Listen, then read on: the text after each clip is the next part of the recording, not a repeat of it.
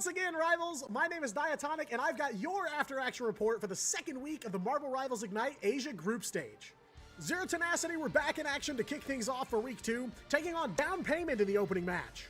Z10 looked clean on Map 1, but Down Payment would claw their way to a reverse sweep, defeating Z10 2-1. Incipients were still on the hunt for their first group stage win as they took on U-Inks next, and they'd get themselves on the board with a big 2-0 win here. Rounding out this first day of Week 2 was yet another marquee matchup, the fated rematch between Stage 1 champs Reject and the newly rebuilt Gen G. Though the players have changed, the story was yet again one of triumph for Reject as they take the series in a close 2-1 showdown. The second day of Week 2 started off with a match between veteran team Assemble Fire, who are still in search of their first group stage win, against Incipients. But Incipients had picked up some steam here in Week 2 as they won their second game of the week in a close 2-1 bout. Down Payment also continued their winning streak, taking their third win in a row over Rocket University in a big 2-0 sweep. Onside Gaming looked to keep their dominance alive in the next match as well, taking on U-Inks and walking away with a clean 2-0. And in the final Day 2 matchup, Zero Tenacity went head-to-head with the Vietnamese squad OEG. It was a tough draw for OEG, and they'd fall victim to Z10 2-0. Day 3 kicked off with a showdown between frontrunner team Crazy Raccoon and Onside Gaming, with CR continuing their flawless group stage campaign with yet another 2-0 win. We had a heavy hitter matchup between Gen G and Zero Tenacity next, one that Gen G would walk away the victors from with a complete 2-0 shutout. XOXO01 and Incipients stepped onto the field next, and XO would lock in their playoff position here with a big win over Incipients. We ended the day on a very interesting matchup between Reject and Rocket University, with Rocket actually managing to take a map off Reject. But the only 3-map series of the day would go Reject's way in the end. The final day of the Asia Group Stage began with two Legacy Ignite competitors, XOXO01 and Assemble Fire, a matchup that XO would win handily 2-0. Reject were back up against Down Payment, and the Stage 1 champs would emerge victorious here, also 2-0. Crazy Raccoon had their last match against U-Inks and would complete a perfect run through the group stage with yet another 2-0 win. And finally, the group stage would close with Gen G taking on OEG, with Gen G picking up the last win of the week. And after 2 weeks of group stage action, the Asia playoff picture was locked in. From Group A, Crazy Raccoon, XOXO01, Onside Gaming, and Incipients advanced to the playoffs. And from Group B, Reject, Gen G, Down Payment, and Zero Tenacity all make it through. The competition in the Asia region is looking hotter than ever, with only the top 2 teams qualifying for the Grand Finals LAN tournament later this year. Well, that's all for now, Rivals. I hope you caught your breath because we're about to dive right back in. Get ready to ignite the battle.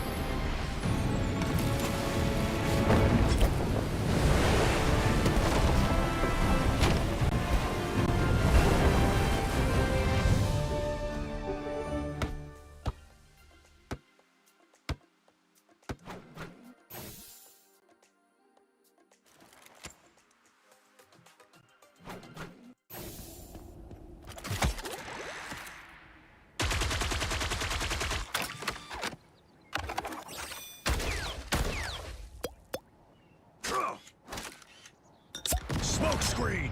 I'm hunkering down.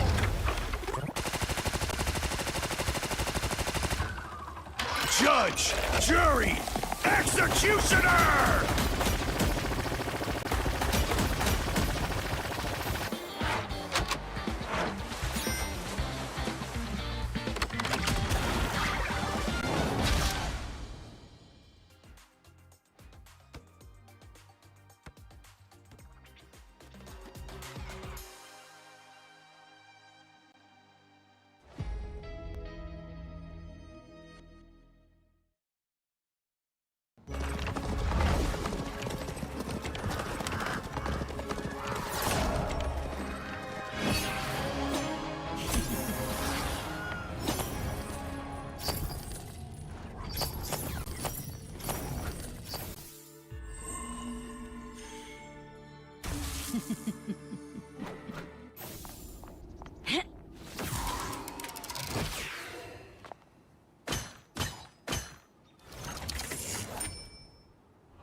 want your soul. Hell unleashed!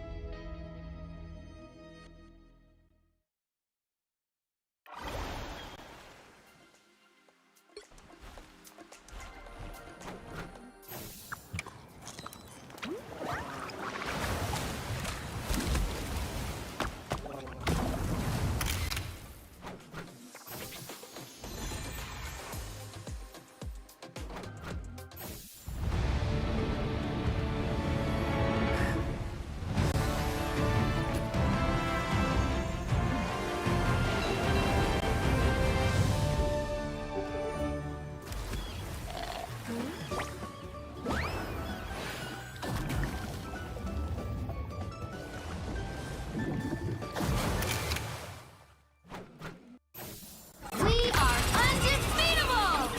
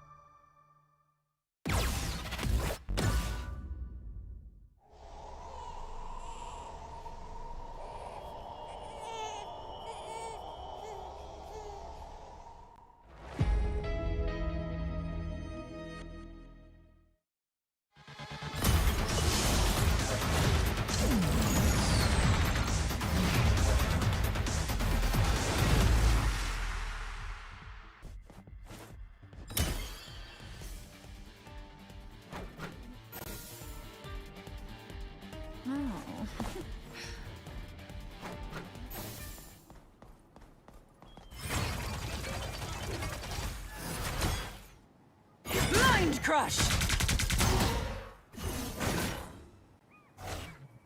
Priceless! Feel peasants!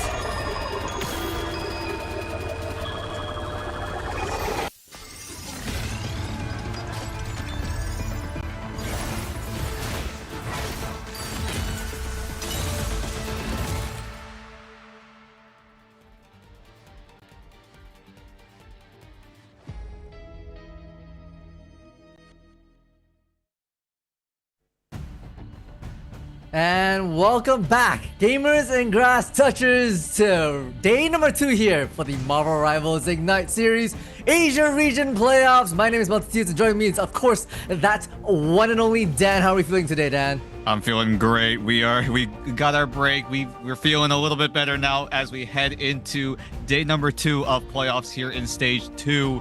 We had a game full of action-packed matches yesterday. So many of these matches going all the way. Some of them didn't really caught a lot of these teams off guard. 100%. 17 maps y'all covered yesterday. I mean, it went straight from a lot of 2-0s, right? Back in the best of threes in the group stages, straight into the fire, kicking things off yesterday with two, not just one, but two best of fives going the absolute distance. And these teams are turning up the heat. And it'll only get fire from here out. Today will be the first day we start to get those playoff eliminations. Yep. Today is the day where we will need to say goodbye to two of these teams that have made it to the playoffs. It's a little bit bittersweet. All of these teams really did deserve to be here. All of these teams have been playing out of their minds, and now, especially here in the lower bracket, that desperation of trying to stay alive in playoffs is just going to get amplified even further. Oh yeah, 8. We started the group stages with 12, and at the end of couple of weeks ago we had to bid farewell to 4 teams, and now in the group stages, from 8 now down to 6 by the end of today's stream. It's gonna be heartbreaking to say the least, but hey, we can only have one victor here at the end of stage 2 Asia, and everyone's gunning for those big prize plus those invitationals to the grand finals at the end of the year. Oh yeah, definitely having the chance to go for international glory. We do cover this. Make a name for yourself on the global stage of Marvel Rivals. This is probably going to be the biggest tournament we have seen in Marvel Rivals history, and everyone here really wants to get into that as soon as they can. And yeah, I am so excited to see what we have in store for tonight. No, 100%, right? We've got 4 beautiful matchups, and it's going to be a bit of a marathon once again, Dan, right? We've got 4 best of 5s. It was a bit of a bump up from stage 1. We kind of talked about it during the pre-show that during stage 1, the earlier matches used to just be best of 3s, which were fast and furious, but I think the right call here was to be able to make it best of 5s. But hey, before all of that action, we're going to hop into this Hellfire Protocol. Looking at you, Emma Frost. Yeah, if you liked the Angela 2099 costume, you're gonna like this one. The Emma Frost costume, the 2099, the Hellfire Protocol, now available as of a few hours ago, if I believe. So now is your chance to pick that up. It is a nice looking costume, I won't lie. It is, right? And it first appeared back in the Avengers vs. X-Men comics of 2012. I believe issue number 5. So hey, if you're one of those comic geeks really into the lore accurateness of some of these Marvel Rivals characters, this is definitely one to pick up. Rule the battlefield with icy elegance, and hey, let nothing break your shine. Definitely, as we have a few more moments before we head from the frostiness all the way over to the Wild West, the Goddess of Death. Now having the Grim Lady costume. It has been available since September 25th, so you did see it in your shops, I'm sure. But now, as the Grim Lady from Europe, you can now pop that Goddess of Death and just look good T-posing up in the air. I mean, honestly, this skin is absolute fire, right? And you definitely want to give them something to talk about for centuries to come. Like you said, it's already available in the stores, in a client near you, be it in your on PC or console. But hey, this Goddess of Death skin absolutely shows zero mercy. Yep, and like we said, it is available as Season 4 did make its debut on the live servers. And then, yeah, that's a great looking costume as we slowly but surely move on to our last coverage of today. If you've got a PS4, you never got a chance to get a PS5, you feel like you experienced a FOMO a little bit, seeing that Marvel Rivals was only on PS5. No more FOMO today. You've got it now, all on PlayStation 4, so you can now join your friends despite being on an older end console. That's right. There's crossplay available. Get your friends on board. Find yourself a 6th app, and we're gonna be able to make our presence here known in the servers. Maybe, hey, join up for one of those invitationals, and maybe you could see us casting for you in the near future. We'll have to see for next year. But hey, let's focus on the task at hand. Dan, what have we got ahead of us today? Yep. First up, we do have, like you said, if you want to make your way into this high stage tournament using the Marvel Rivals Championship within the client, you could be a team like Zero Tenacity, who did in fact make it from Marvel Rivals Championship Season 2, and now they are seeing themselves here in the playoffs of Ignite Stage 2, going up against Onside Gaming, who also came in through the open qualifiers. So both teams also being Korean. We're going to have a Korean derby here in the lower bracket. Oh yeah, I mean, we're gonna start things off with indeed that lower bracket here. You see the overall schedule for the Asia region. We've already crossed through the first 2 weeks of the group stages, ended a couple of weeks ago, and this will be day 2 of 4 days here in the playoffs. And then at the end of it all, we'll be crowning the victor of the Stage 2 Asia for the Marvel Rivals Ignite series. And I believe, some of the other regions have also all commenced their groups and playoffs as well. I think China's the only one who has actually finished their playoffs and crowns their victor. And, the rest of the 4 regions will soon commence and continue their knockout regime to crown their winners as well.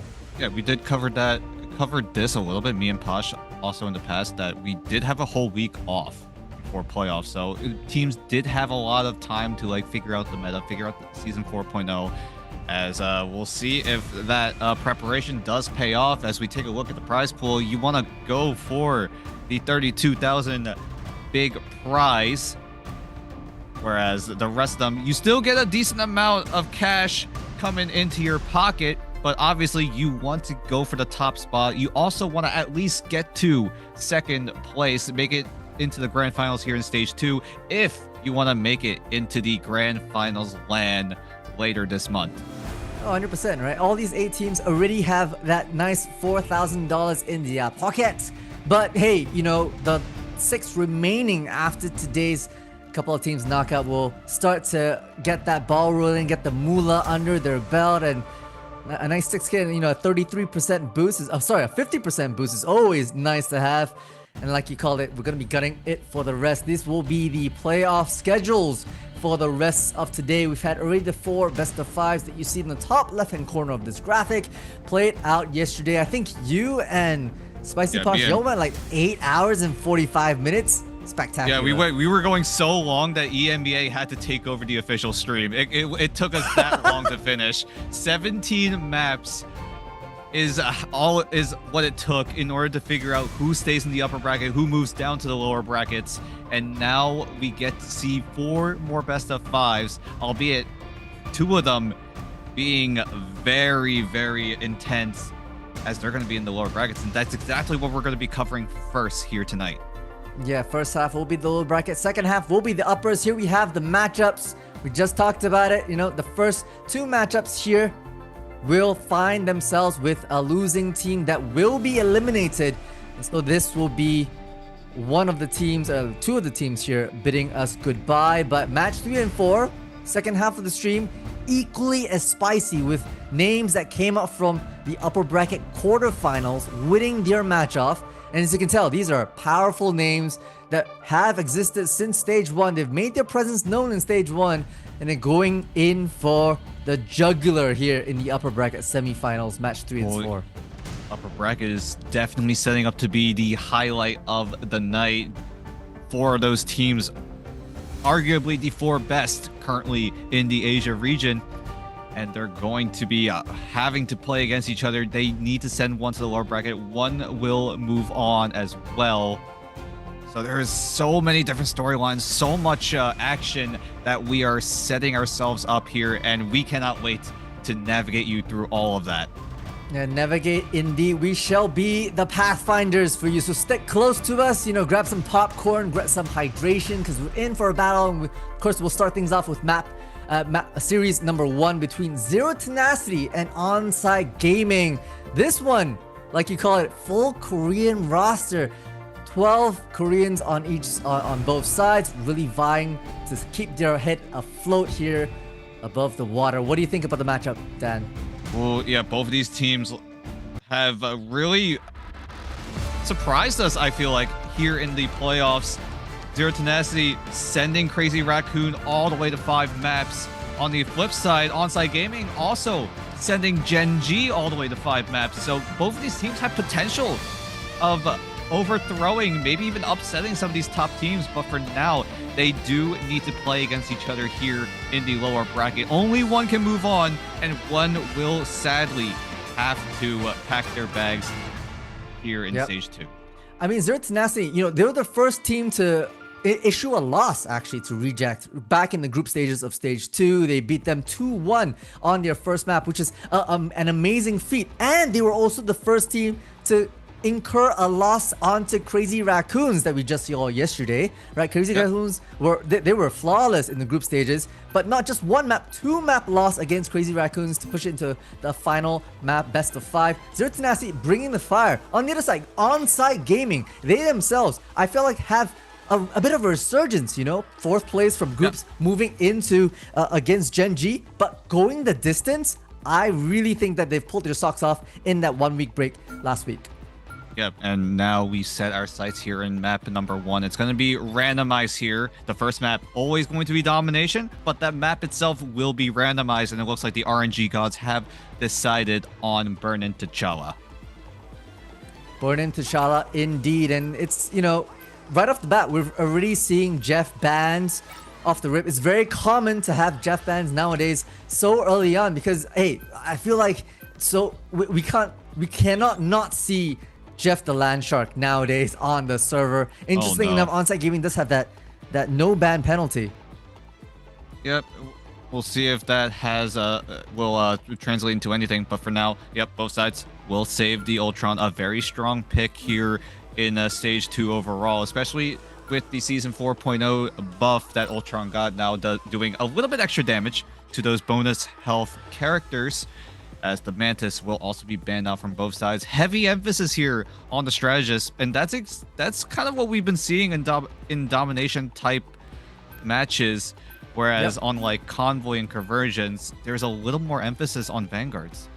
Yeah, it is interesting because yesterday on Zero Tenacity, they actually chose to run a 2-2-2 on their domination match against Crazy Raccoon twice, actually, and they lost the domination. So I'm wondering if there's a change of pace here, right? They typically used to run one-sided Mantis. Now they've hopped into Ultron. The Warlock bans have come up from both sides simultaneously, which means your Resurrect kind of momentum can't be executed from that perspective. We'll see what more they want to bring here.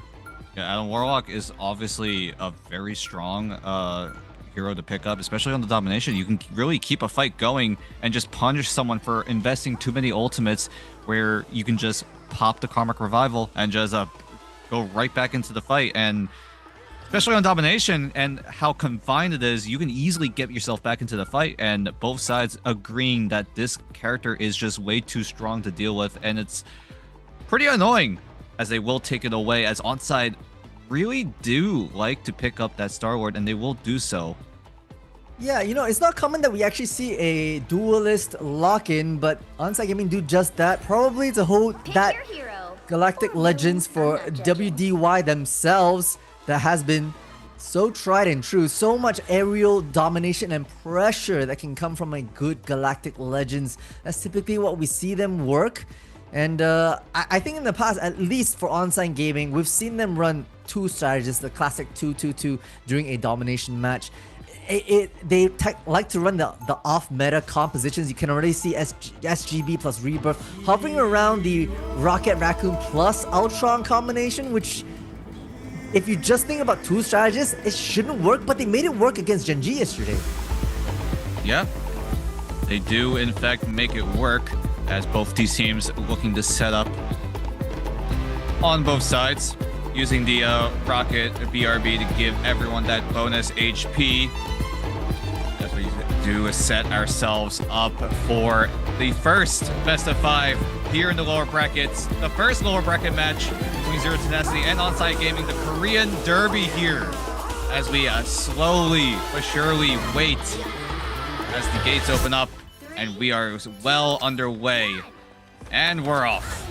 And we're off indeed. Zero Tenacity opting once again for, their 2-2-2 that they've worked with. No one's running the triple thus far, but I'm sure we'll see a little bit more about that. As this is on your Star-Lord that has been so crucial right up the rip. We see the Star-Lord pick from the side of Onsite Gaming bringing so much value for them. Yeah, and Onsite Gaming coming in swinging. Will take an early pick, and they look to take control of the site. For now, WDY still peppering in some shots. But do Zero Tenacity find a way in? No, Kaidia instead offers his life and staggers what is left of Zero Tenacity, and Onsite Gaming will fully capitalize and take the site early. Yeah, Zero Tenacity look a little fractured so far, right? They tried their best to take that right side towards the open hallways, but, were quickly shut out, and despite the likes of their Vanguards trying to make a bit more space, there was not too much that they could do with those choke points. So in we go. Now the divers from Zero Tenacity wanting to open things up. CC finding the mark. Great tracking onto SGB. That's a strategist out of the way. No Smite trying to make a bit more action down on the side, and aim will be taken out of action. So hey, control absolutely sees for Zero Tenacity. Yeah, Zero Tenacity clapped back. I'm a little bit surprised that AIM is playing the Black Widow. That's not really what we've expected. Not sure what Onsite they're cooking up, but I'm excited to see what they are bringing here. Yeah, it's a bit uncommon, Normally we see aim on the Phoenix of the Ultron, but they've given that a little bit of space to Rebirth to rock that flying strategist in the air. Perhaps wanting to just see if they can work the Black Widow for themselves, but that'll be only on Jerry high up in the sky to work the magic. Wendy is just trying to hold things back for the rest of the team, while Onsite Gaming look for a bit of an entry. It's very chaotic right now. Everyone's kind of scattered as Onsite Gaming tried to sneak away the point, but the presence of Kadia on Angela will be made known here. Made known indeed, as both Ultrons do have the rage.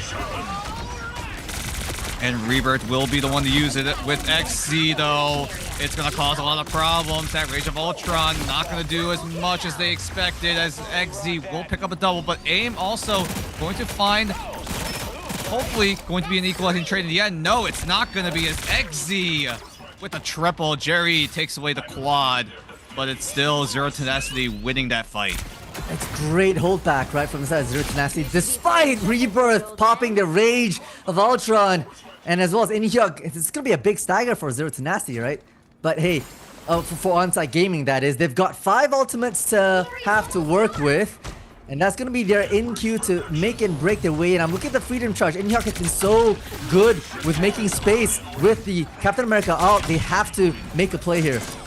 Yeah, do they want to go in, or do they want to concede and just wait for a different opportunity to go for?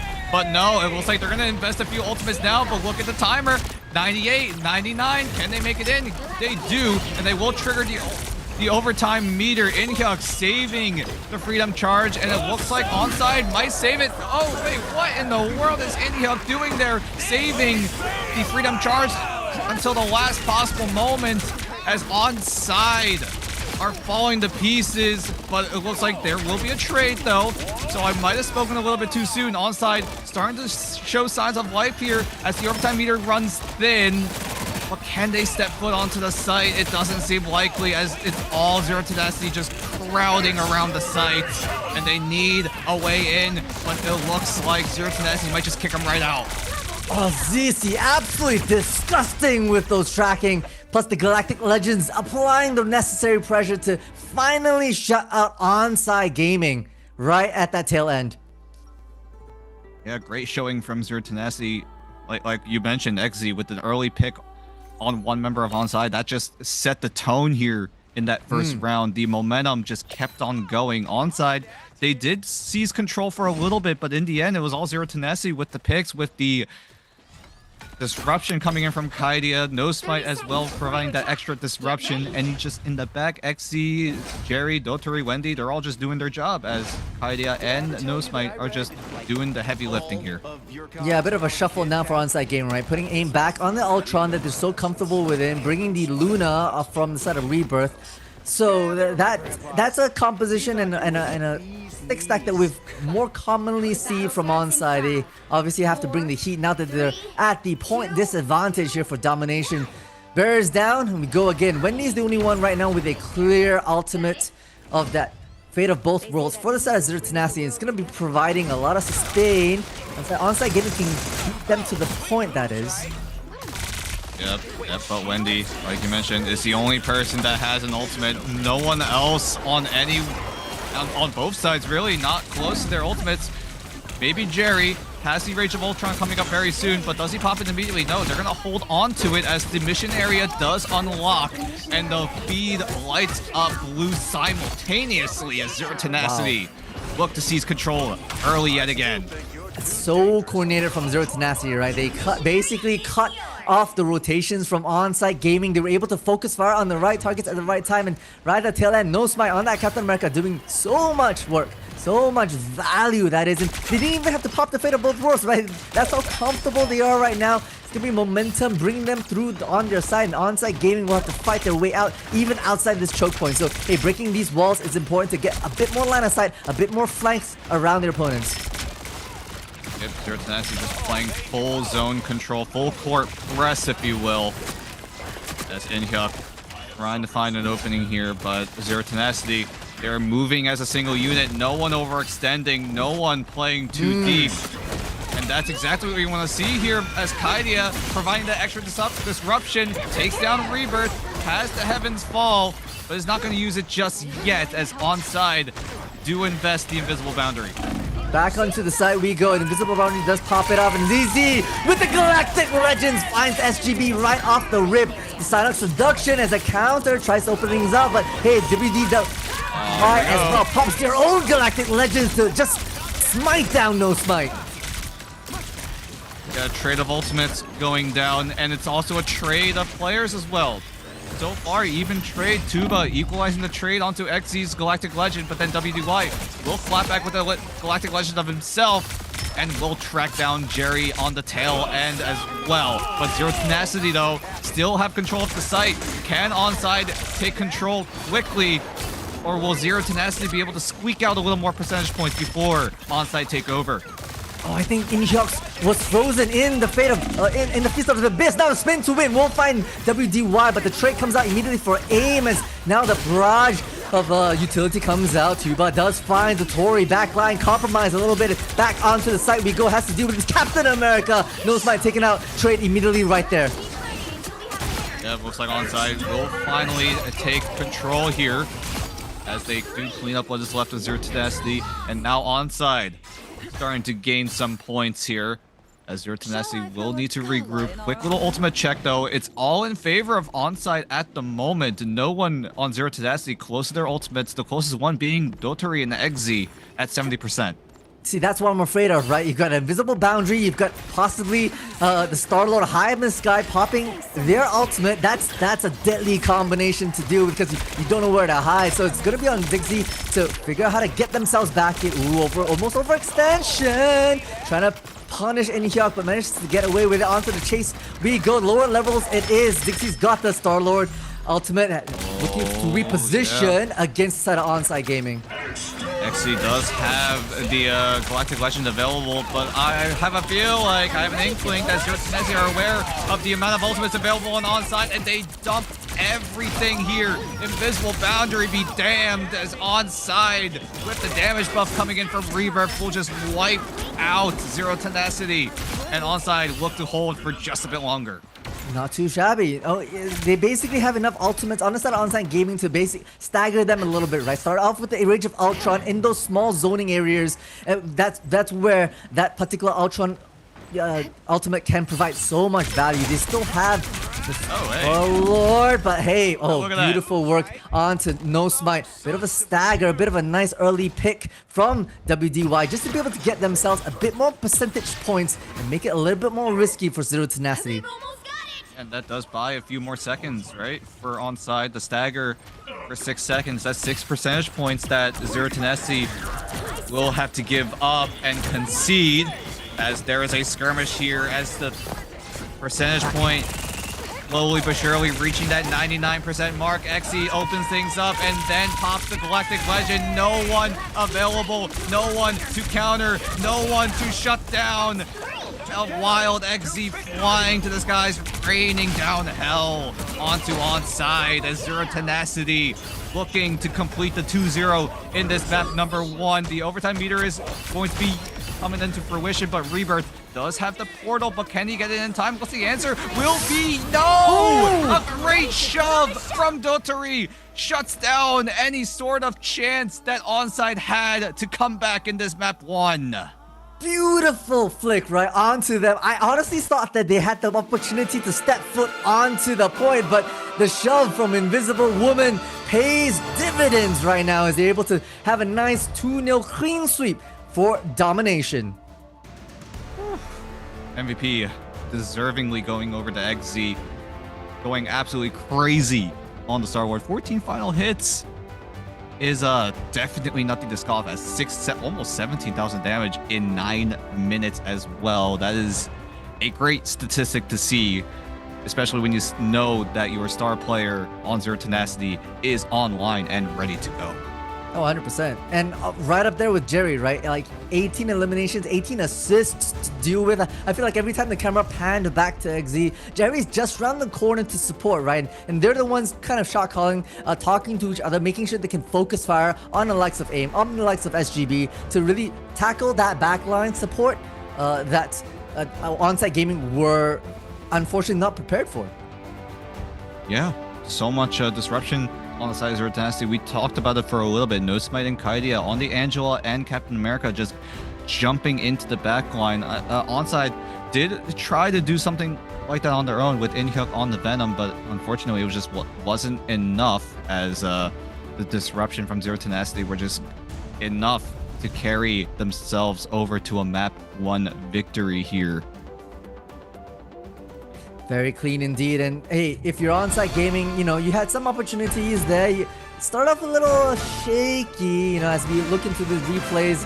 Watching that first point of domination didn't quite go their way. They really struggled to find their pacing. And then on to the second point, they reshuffled the roles a little bit, you know, putting AIM into perhaps a bit more comfortable roles that the Ultron that we've seen them time and time again. But we're able to push it all the way to 99%, no doubt. But hey, it is the final 100% that really matters, and they couldn't hit the mark there. Yeah, I feel like the impact ban that did come in, it's Zero Tenacity banning away AIM's Phoenix that we have been seeing work so well on the side of Onside Gaming, and without that key hero that AIM really loves to play, especially going in and just meleeing everywhere, which, by the way, won't be around for much longer. But for now, Onside, they need to stick around because they have a whole best of 5 to work with as we head into game 2 here in this best of 5. Can Onside find a way to come back? We'll find out in just a few minutes.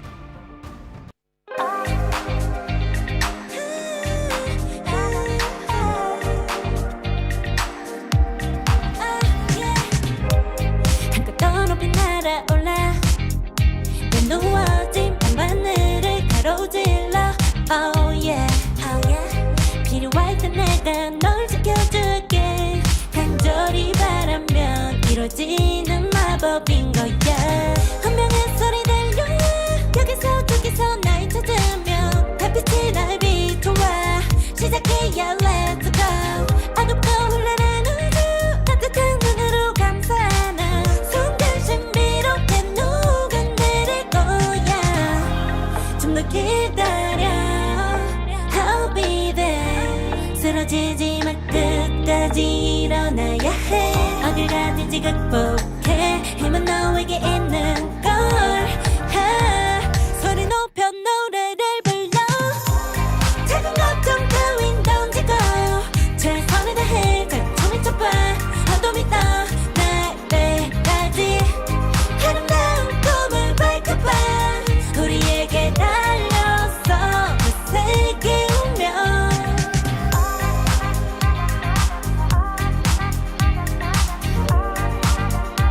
어둠이 떠 날 때까지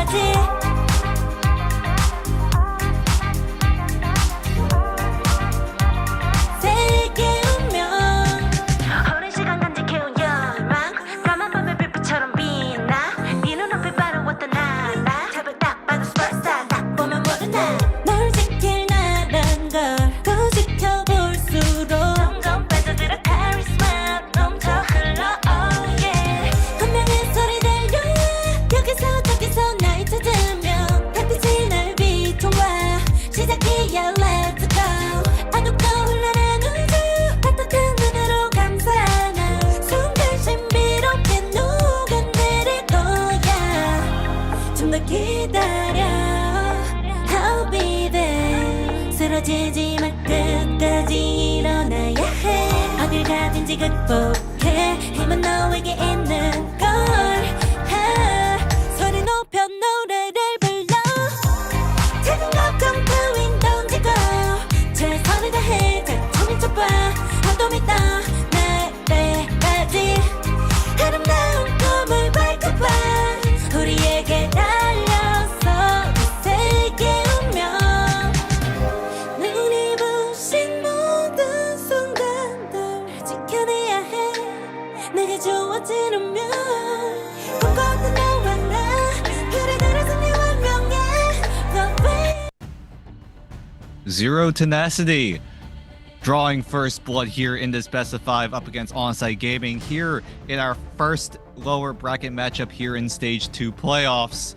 And with Zero Tenacity putting in a commanding victory here in map 1 puts Onsite Gaming in a bit of a tough situation in terms of map pick here. Yep, they're in the hot seat. They get to choose between Convoy and Convergence, and right off the bat, we're gonna see Yggdrasil being, one of the most common, one of the favorite maps that people go to for map number 2 to maybe put themselves back into control of this best of 5. But instead, it's gonna be.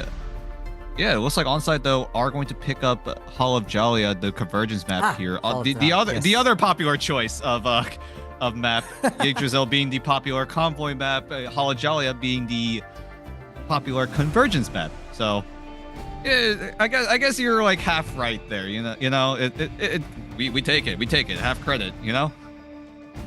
Indeed, and Onsite Gaming gonna have to put their, pull themselves back up on their bootstraps here. I felt like that last one, they were a bit chaotic. It looked like I'll be, Dan, I will be as honest as I can, right? I'm not gonna sugarcoat it. They look like they kind of woke up a little bit, right? The first entry onto that first point of domination, they were kind of scattered, and even though their vanguards tried to take space outside those choke points back onto the point, it didn't seem that coordinated, and having their first elimination against them from the side of ZC onto, I believe, SGB or WDY. Yeah. That's a confidence shaker, and you have to mentally recover from that. This is the time to do that.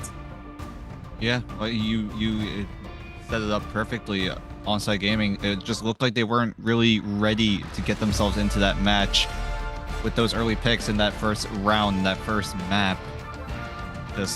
It did look. It seemed like they were still waking up a little bit, still trying to find a way to warm up. But now here we go. As blink and you miss it, you're already down a map, and lose 2 more times, and you are finding yourself packing your bags and being unable to proceed here in stage 2 as Onside need to find a way coming back here on Halajalia. They do choose to defend first, so big question mark here as to how they approach this draft.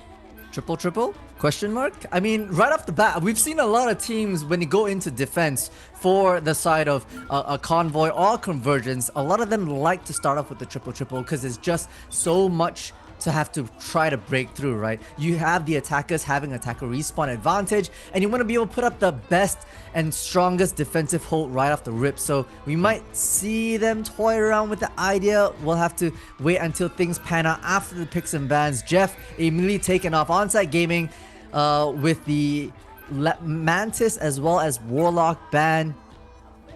Guardians of the Galaxy already being penalized. Although the team up isn't there, the heroes themselves are still a very, very strong pick here, at least in Season 4.0. But something that me and Posh didn't notice yesterday from Zero Tenacity themselves, actually, when it comes to these Convergence and Convoy maps, Zero Tenacity have been targeting Vanguards. They decided to ban a Strange, they decided to ban an Emma, Yes. 2 picks that are very, very strong on the defensive side. And now with Zero Tenacity being on the attacking side, it looks like they're just not gonna risk putting themselves in that situation where they may need to find a teleport in the dying stages of any of these rounds that they will be playing. So I think Zero Tenacity right now, being on the attacking side first, don't really want to put themselves in that situation.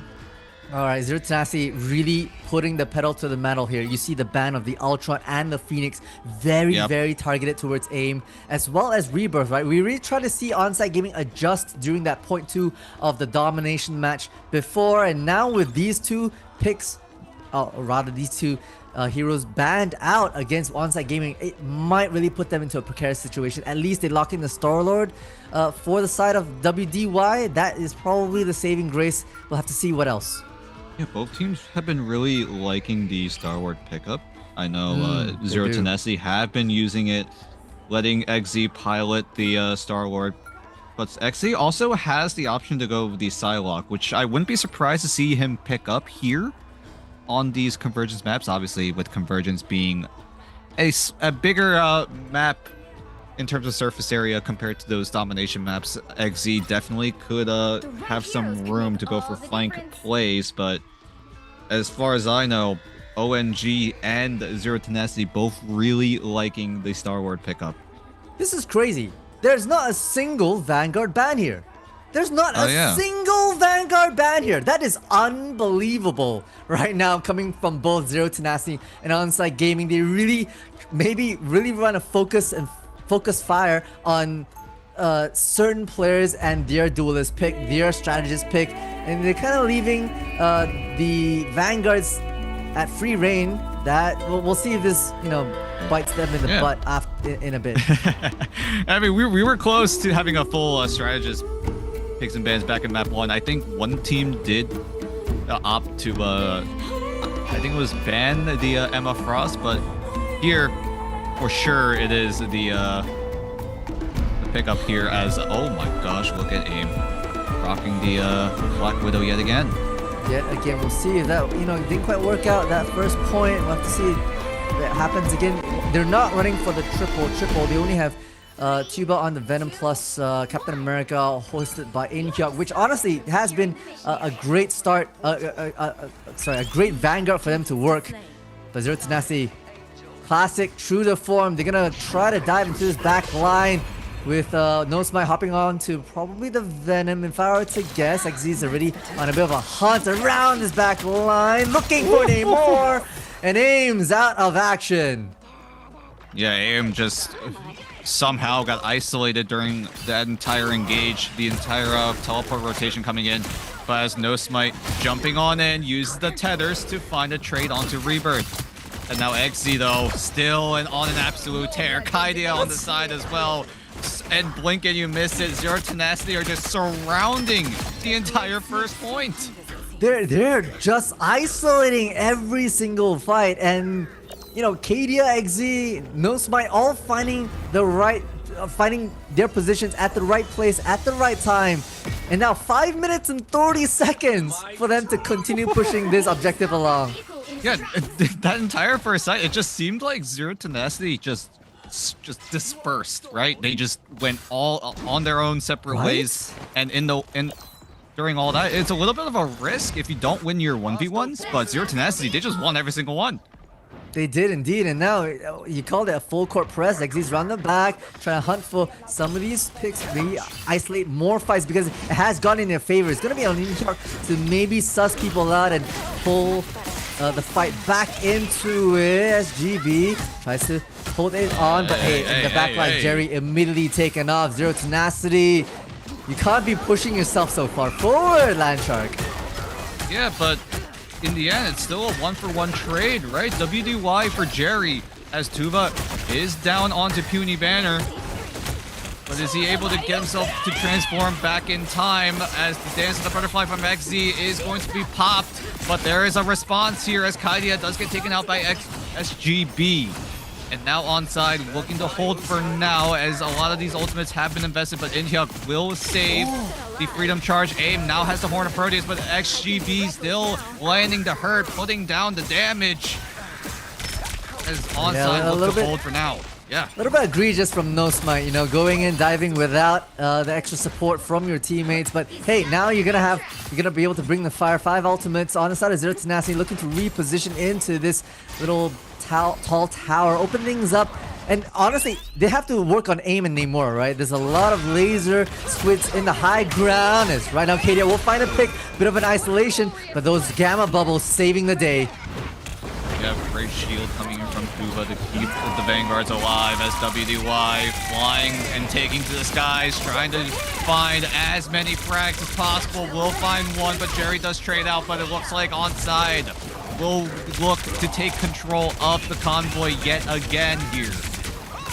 He's just so good right now from the side of Onside Gaming. They look a little bit more prepared. They look like they've woken up. They've exchanged a fair number of ultimates for Zero Tenacity. So in the ultimate kind of tick-for-tat trade, not too much to have to worry about.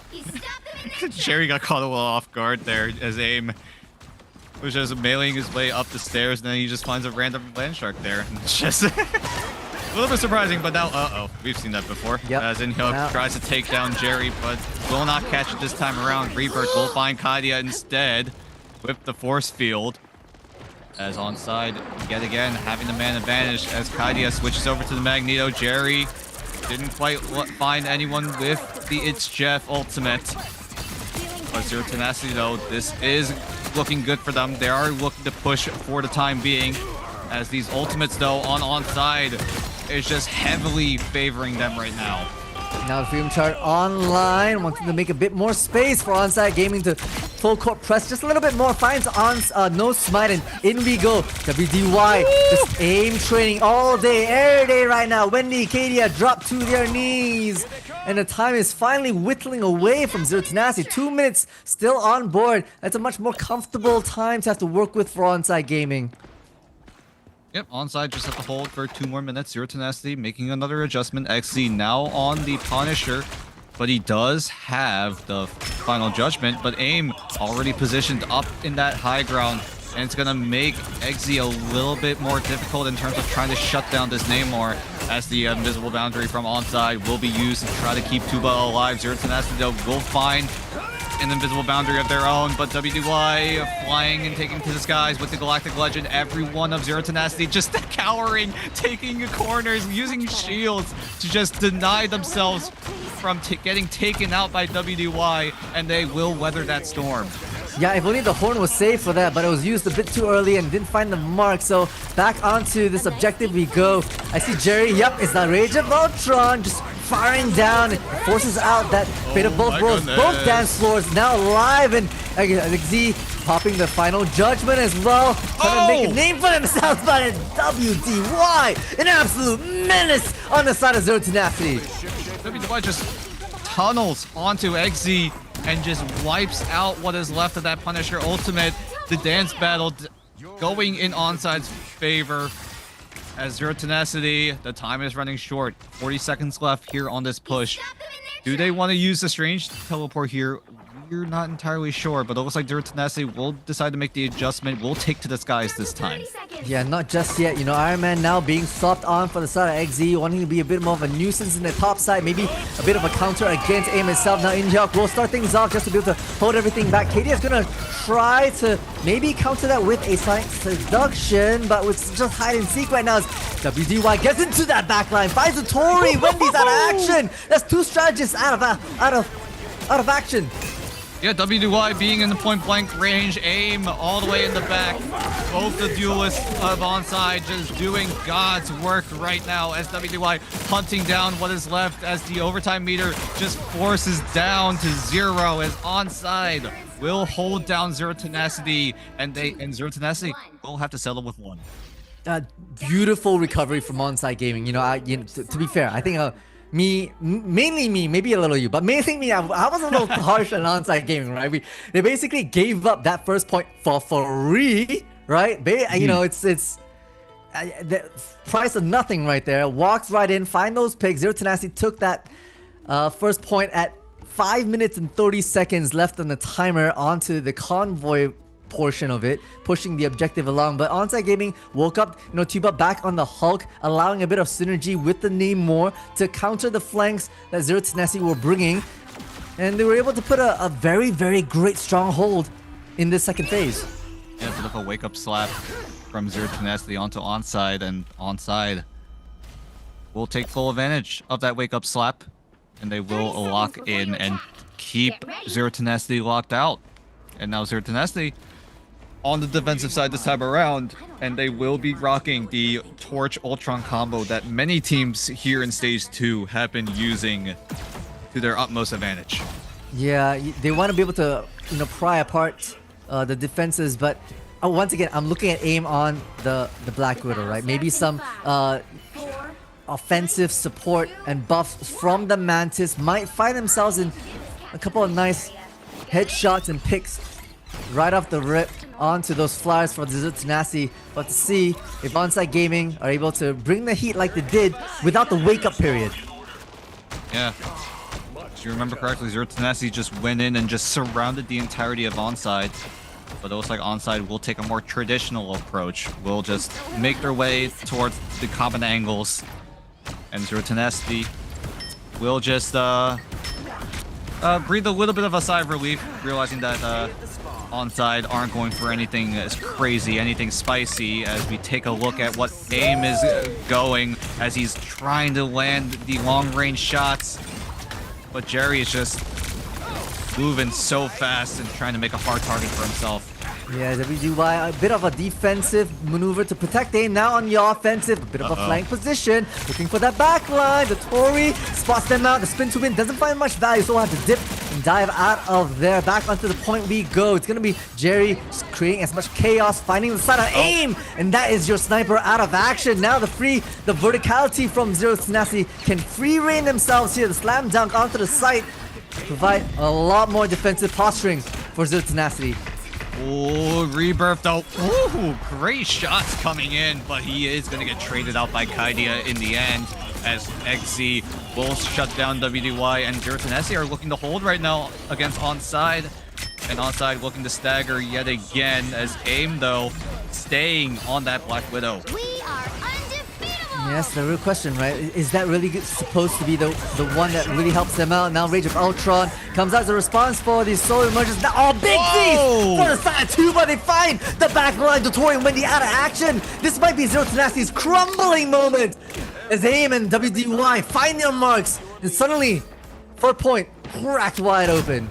Yeah, Tuba with the, oh my gosh. Okay, Jerry gets away. Okay, we can talk about what just happened for a little bit. Tuba with the tether at, oh, okay, wait, never mind. I think Jerry just went down. Anyway, unfortunate for Jerry. Zero Tenacity will get staggered a little bit, but Tuba with the tether and the feast combo is just enough burst to take out the two strategists on Zero Tenacity, and they will take full advantage of that as WDY using the spin to win to just break a little bit of that terrain. Yeah, Tuba eating good so far. AIM still on, this Black Widow. I presume that the idea here is that maybe you don't necessarily need to get the eliminations, but you can just chip away the damage sufficiently for them to have to fall back and consume cooldowns from the strategist side. So we'll have to see if it kind of pans out as Kadia tries to put back into it. Now the Tactical Legends, Kadia's on a bit of a hunt, but the Beast Why whoa, what's going on back there? Now forcing rebirths as well as the Tori's ultimates. Tick for tat. Jerry will find AIM in that backline, and starting the feast from No Smite will come out as well to jump onto Onside Gaming. Heaven's Fall even going to be invested. XE going back to the Psylocke to try to keep the defense and keep Zero Tenacity in this map here as Onside almost got to that point, almost taking map 2 for themselves, but Zero Tenacity will hold for a little bit longer, but they still have almost 180 seconds to hold. Yeah, Tuba's got the Feast of the Abyss though, and that was the one that cracked open that first point, so maybe if they can get a couple more, they could make it work, but hey, Wendy's already got the Fate of Both Worlds online, so that's gonna be a big one to counter against the like of a Feast of the Abyss. Meanwhile, Kadia being the absolute nuisance of that Vanguard. I say that with much love, by the way. If a Vanguard is annoying and a nuisance, you're doing your absolute best.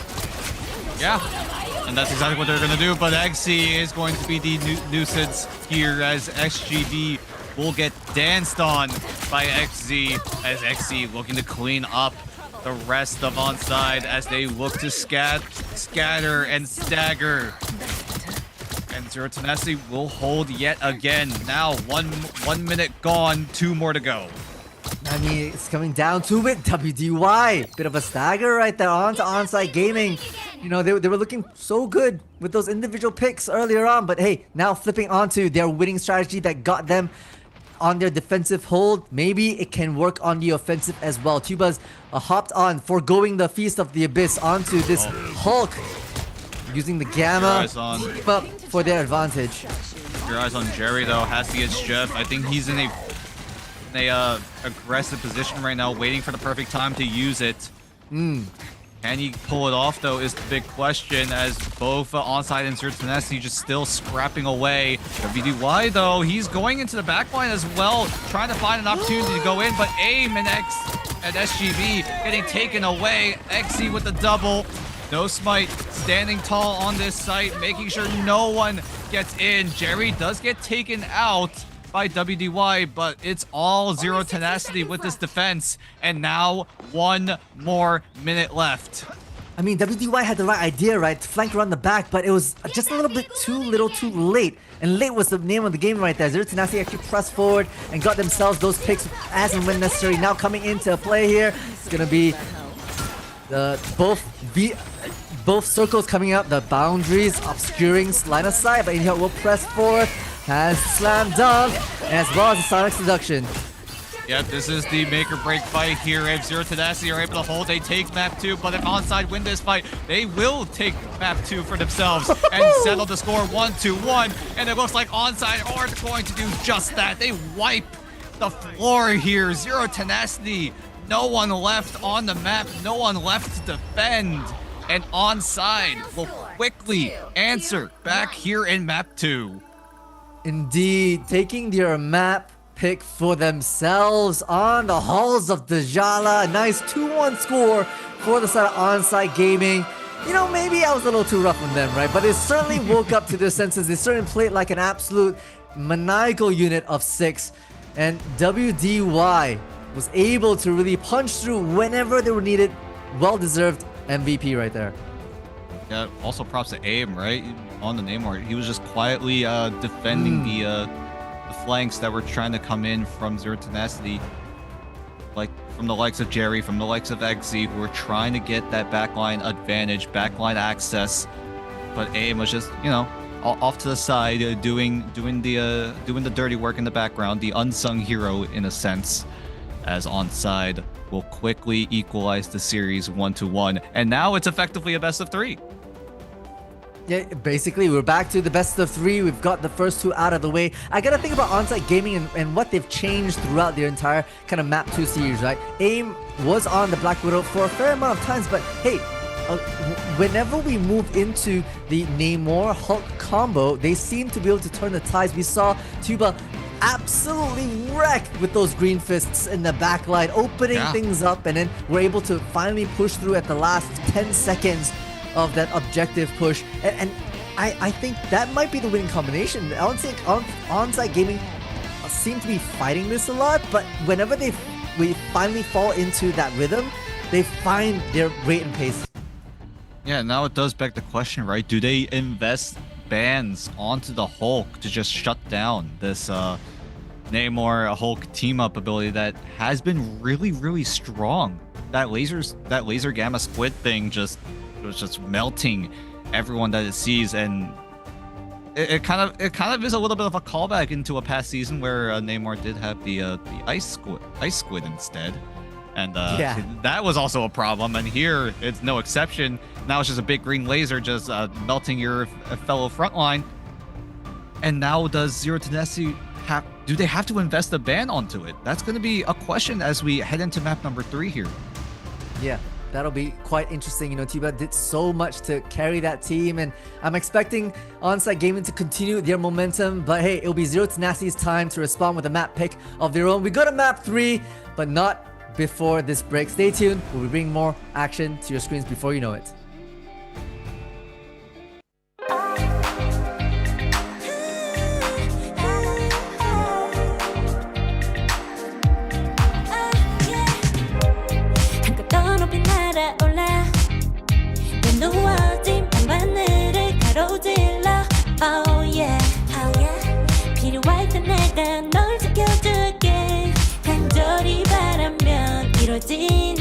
법인 거야 운명의 소리 들려 여기서 저기서 날 찾으면 달빛이 날 비춰와 시작해야 let's go 어둡고 흘러는 우주 따뜻한 눈으로 감싸는 순간 신비롭게 녹아내릴 거야 좀 더 기다려 I'll be there 쓰러지지 마 끝까지 일어나야 해 어딜 가든지 극복해 힘은 너에게 있는 걸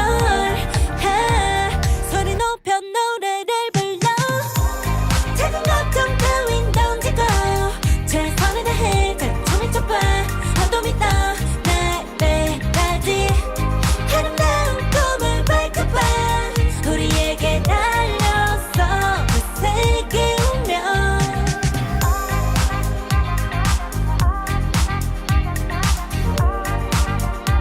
어둠이 떠날 때까지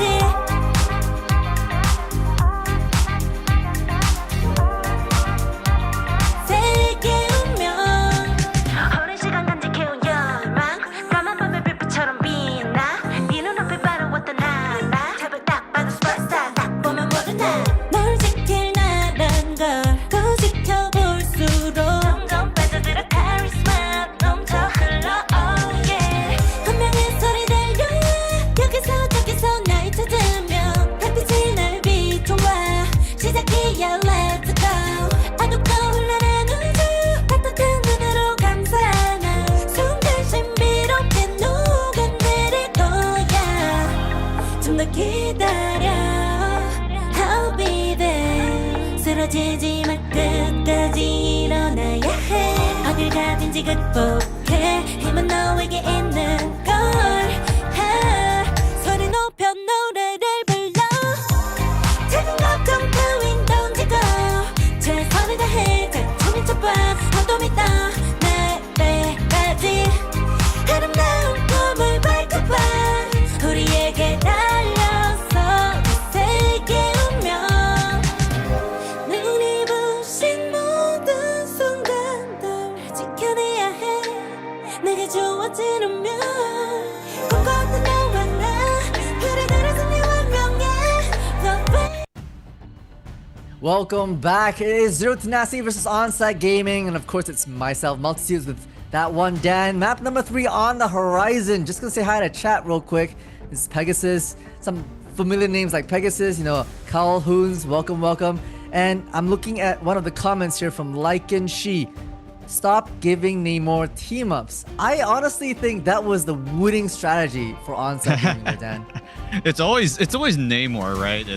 Sometimes it's a frozen squid, sometimes it's the laser squid, and soon enough in season 4.5 we're gonna get a ghost squid. So Namor is still gonna be an absolute problem here when it comes to the highest stage of Marvel Rivals. But hey, onside, we're able to clap back here in map 2, and now Zero Tenacity choosing their third map, and it's going to be Convoy. That is their only option here before we reset in map number 4, and Zero Tenacity will choose Araco. I mean, great choice, right? For the side of Zero Tenacity, they chose this map against Crazy Raccoons yesterday and were able to beat them on it. So, if anything, it really goes to show the confidence that Zero Tenacity can bring onto the stage here against Onsite Gaming, get themselves back the advantage, and hopefully close it out after a while. But hey, Onsite Gaming looking like they're fired up, looking like they're starting to be a little more synergistic, you know? Yeah, map 1, we talked about it a little bit. They seemed a little bit scattered, a little bit still under the weather. But now here in map 2, they have really woken up and are just coming in swinging. And now they put themselves in a best of 3 situation. Both teams with 1 map apiece. And now they just need 2 more each in order to move on. Who will get there first? Who will fall? We will find out soon enough as we head into the picks and bans here on Araco. Zero Tenacity being on the defensive side first, and they choose that as well. I honestly love a good Araco. I when Araco first came out, I was so happy with the map design. I thought it was very interesting.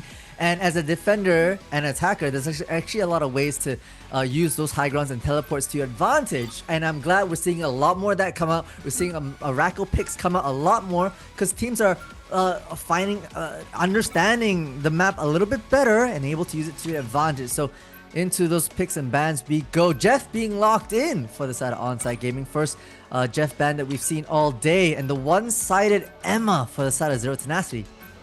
Yep, and this is the exact strategy that Zero Tenacity went for when they went up against Crazy Raccoons yesterday, banning out as many key vanguards as possible to put Onside in a tough situation when it's their turn on the defensive side.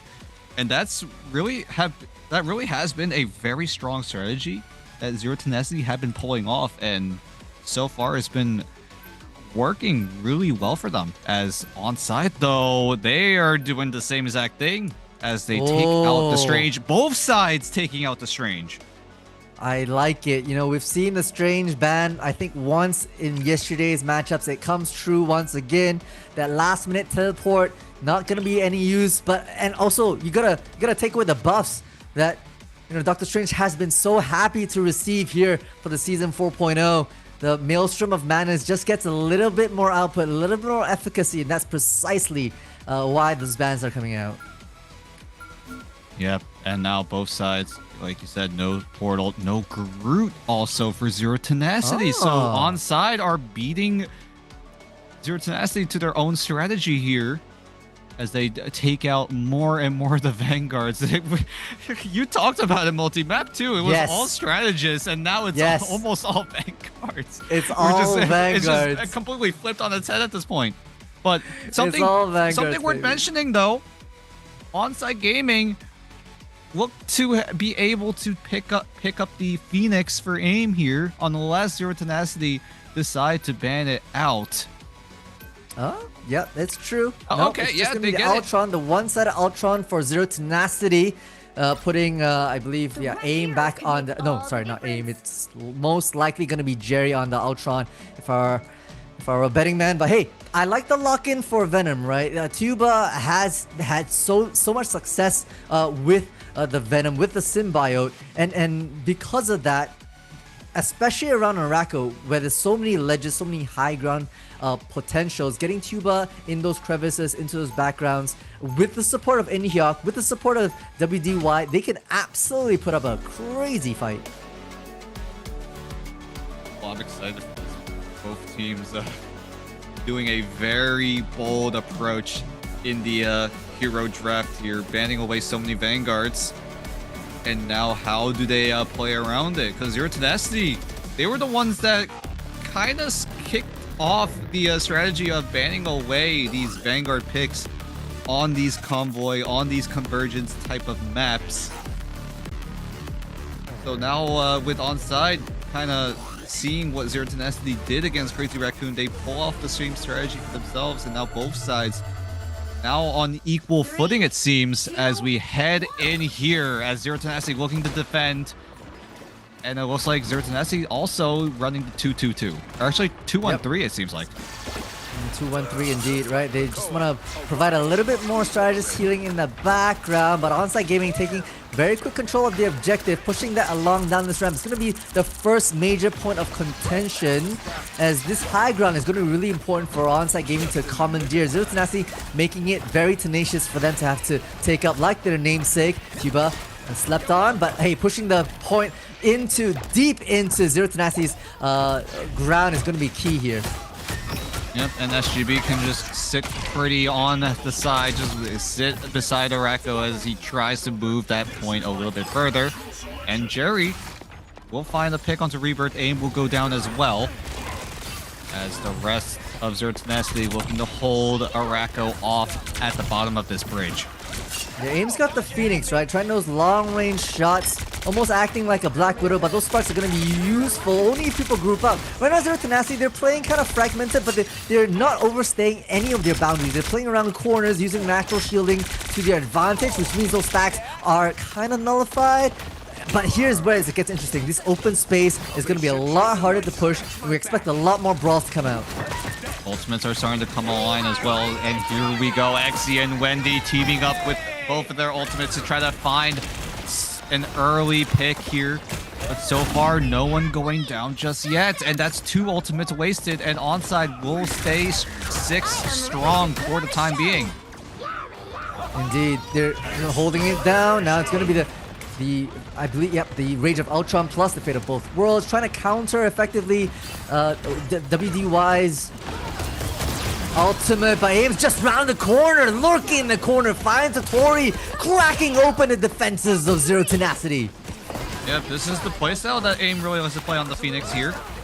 Likes to go in and just use the melees that do stack up the spark charges, but then again, once Season 4.5 rolls around, you can't do that anymore, so Aim trying to do what he can to take advantage of this mechanic before it does inevitably disappear. And look at it, it's just going to be auto-cancel after auto-cancel as Aim finds a quick double. So good right now. No Smite trying their best to hold down the fort. Yeah, look at Coming that. in with the freedom charge onto all these members of Onsite Gaming who just surround him like wasps. We'll be able to find the mark onto Kadia, the other Vanguard. Oh my goodness. Yeah, Aim, you can see it here, right? Using the flight to cancel the auto animation, or the melee animation, I should say. And he's just able to quickly stack up so many charges, so many sparks, and he just lets them fly. And like I said not too long ago, this is probably the last time that Aim will get to experience this kind of playstyle before it does inevitably disappear in 4.5.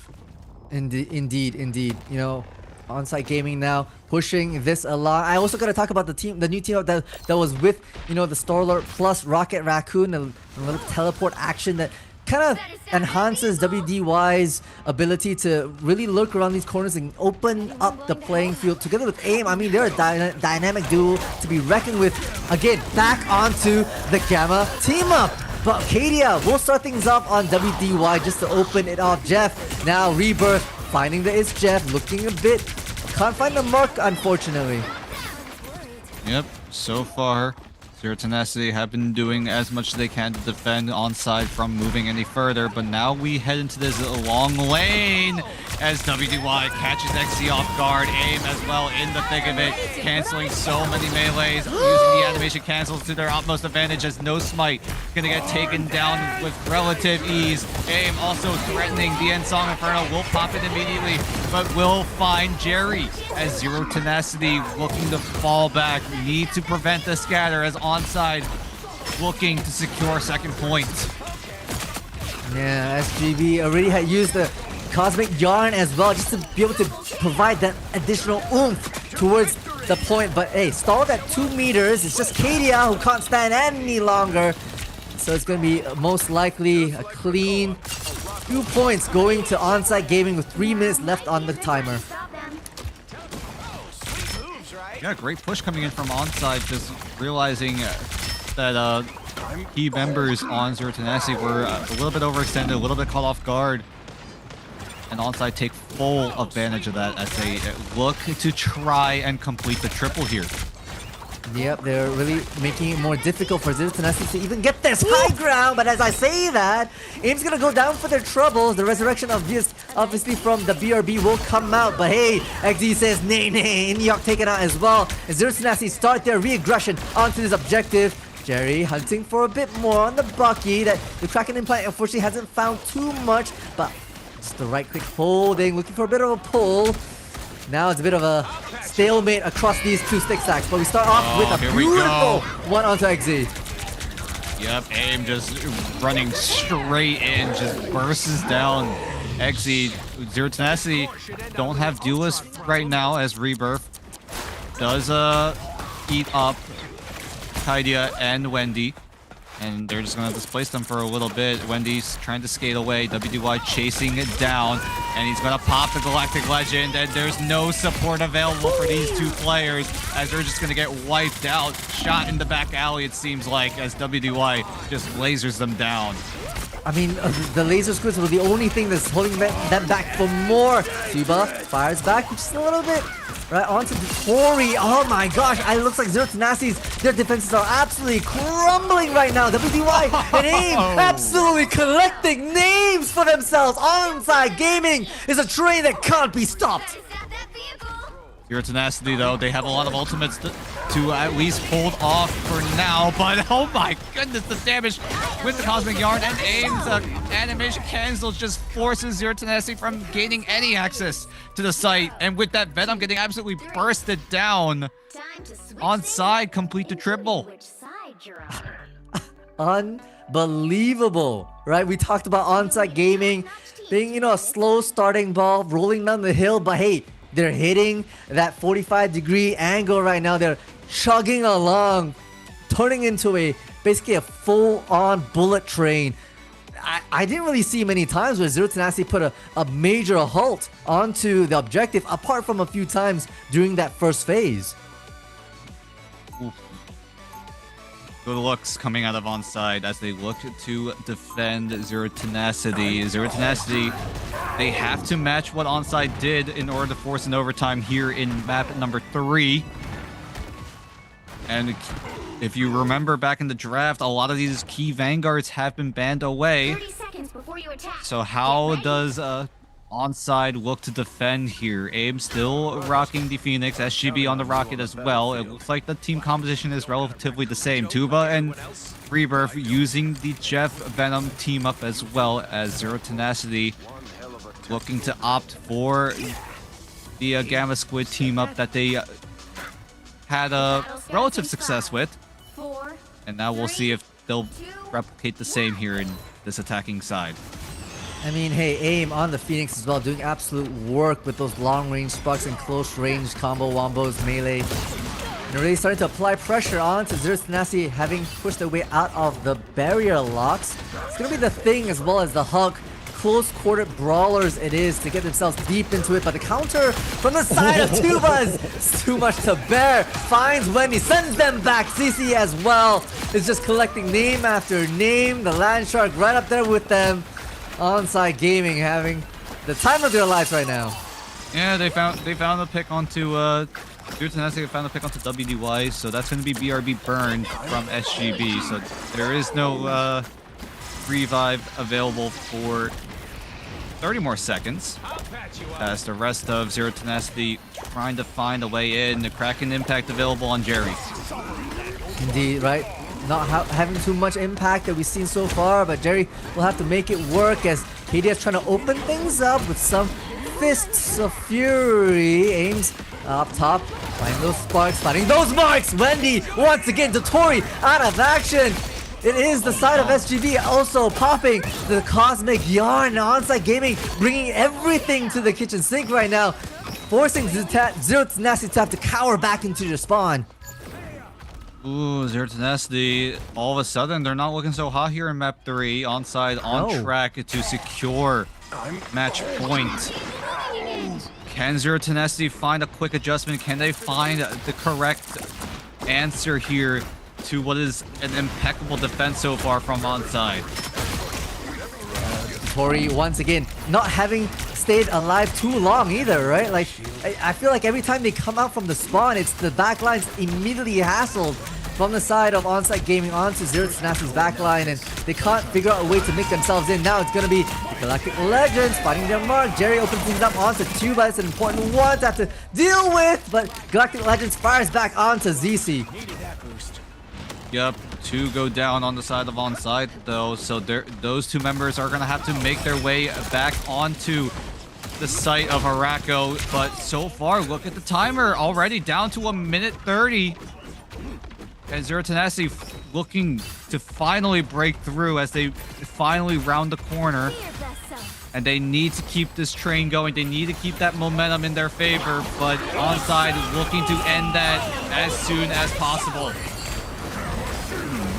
Wendy's got the Fate of Both Worlds popped out, Reach of Ultron as well, just to provide a lot of healing for Zero Tenacity, but it's not enough right now. Onside Gaming just losing numbers just a little bit more. Wendy's got those right clicks onto AIM. It's a bit of a revenge arc from Luna Snow. Onside Gaming finding, looking like they have to retreat just a little bit more and give that space to Zero Tenacity.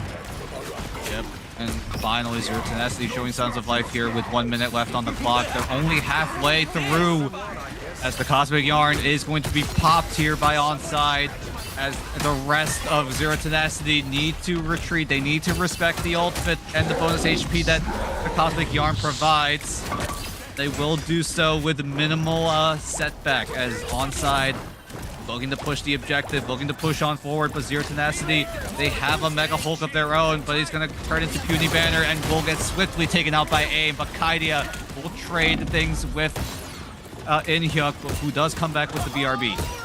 In-hyuk. I mean, sorry, it's AIM looking so good right now. WY applying vertical pressure, aerial superiority. Jerry's out of action, and suddenly Onside Gaming looking like they can put a very good stronghold. Overtime now triggers. Zero Tenacity has seconds to get on this point. Yep. It's all gonna be no smite. He's down into Puny Banner. Is there anyone to make their way in? It looks like Onside are just full core pressing at this point as Zero Tenacity. They have no options left. They have to use the minimal world to at least step foot onto the site as Exy just can't get into the circle as the Cosmic Yarn might just seal the deal here in map number 3, and Onside will complete the hold. They complete the defense, and they put themselves at match point. 3-0 it is. Beautifully done from Onside Gaming. I mean, they were basically a bullet train during their attack half and then an absolute stonewall on their defense, right? Their players were all in the right time at the right place, but really, it's like AIM. MVP here, absolutely clicking heads and finding those CQBs onto their opponents. Might have been a little bit of a mistake, in my opinion, to allow AIM to play the Phoenix here, especially when we've seen how threatening this character is in the hands of AIM.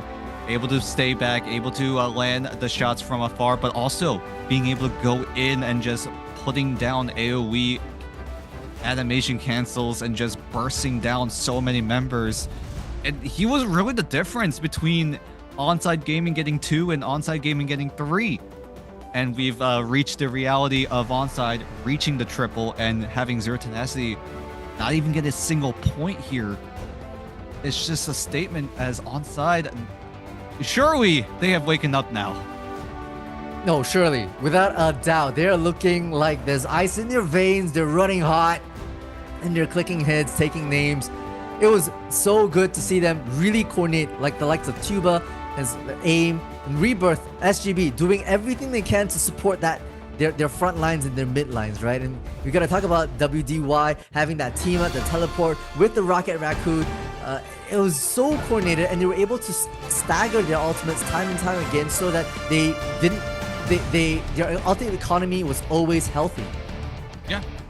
And yeah, like you said, resource management was the name of the game here, as Onside were just able to use it perfectly.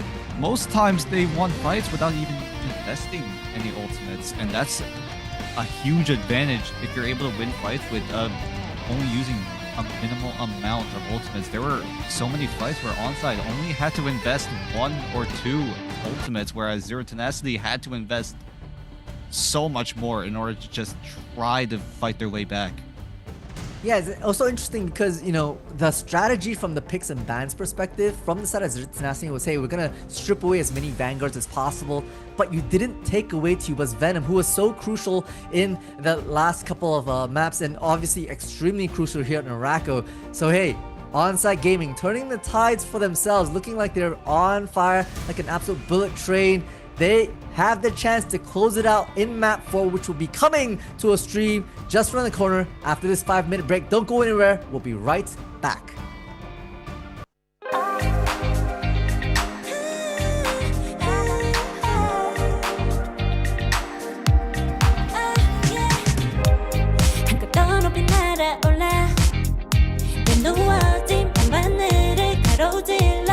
Oh yeah, oh yeah.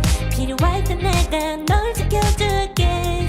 간절히 바라면 이루어지는 마법인 거야. 운명의 소리 들려. 여기서 저기서 날 찾으면 달빛이 날 비춰와. 시작해야 let's go. 어둡고 흘러는 우주.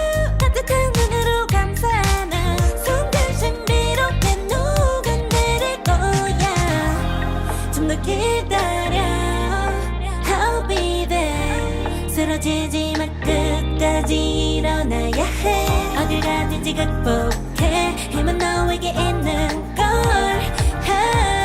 소리 높여 노래를 불러 작은 걱정 따윈 던지고 최선을 다해 작품을 쳐봐 어둠이 떠 날때까지 아름다운 꿈을 밝혀봐 우리에게 달려서 그 세계 운명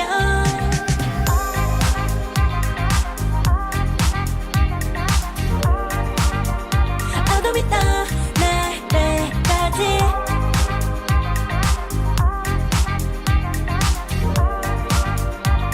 세계 운명 오랜 시간 간직해온 열망 까만 밤의 빛처럼 빛나 네 눈앞에 바로 왔던 나 제발 딱 봐도 superstar 딱 보면 모두 나널 지킬 나란 걸 지켜볼수록 점점 빠져들어 카리스마 넘쳐 흘러 oh yeah 운명의 소리 들려 여기서 저기서 날 찾으면 달빛이 날 비춰와 시작이야 let's go 어둡고 혼란한 우주 따뜻한 눈으로 감싸나 순간 신비롭게 녹아내릴 거야 좀 더 기다려 I'll be there 쓰러지지 마 끝까지 일어나야 해 어딜 가든지 극복해 힘은 너에게 있는 걸 소리 높여 노래를 불러 작은 걱정 따윈 던지고 최선을 다해 작품을 쳐봐 어둠이 떠 날때까지 아름다운 꿈을 밝혀봐 우리에게 달려서 그 세계 운명 눈이 부신 모든 순간들 지켜내야 해 내가 좋아지려면 꿈꿨던 너와 나 그래 그래서 네 운명에 The weight of it So we said that Zero Tenacity after taking map 1, we said on side we're slowly waking up, and I think they definitely had their caffeine kicking in here as they take 2 maps in a row and are looking to seal the deal here in this first lower bracket match here on side. Only 1 more map away from knocking out Zero Tenacity from the entirety of stage 2. Yep, there's a sign outside On-Site Gaming's door that says, "Do not awaken the beast," and unfortunately, Zero Tenacity have done exactly that. And I am very shook. This is a very crucial map in the best of 5 series with 2-1 advantage On-Site Gaming. This might be the opportunity for On-Site Gaming to send home our first team here in the playoffs, and that is Zero Tenacity. That's a huge, crazy upset in my opinion. Obviously, we'll have to see if that happens, but mind you, Zero Tenacity are the ones who showed us that gods can bleed, besting the likes of Rejects, finding map picks and map wins against Crazy Raccoons. It is this Zero Tenacity we're talking about, and I'd be a fool if I thought that they won't bring the fire here for map number 4 to keep their heads afloat. Yeah, might as well put a sign on On-Site Gaming's side. Beware of dog, because they've got that dog in them. Because right now they're on a hot streak right now with 2 maps in a row. But yeah, like you said, Zero Tenacity, they were able to almost upset some of these top teams here, like Crazy Raccoon, sending them to 5, but also on side also sending Genji to 5 as well. So both of these teams really have the capability of upsetting, but unfortunately just weren't able to cross that line, as Zero Tenacity now with their backs against the wall in a must-win scenario, and they have to pick this map carefully as the map pool does open up a lot more. If you have been watching these best of 5s for the first time here in Marvel Rivals, after map 3, the options for game mode starts to open up a lot more. You have the option of going domination, you have the option of going convergence or convoy. The only restriction being that you cannot play maps we have already seen in this series. So back to Hell's Kitchen we go. Domination is the mode of choice Hell's Kitchen. for Zero I like Tenacity that. to keep their head afloat. And I'm thinking, hey, it has to start with the picks and bans of the heroes of choice. And most interestingly, hey, do you still want to leave Phoenix on the table? They went for a very heavy Vanguard ban on Araco, which was map number 3. They left the Phoenix high and dry for AIM to pick up and absolutely womp them on. So we'll see what their game plan is real quick. You know, just a side note. I think calling Hell's Heaven Hell's Kitchen now is actually I think that's hilarious. I think that's a Oh no, that might be a. Did I say Hell's Kitchen? I think so, but I think it works. It makes sense. Hell's Heaven, Hell's Kitchen. I think it works out. We're there. We're about there. Yeah, it gets the message across. You know, we'll see if Zero Tenacity or Onside start cooking in this Hell's Kitchen here. But now Zero Tenacity, if you remember, their only map win so far in the Specified Series was on a domination map, the Burning T'Challa, and now it looks like Zero Tenacity looking to run it back on this domination game mode. Indeed, right? And nothing so spectacular so far in the picks and bans. We've got Mantis on one side, we've got Jeff on the other. I wouldn't be surprised if, yep, Adam Warlock is a very similar one. Once again, domination is where, you know, both teams try to fight for control over a single objective, which means that momentum is so important, right? Taking away of an Adam Warlock, even a Strange, could mean the difference between 99% and 100 for your team or the opponents. And right off the rip, right, Ultron locked in as well. Yep, both sides will have access to the Ultron, getting that extra damage down with the bonus health, as both sides will not be playing the Mantis. I wouldn't be surprised if Adam Warlock gets banned out, but Zero Tenacity, they learned from their mistakes, and they will, there it is, without hesitation, take away the Phoenix of AIM. But Onside do respond by taking away XZ's Star-Lord. Yeah, I mean, that was basically one of the bigger picks that they had during map number 1. That was domination as well, and XZ just a huge stomp onto them. 14 final hits, if you can recall, back on map number 1. And so that Starla being taken out and reserved for the side of Onside Gaming, that's a big flip in my books. Yeah, XZ cooking on the Star-Lord, but WDY does exactly the same. And Onside, they really like the WDY rocking that Star-Lord, and they want to keep that momentum going. But Zero Tenacity also going to lock the Luna Snow and keep it for themselves as they do ban it away from Onside. And then the final ban from Onside against Zero Tenacity is, of course, the Phoenix. If I can't have it, neither can you, right? Says Onside Gaming. So hey, it's a lot of very targeted bans and nerfs against key duelists and key players from both sides. We go back to the focus on strategists as well as duelists. Vanguards are free reign. And my eyes, once again, on Kaidia, on No Smite, as well as the likes of Tuba to really make a difference here. Yeah, but if you look on the roster that Onside are going for, the composition, SGB and the rest of Onside have access to the Adam Warlock, whereas Zero Tenacity, they don't have that luxury. So being able to use the Karmic Revival only on one side, and it's on the side of Onside, that might have been a little bit of a tongue twister. But it's just a huge, but either way, it's a huge advantage in favor of Onside if they're able to get a banger revival down. That will definitely turn the tides. Like you said, could be the difference between 99 and 100 here. So off the rip, we're gonna see ourselves a bit of a Doctor Strange action, hoping to cut off some rotation or at least get some intel on the opposing team that is Zero Tenacity. And isolate. Yep, absolutely trying to isolate Kadia right there, but can't find the mark, unfortunately. So it's back into their spawn. And a bit of a reset they go. No complaints. I know exactly what they were trying to go for. They tried to find an isolated player, use the Invisible Woman to pull them into the Penny Nest. They almost got it to work, but unfortunately they weren't able to get it in the end. I would have lost my goddamn mind if that worked.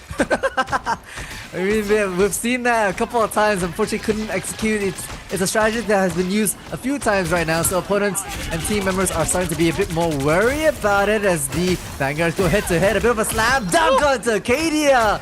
And Onside Gaming will open things up against Zero Tenacity. Yeah, the last time we saw Onside on the domination map, they looked sluggish. They looked a little sloppy. But here, it's looking like a total 180 as Onside look to take control of the site first this time around as Zero Tenacity look to pick up the pieces. Yeah, triple strategies from the side of Onside Gaming. A bit different from what they ran from map 1 as well. 2 to 3 backline healers for themselves, which will provide them a little oomph, right? And you call it the Adam Warlock composition as well. Meanwhile, Zero Tenacity has Jerry, has No Smite, has Kadia back on the Angela to make themselves a bit of a feast in the back line, right? And Inhyuk's doing the same thing. He's just dancing around, being a little bit of a bug in the wall, but there we go. Great dive to take out XZ. And Onside look to push the advantage, push the objective as they make their way towards the halfway point. Again, Zero Tenacity looking a little lost so far, you know. They can't figure out when to regroup and hit the site or hit isolated targets in together. WDY on a bit of a hunt, just farming up that ultimate. The Galactic Legends already online and we'll be able to bring the fight. Maybe not even needed because SGB already taken out of action. They'll probably continue their way back in. WDY popping the Galactic Legends. Cascadia almost got the second. A great hold for Onside as WDY will hunt down Jerry, who is trying to sprint away, spitting water as he makes his way out into safety. But now, look at Onside. They're just picking Zero Tenacity off one by one, all sides of the map. No Smite is able to find a trade, but it's still in favor of Onside as Jerry popping the It's Jeff ultimate. But Abe also responding with the Rage of Ultron. But now it's all Onside. But Zero Tenacity were able to trigger the overtime meter. But can they pile on into the site in time? It looks like they will be able to do so as Exy trying to find something here with the Dance of the Butterfly. Will find one in the likes of Abe. And the rest of Zero Tenacity will follow suit. But look at the revive. Instant karma, says SGB. You take out my team, we're coming right back at you. Beautiful Karmic Revival to keep the momentum going back onto the point. We go. No Smite finds SGB. A tick for tat trade though, but No Smite coming up on top. Rebirth out of action. Zero Tenacity falling to the wayside. Onside Gaming at 99%. But Zero Tenacity able to flip the point right now with XZ doing so much work onto the players of Onside Gaming. Climbing, they'll have to hold this point very well. There was a world where Onside were able to turn that fight around with the Karmic Revival, but unfortunately it was all Zero Tenacity in that fight. As they breathe a sigh of relief here in round number 1. They're showing signs of life finally. It looked like those past 2 maps, they just looked out of it. And now Zero Tenacity, their turn to hold as they do make it a third of the way there. Yeah, we're looking at the coordinate attacks right now from the side of Onside Gaming to make it more expensive. They're pushing up a little bit more, and Jerry's gonna have to kind of dive and dip away from the chaos of the team fight as Onside Gaming make their way back onto it. The dive from No Smite, looking for a bit of a feast, is hungry for that. Rebirth is a bit of a snack to be taken. XZ follow-ups on suit, and Onside Gaming dismantled. Yep, Onside. As soon as the fight starts, they have to be forced away back into spawn. And Zero Tenacity looking to chase a little bit, but they do realize that they need to just hold the objective, wait for Onside to play their cards. And now look at this, Zero Tenacity now making this first round a very close affair. It really is. It's actually absolutely going the distance. We've seen a couple of good aggressive ultimates from the Onside, a bit of a back cap action, but Death Guardian will be right there. Both. Yep, it's a lot of ultimates coming in right now. Aim's got the Rage of Ultron, looking for a good time to have to pop it with the Galactic Legends, applies that topside pressure. We've got both invisible boundaries popped within a short span of time as well. No one going down just yet. There's the Jeff, and he will get 2, but it's going to get traded as Wendy does put the man advantage in favor of Zero Tenacity as we do get to the 99-99 mark here in round number 1 of map number 4.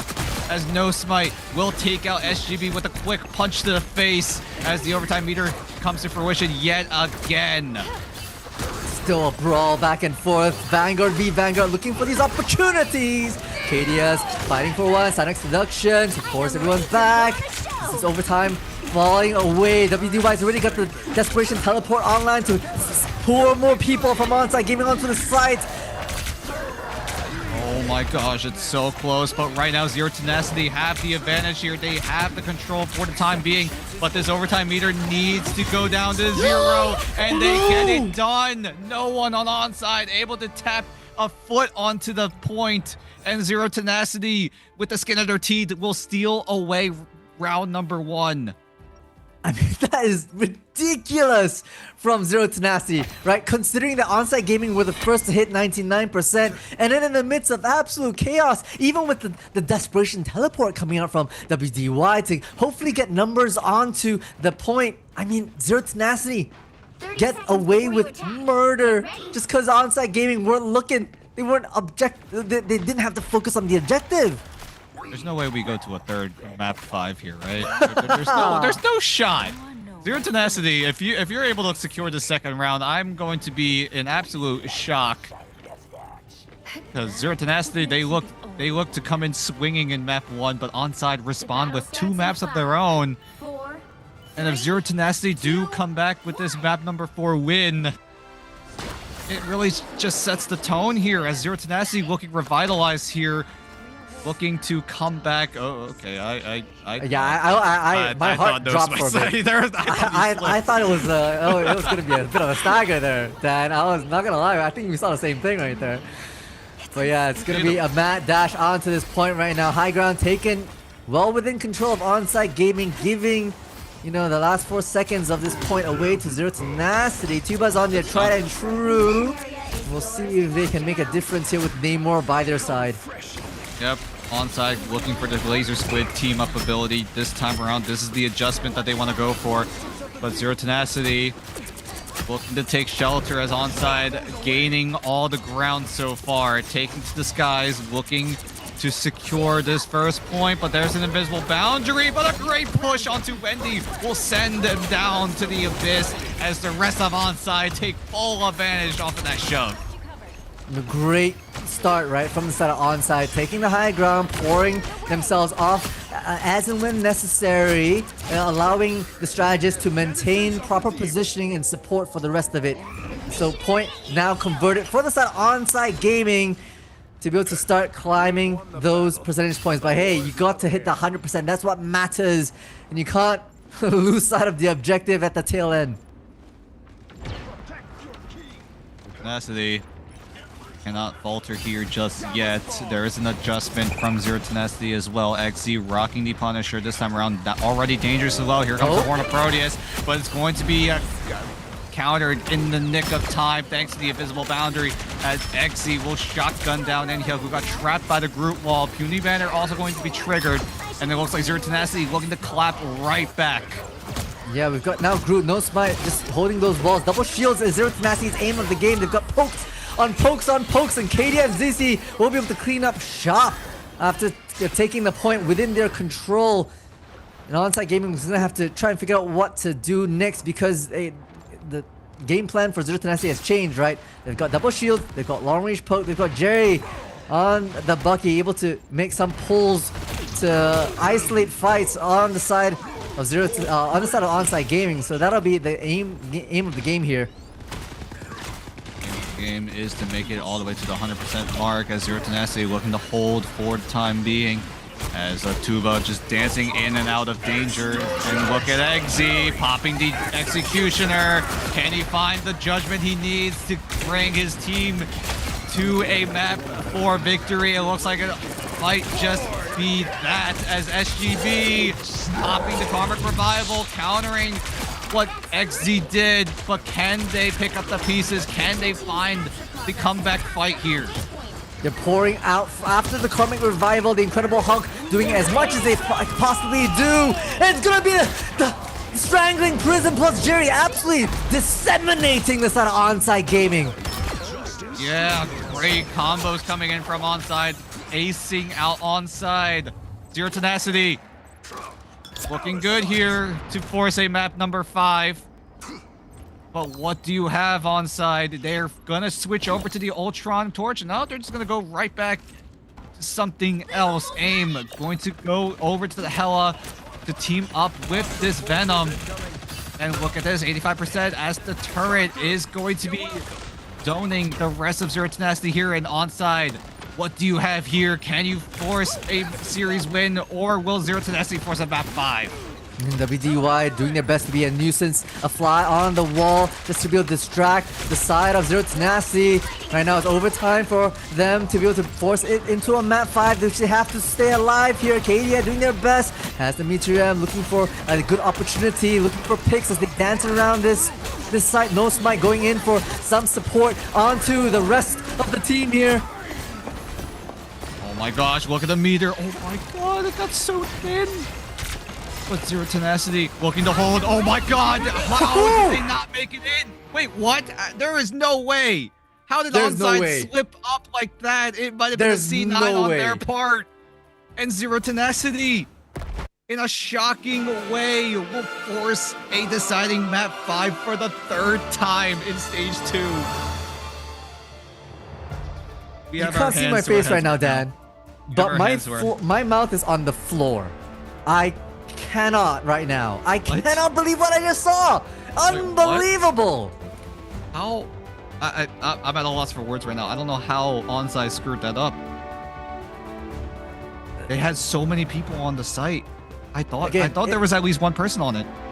It comes down to a lot of communication and someone keeping an eye on the prize, eye on that yellow bar timer up top, and that's where Onside Gaming failed to do it not just once but twice, right? This was supposed to be a bit easy for them, right? For both points on domination, they were able to start things off, start climbing in percentage points, but it was them kind of losing steam just a little bit. Zero Tenacity came in with some great action of their own, and by sheer unluckiness or perhaps distraction, Onside Gaming weren't focused on the objective. Onside Gaming off of a crucial error. Will it come back to punish them is going to be the question here. I'm still in absolute shock here as we are forced to go into a map number 5. And oof. I don't know how we feel about this as Onside. That could have been a soul-crushing moment here. Does that throw them off here in this map number 5? Zero Tenacity have all the momentum now. I mean, if there's anything like, you know, the first map, which once again Zero Tenacity was able to pick up in domination, looks like that's what they feel most comfortable in. This was also their map pick as well. And Onside Gaming were able to come up with a bit of a response after the map 1, so we'll kind of have to see what they bring for map 5. But hey, you have to lock in. You can't do small silly mistakes like that, and it was their opportunity to close things out nice and neat in a bow, 3-1 against Zero Tenacity. But now unfortunately it's all tied back up, 2 for 2 for both sides. It is the final life-changing map on the horizon here. One team will win and one team will be sent home packing out of the playoffs, and that'll be just round the corner. Dan, don't go anywhere. We're in for a crazy fight of map number 5 after this break.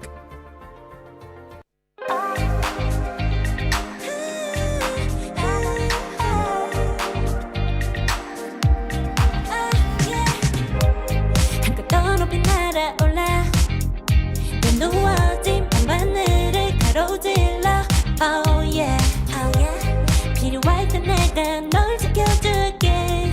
간절히 바라면 이루어지는 마법인 거야. 운명의 소리 들려 여기서 저기서 날 찾으면 달빛이 날 비춰와. 시작해야 let's go.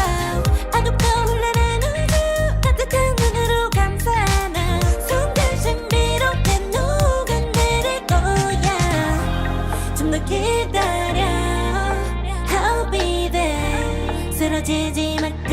끝까지 일어나야 해 어딜 가든지 극복해 힘은 너에게 있는 걸 소리 높여 노래를 불러 작은 걱정 따윈 던지고 최선을 다해 자충을 쳐봐 어둠이 떠 날 때까지 아름다운 꿈을 밝혀봐 우리에게 달려서 그 세계 운명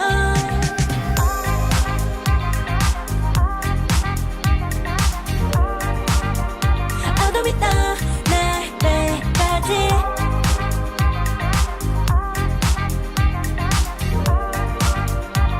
세계 운명 오랜 시간 간직해온 열망 까만 밤의 빛빛처럼 빛나 네 눈앞에 바로 왔던 나라 잡을 딱 봐도 superstar 딱 보면 모두 나널 지킬 나란 걸 지켜볼수록 점점 빠져들어 카리스마 넘쳐 흘러 oh yeah 운명의 소리 들려 여기서 저기서 날 찾으며 달빛이 날 비춰와 시작이야 let's go 어둡고 혼란한 우주 따뜻한 눈으로 감싸나 순간 신비롭게 녹아내릴 거야 좀 더 기다려 I'll be there 쓰러지지 말 끝까지 일어나야 해 어딜 가든지 극복해 힘은 너에게 있는 걸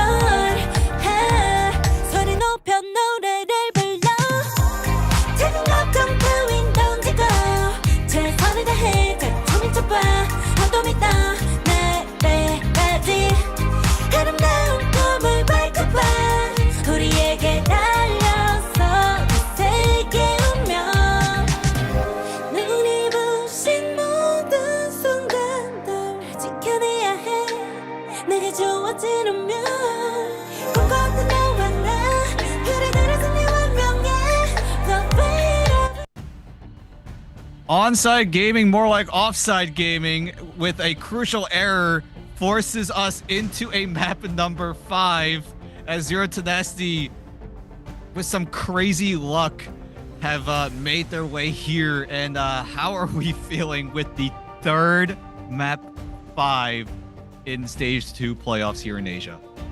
Firstly, you stole my joke. Thanks, Dan. Secondly, this is I was the one going in. I had to do it. I mean, shout out to Posh. He was the shout out to Posh. He was the one who made that joke, and we had to relay to you guys. Yeah, so. as well You're as gonna make it Exorcist from interesting. chat. Thank you so much for your suggestions. We are looking at chat, so please keep it coming. Please have the vibes good. But hey, within 2 days, 5 series thus far, 3 of them, more than 50%, have ended up going the absolute distance, and that is fire. We are in here for Marvel Rivals Cinema, and that's precisely what we're getting, going the distance here. And honestly, that was Onside Gaming's map to lose. They start off so strong twice on each point of domination. They had the opportunity to put Zero Tenacity away for good and leave their mark here in playoffs and continue their dark horse run. But nay, we had to go the distance. Zero Tenacity with like the namesake, right? A lot of tenacity, to be honest, to really dig deep and push the distance. So now we're into Spider Islands. Yeah, I think Spider Islands is a great map to end on in this series. I feel like almost every time we've been on Spider Islands, we either get a landslide victory or just an absolute slugfest. But now it's gonna be a big question mark as what is the mindset of Onside Gaming right now after making that crucial error not once but twice in that 4th map. I mean, what's the That's mindset? gotta mess with their brains a little bit. The mindset is to take away Adam Warlock. That's an obvious one for themselves. They're gonna lock in the Ultron. Spider Islands, the floating map that we have here in the map rotations is plagued with a lot of rooftops, a lot of rooftop access, and even though you're not a flyer, you can basically rooftop hop your way up into a lot of verticality, and that's the name of the game. We're going to see a lot of that, and therefore we're going to see a lot of players choose heroes that are trying to counter that. Ultron is a very common one, and I wouldn't be surprised if we see a lot more Angela here too. Oh yeah, another flying character that could benefit any of these teams. We've seen Kaidia rock that Angela a lot in this entire series so far, and Zero Tenacity though still will not make that same mistake again. We'll keep that Phoenix away from AIM's hands. Indeed, Phoenix out of action. Magneto also being used by the set of Onsite Gaming to ban against Zero Tenacity. I mean, I think that's very fair. Zero Tenacity, the Magneto has been so good. Kadia has had some great plays with it. But to be fair, Kadia's hero pool is really quite deep. We've really seen them on a whole lot. And therefore, okay, taking away the Emma as well is that target against Kadia.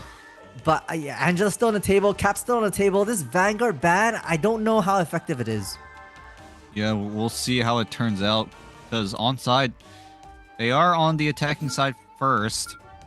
But I guess I'm assuming they don't want to ban away the Strange, and they want to just get rid of these Kia Vanguards that could be the difference maker here with the Emma Frost, with that lane control, with the Silent Seduction being an absolute threat, especially here on Spider Islands, and Magneto just being a very strong Vanguard overall with the bubble, with the screen, just providing so much insurance to deny and counter some of these key ultimates. Yep. I mean, the fact that Onsite Gaming have both the Star-Lord plus Magneto means that, that Galactic Legends just has a bit more firepower, and if Zero Tenacity pop theirs, it can be, quickly countered by a Meteor M that Onsite Gaming could bring, if they choose to even rock it. So we'll have to kind of see once the timer runs out and the barriers drop. But hey, Zero Tenacity, Onsite Gaming, 2 for 2 right now is that scoreline. Going the absolute distance here, Dan. Yeah, this one goes to 5, and this is only the third one. The third best of 5 series that went all the way, where we needed all the maps, all the rounds. And that's just setting the tone with how competitive this entire playoffs has been. And I wouldn't be surprised if any of these other matches go to 5, especially here in the upper bracket, but we got to start here in the lowers. We do need to say goodbye to one of these teams, and they have to end. One of these teams will end their run on this very map. All right, Zero Tenacity rocking the triple for the first time today, holding the defense for themselves. Kadia on a thing that they have been quite effective on as well. So we'll see how they put up a bit of a stronghold play, trying to be peppered around by In-Hyuk as well as Tuba with those dive vanguards from Onsite Gaming. No, they've understood the triple. They've actually changed their way. They want to not to be able to dive. They need to break through. What happens when an unstoppable object meets an immovable object? We're about to find out. Yep, here we go. This de-engage coming in. No smite. And Kaidia going right in as Abe gets taken out swiftly. And now the man advantage with Zero Tenacity. They're looking to hold the defense for a little bit longer. I mean, great isolations, right? No Smite already finding so much value with the group to be able to take out AIM on their turret form and force the rest of Onsite Gaming back into the spawn. You play around these corners, you play around the natural defensiveness of the map, and that's how Zero Tenacity has just so much survivability. We've seen a lot of teams play triple around this corner and do an absolute chokehold. Yeah, that's exactly what Zero Tenacity are looking to do, as onside, using a lot of their resources to try to break through what is the defense of Zero Tenacity. Eggsy with the Cosmic Yarn, No Smite, and Wendy also teaming up to use the Strangling Prison with a stolen Invisible Woman ultimate, and it looks like Jerry will look to take over, as Zero Tenacity will also hold onside for just a bit longer. Yeah, Wendy's rocking the Loki, right? Which, honestly, not the hottest pick right now. You can tell from the picks and bans that Loki's not necessarily banned anymore. But hey, the sustainment of these invisible boundaries can still prove very useful. Now I'm looking at AIM, has the Punisher ultimate. We'll start things off to hopefully open up things on the Vanguard side. Yeah, good bubble to try to shelter what is left, but Jerry does get picked off. A little bit isolated here as the Eye of Agamotto stuns onto 2. And the 2 members that got stunned are taken out, and onside are breaking through finally with 2 minutes to spare, and they will finally keep this site moving forward. All right, not too shabby indeed, right? The triple still in play here. Jerry's on not Magneto, is the Doctor Strange, my apologies. So we'll teleport in, trying to put a bit of a stronghold around this corner, using the housing and the natural environment for their advantage as Onside Gaming bring the fire back in. Oh, Kadia gets absolutely bursted. The Lamb's not there in time, but Kadia does come back thanks to the BRB. But Jerry, though, keep your eyes on him. Has the eye of Agamotto, will find aim, but it looks like he will hold that stun for just a little bit longer. A strangling prison onto just Rebirth is a little bit overkill, no? Perhaps I think so. You know, I think in the heat of things, no spine is like, let's press that Q. But hey, value perhaps. They only have 30 seconds left. It would have been nice to have it for a bit of a combo wombo perhaps. But hey, the past is the past. Onside Gaming regroup. They have the fate of both will sustain. But with the Meteor M to open things up perhaps. I'm looking at Wendy as well. Loki with the God of Mischief to go to maybe make an invisible boundary play. Yeah, all eyes are on SGB. Can he time the Fate of both worlds perfectly? Here's Wendy with the God of Mischief. There's the Eye of Agamotto. But a great push, going to stun away as AIM comes in, and the Eye of Agamotto as well. But AIM already doing God's work here with a triple, making a penta, making a hexa actually. The first hexa, I think, of Ignite Stage 2, and AIM will take that record for himself.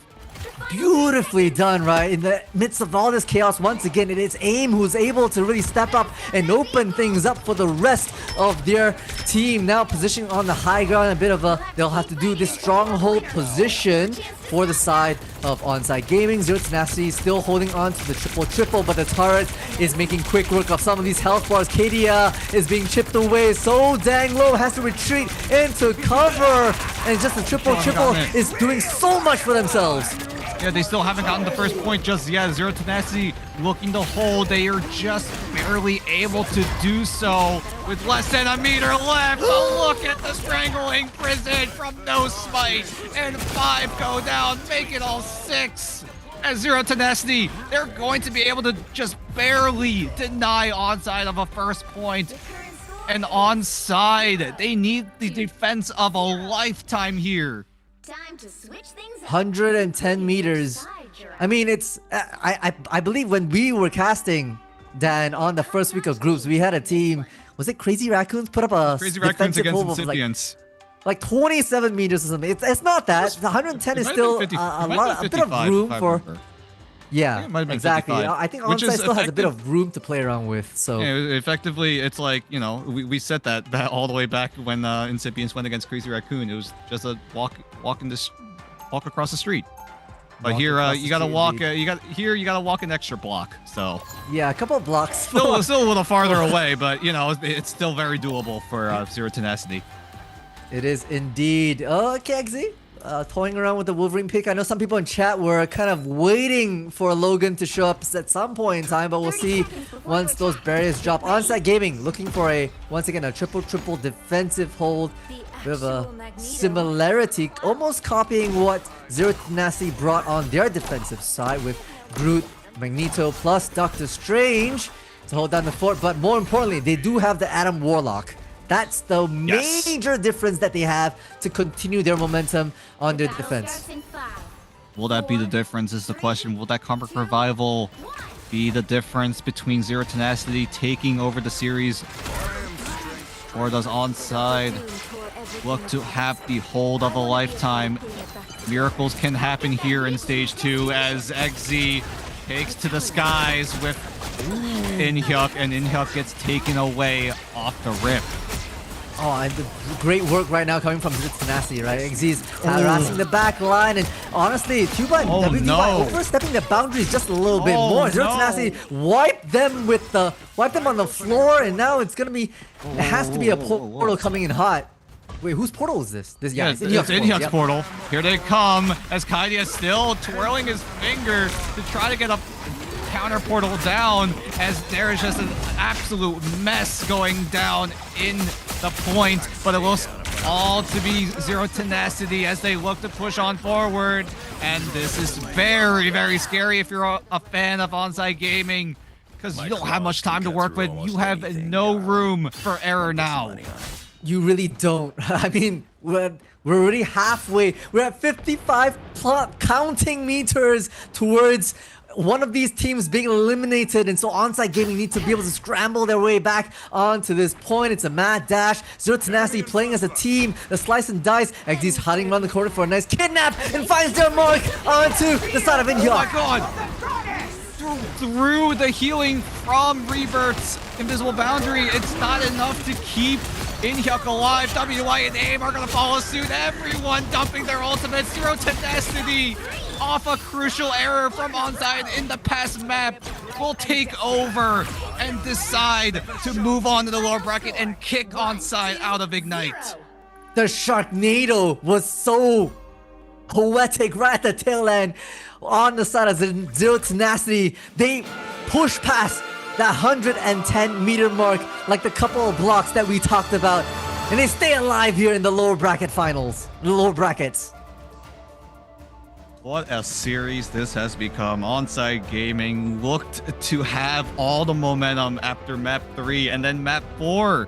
They made those two crucial errors, not able to find a member on the site, and the overtime meter just goes to 0.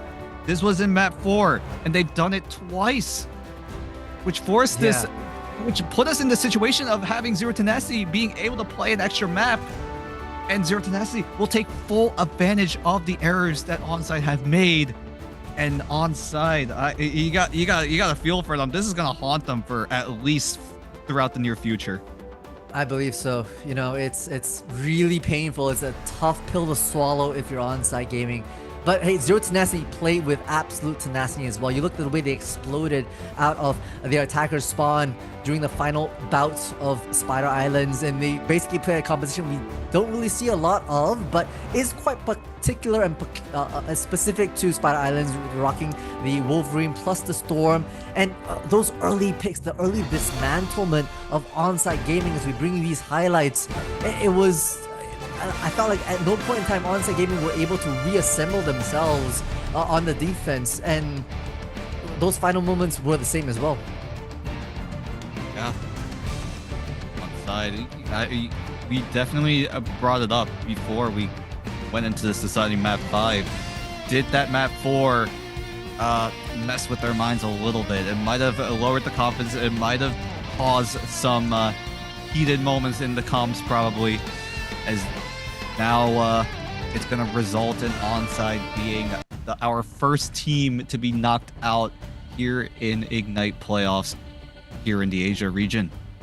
I mean, it's such a shame, right? Onside Gaming had a lot of potential. We saw them rise up to 3rd place in Group A's during the group stages, investing the teams like, you know, Assemble Fire as well as U-Wings, and unfortunately at the very tail end couldn't quite find the mark here. You know, they lost against Genji despite putting a spectacular performance against the Korean team, but now in the lower brackets, round number 1, having a few slip-ups here and there, right, wasn't to be. They found the momentum during map 2 and 3, and they found the likes of, you know, Tuba as well as AIM, WDY really stepping up to the plate and finding the momentum on those convoy and convergence maps. But when it came back to domination, I felt like that was their weak spot.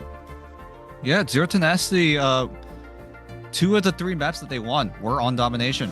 The first map, Zero Tenacity won, and then the 4th map on Hell's Heaven, it was Zero Tenacity again, and Zero Tenacity finally able to break through and finally take a map that wasn't on a domination. So props to Zero Tenacity for staying tenacious throughout this entire series.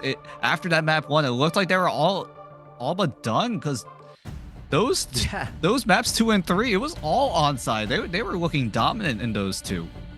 They really were. They absolutely were. And it takes, you know, it's you can't say it's their namesake.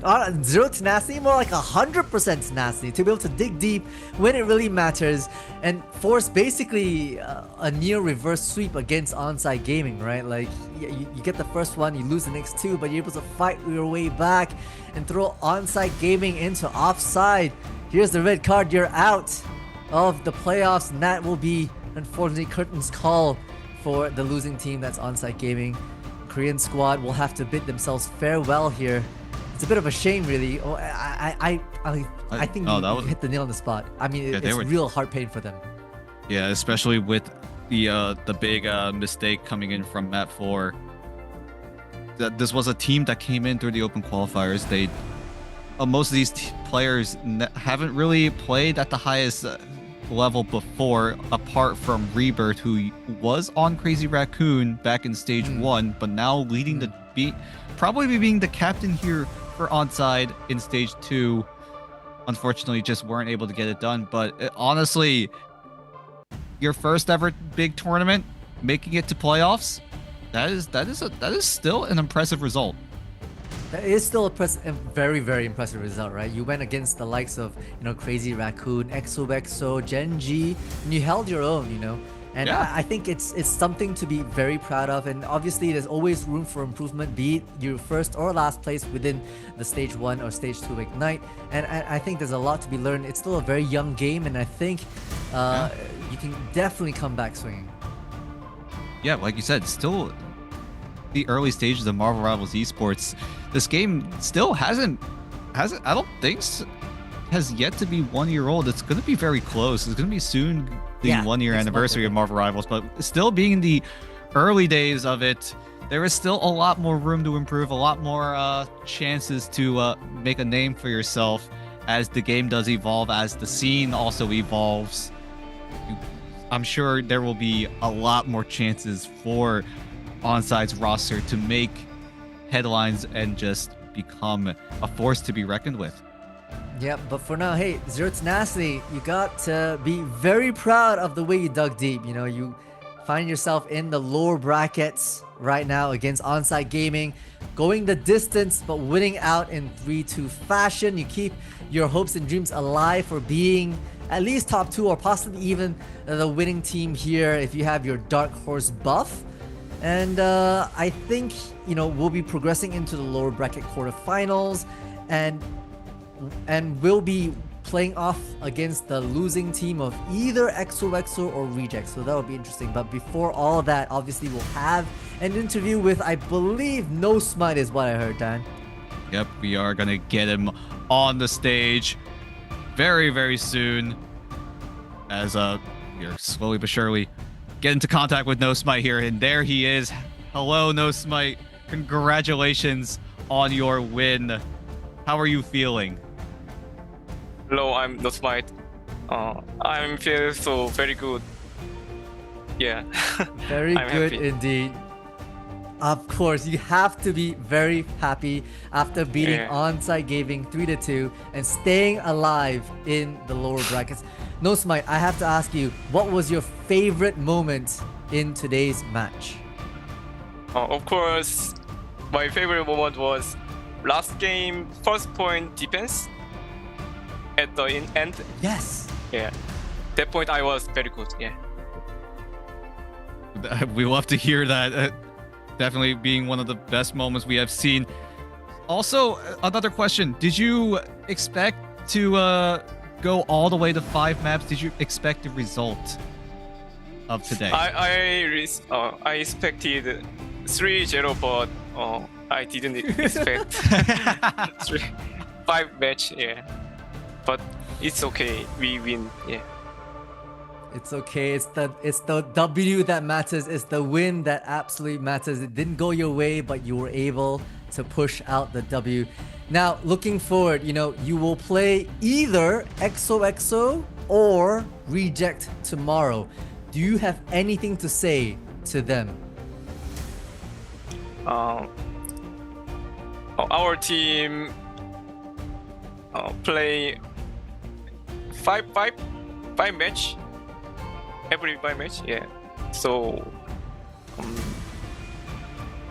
think about it. Oh, sorry.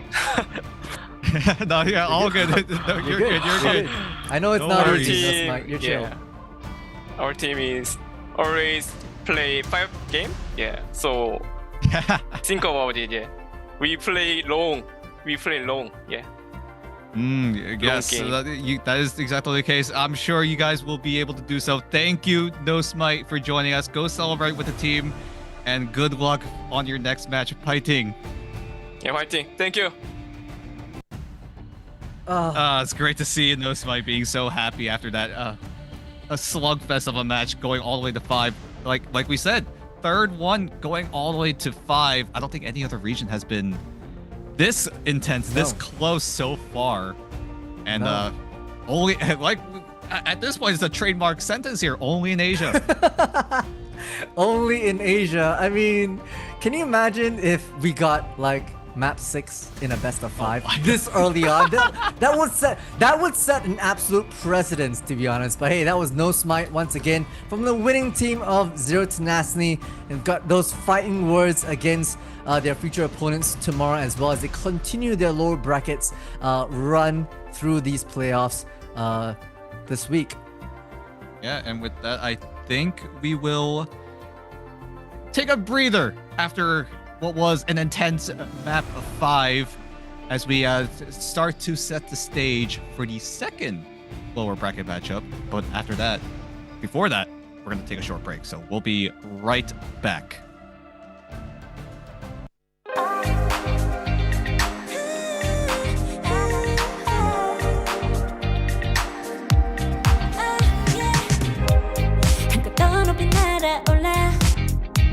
누워진 밤하늘을 가로질러 Oh yeah, oh yeah. 필요할 때 내가 널 지켜줄게. 간절히 바라면 이루어지는 마법인 거야. 운명의 소리 들려 여기서 저기서 날 찾으면 달빛이 날 비춰와. 시작해야 let's go. 어둡고 흘러는 우주 따뜻한 눈으로 감싸나 순간 신비롭게 기다려 I'll be there. 쓰러지지 말 끝까지 일어나야 해. 어딜 가든지 극복해. 힘은 너에게 있는 걸. 소리 높여 노래를 불러. 작은 걱정 따윈 던지고 최선을 다해 가총을 쳐봐. 어둠이 떠 날 때까지 아름다운 꿈을 밝혀봐. 우리에게 달려서 그 세계 운명.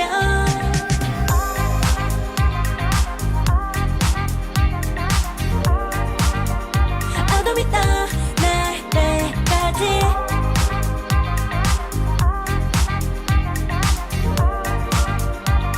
세계 운명. 오랜 시간 간직해온 열망 까만 밤의 빛처럼 빛나. 네 눈앞에 바로 왔던 나라. 탑을 딱 봐도 superstar. 딱 보면 모르나 널 지킬 나란 걸 더 지켜볼수록 점점 빠져들어 카리스마 넘쳐 흘러 oh yeah. 운명의 소리 들려 여기서 저기서 날 찾으면 달빛이 날 비춰와. 시작이야 let's go. 어둡고 흘러는 우주 따뜻한 눈으로 감싸나 순간 신비롭게 녹아내릴 거야. 좀 더 기다려 I'll be there. 쓰러지지 말 끝까지 일어나야 해. 어딜 가든지 극복해. 힘은 너에게 있는 걸. 소리 높여 노래를 불러. 작은 걱정 따윈 던지고 최선을 다해 가총을 쳐봐. 어둠이 떠 날 때까지 아름다운 꿈을 밝혀봐. 우리에게 달려서 그 세계 운명. 눈이 부신 모든 순간들 지켜내야 해. 내가 좋아지려면 꿈꿨던 너와 나 그래들의 승리 완명해. The fate of the birds, the world is in our hands. 작은 걱정 따윈 던지고 최선을 다해 가총을 쳐봐. 어둠이 떠 날 때까지 아름다운 꿈을 밝혀봐. 우리에게 달려서 그 세계 운명.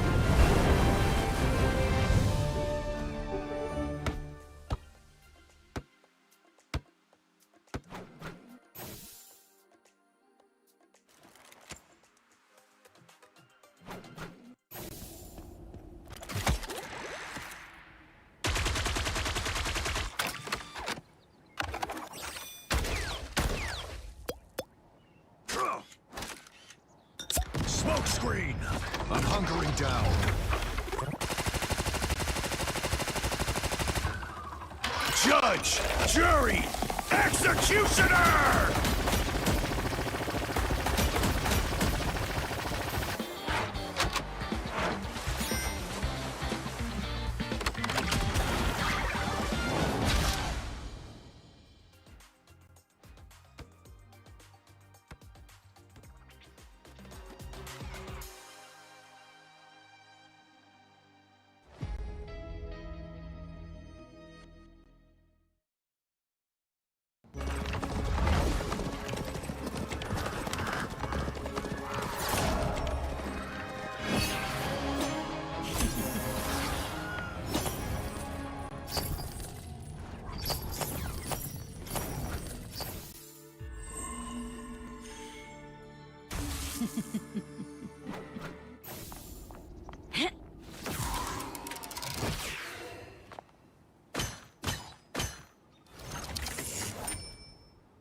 I want your soul.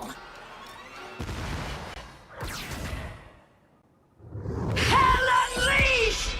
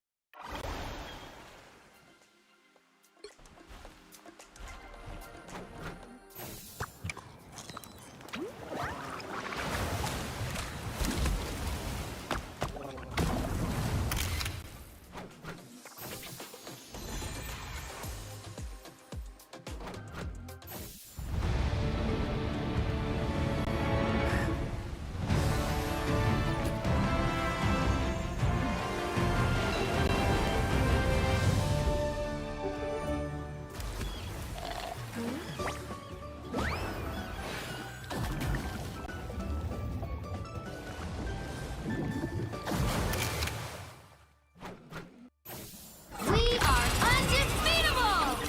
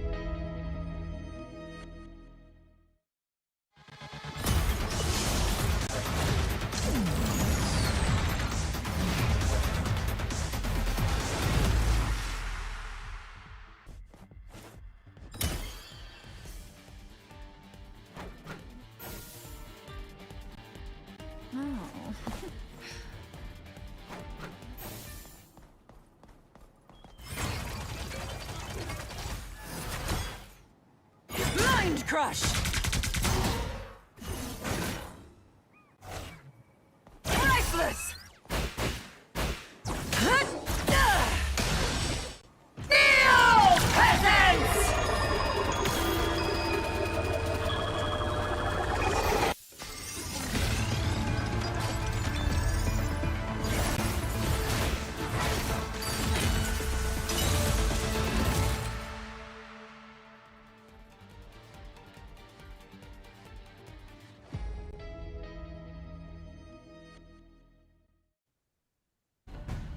Welcome back, and it's been 2 hours and 40 minutes since we went live, and we've only gone through 25% of today's matchups. My name is Multitudes, joining me is Dan, and I think we're going the absolute distance once again. Yeah, I've seen this movie before, most notably yesterday when we saw it, when me and Posh Spice had to deal with 2 best of 5s going all the way back to back. Surely this one is no different. We've got down payment up against Incipients. Surely. The second best of 5 here in the lower bracket. So again, we're going to have to say goodbye to one of these teams. Yeah, down payments versus Incipients. Yesterday played against XOXO versus Rejects, respectively. They didn't have quite the tenacity or the scoreline that we saw from the previous matchup. I think down payment lost 1-3, and Incipients unfortunately walked away 0-3 against Rejects. But regardless, they're in the lower brackets and they will be still fighting for their lives here. Let's talk about the teams, right? Onsite Gaming, down payment, right? A bit of a mishmash, a bit of a melting pot of players, 5 countries, 3 continents. It is a lot to have to deal with on top of trying to communicate this high-paced, very communications-dependent game. Yeah, like you said, yeah, Marvel Rivals definitely a very comms-heavy type of game where you have to team up using key abilities at the right time, especially getting burst damage down. If you know anything from Marvel Rivals, burst damage is king. So that's exactly what you need to go for, as both of these teams need to find their footing here as we head into this first map, where there is a lot on the line here. You either move on into the lower bracket, start a Cinderella run for yourselves, or you get shut down before you even make a run. Yeah, it's a hard place to be, and therefore, with the fire lit under them, they have to make big plays. They have to pull it all together.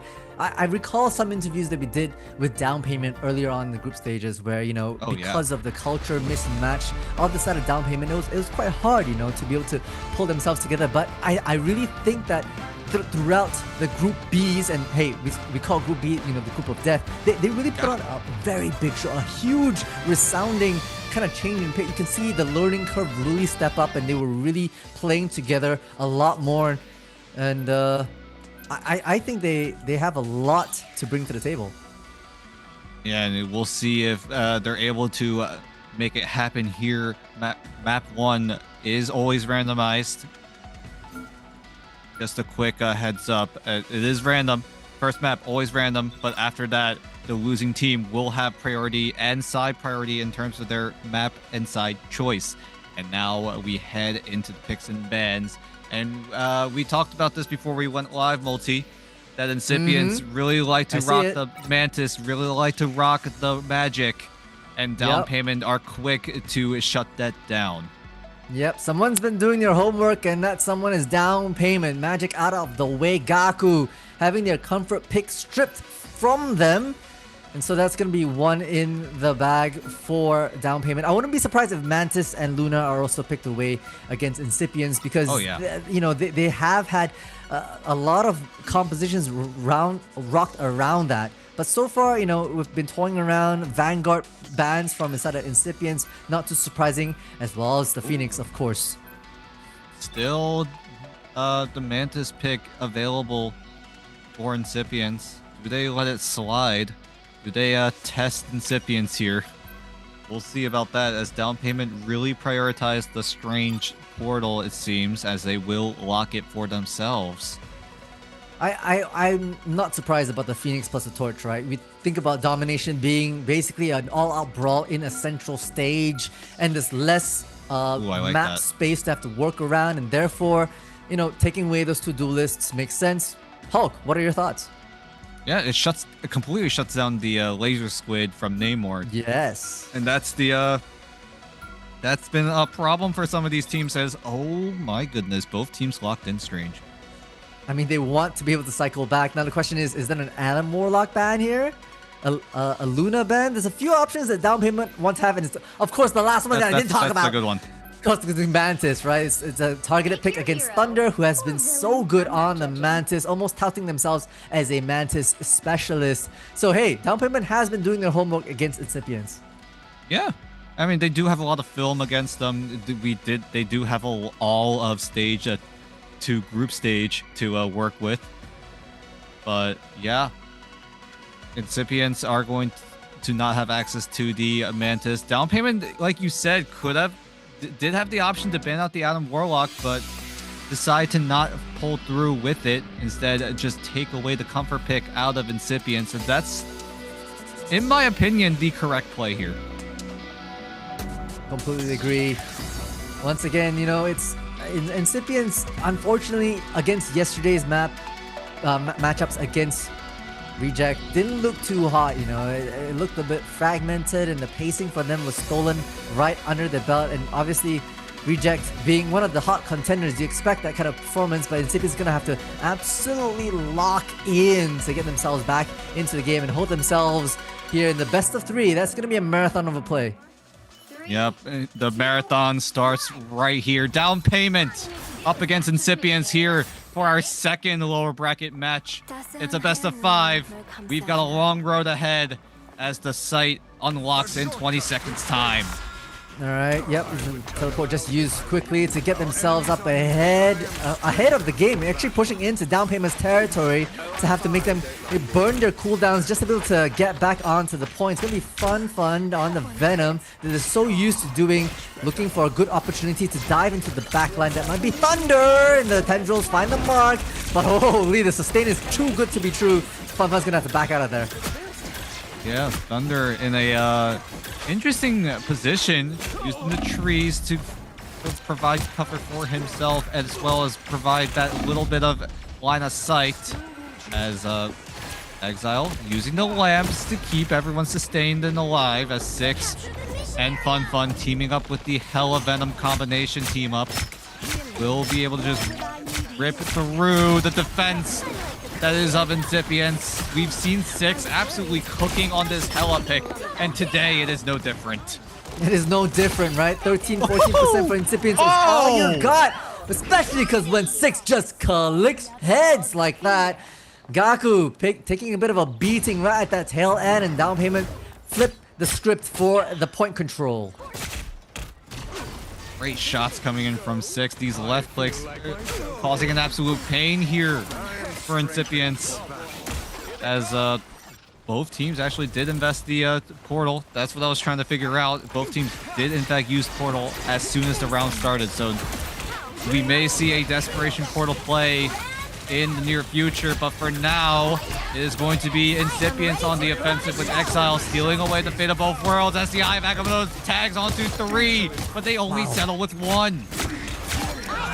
Six comes back with a response, and Happiness guys, both duelists, 3 duelists, countered by the Meteor Amp, trying to look for a mark here. The slam dunk just denies the Goddess of Death, but they find it after they come up from their shell. Six will be sent back to the server, and Down Payment looking like they're crumbling just a little bit. Incipients finding their pacing with Gaku and Doctor, and finding 2 of their own. Great Maelstrom of Madness, and they claim the point back for themselves.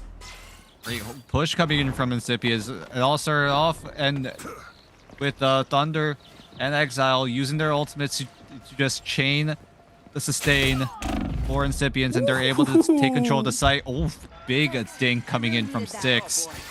And back to Six with the Goddess of Death getting absolutely countered by Doxlin's Meteor M, just nullifying any sort of damage and just relaying the damage right back at Six to shut down that Goddess of Death.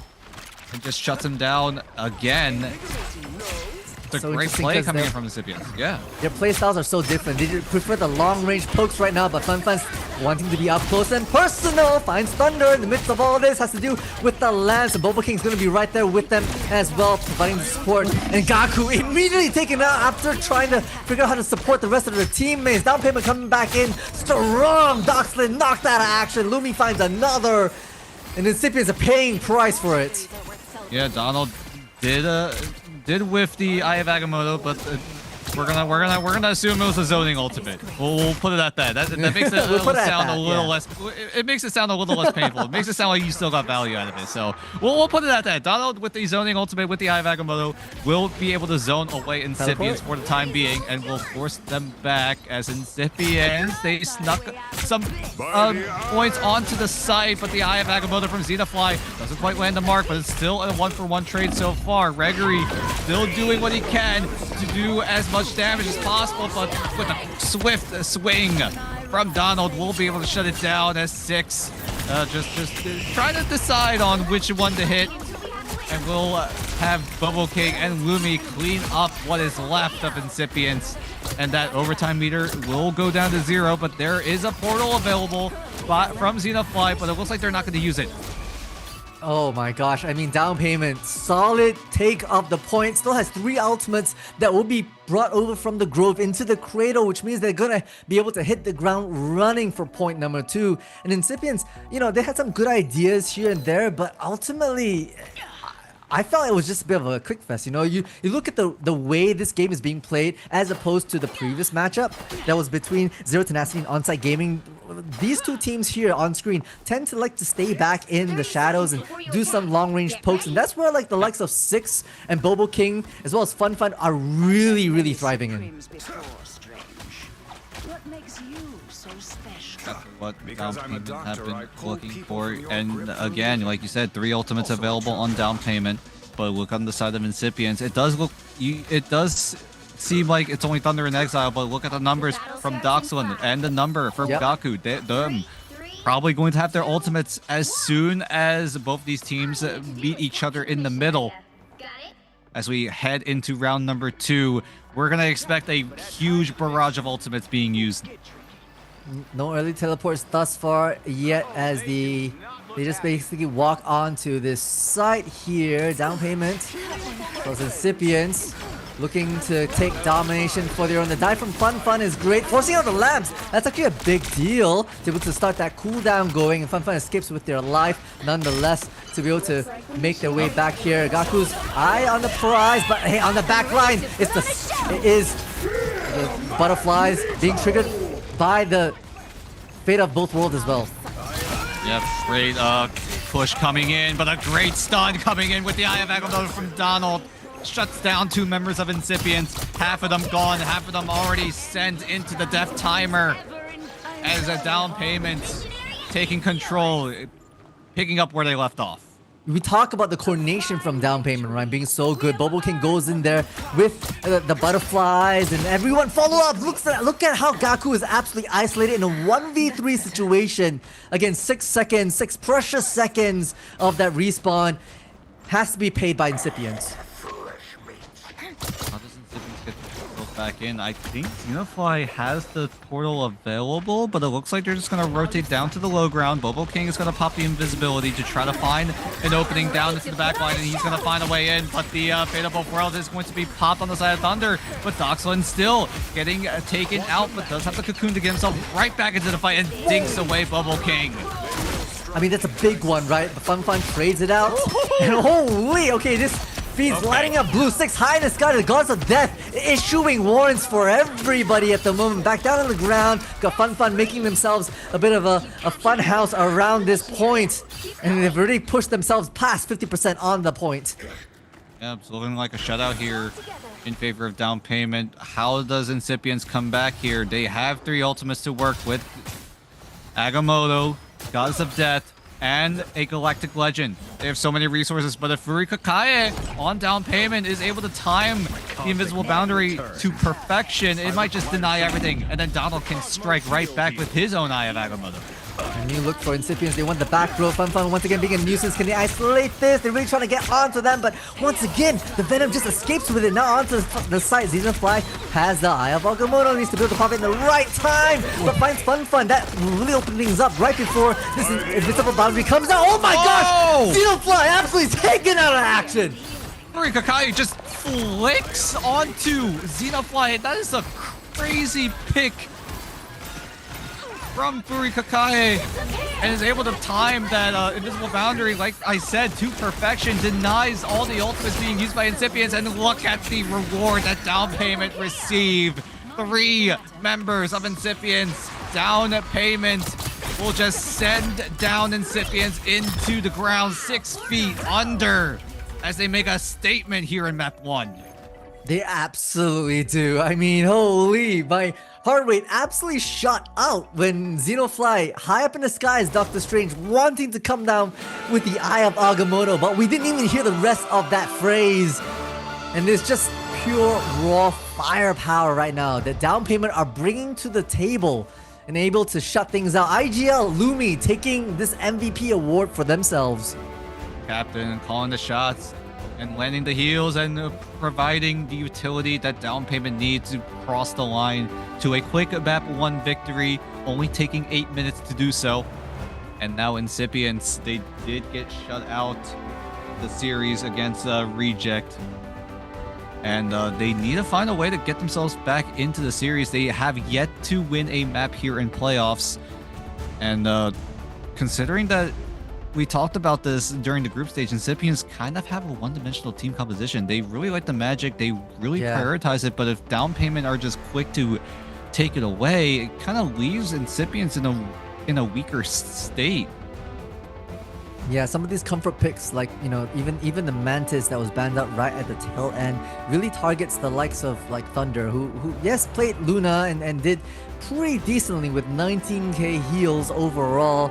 I mean, it still doesn't give them like perhaps the damage boost that they're looking for to provide like the likes of Gaku as well as Reguri the means to get in and get those picks. And unfortunately, at this point in time, it really looks like down payment are purely out aiming Incipients, right? We see a lot of long range fights, especially in that first point. There's people hiding up in corners, taking those fights. And this was 6 on the Hela, just able to double tap and click heads when they can, and they absolutely do. Yeah, props to 6, right? With the the headshots coming in. I don't know how these guys do it, man. I try to do it myself, and I just kind of I whiff like 2 shots before I get a dink off. So it's like you can see the difference between what you see in your own ranked lobbies and here in the professional setting. Both of these teams doing their absolute best to find a win here, but it was all down payment in this first map. It really was, you know, and again, thinking about the win condition from down payment, they've obviously been to aim labs training day in, day out, and Incipients, they can fire back. I still really strongly believe that they have a way to get themselves back in if they play as a team. More often than not, we see them, even after having taken the point under their belt, they kind of fragment themselves around, and then down payment come in for the elimination. They come in hard and fast as a team, isolating these points for themselves, and that's where Incipients lose all these 1vx's against down payment. And if Incipients can think about that as their win condition, you can start changing your play style to really match it. Yeah, if they're able to find those picks like you just said, that might be their way back in. But again, without those key heroes that they really like to utilize, it's gonna make things a lot more difficult here. Gaku has yet to find a way to get the magic going, and I'm sure Incipients are expecting that they're not going to be able to play the magic at all. Yeah, if I were down payment, I mean, I'd keep the magic ban first and foremost, and not allow them a single chance to be able to lock that in. So we'll have to see what Incipients bring to the table now that some of their comfort picks are probably banned out. Right after the break, we go to map 2 where Incipients will have the map choice ahead of us. Don't go anywhere, we'll be back with more Marvel Rivals action.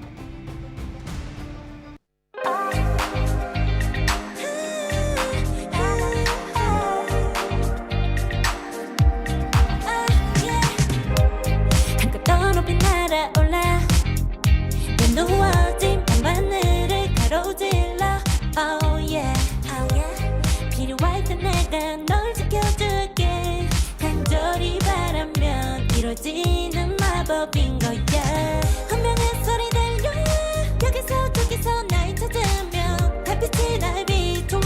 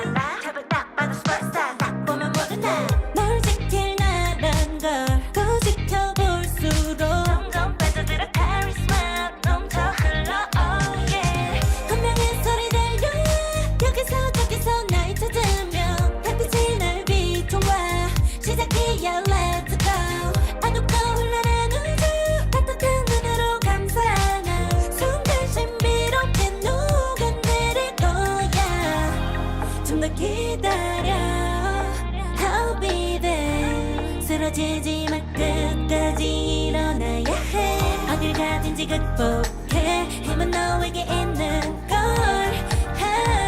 소리 높여 노래를 불러 작은 걱정 따윈 던지고 최선을 다해 자충을 쳐봐 나도 믿어 내일까지 아름다운 꿈을 밝혀봐 우리에게 달려서 이 세계 운명 눈이 부신 모든 순간들 지켜내야 해 내게 주어지는 꿈꿨던 너와 나 그래들의 승리 완명해 And welcome back, everyone, to Down Payment versus Incipients. Down Payment making a huge statement here, taking the first map in a commanding fashion against Incipients. And Incipients, we have yet to see them take a map here in the playoffs.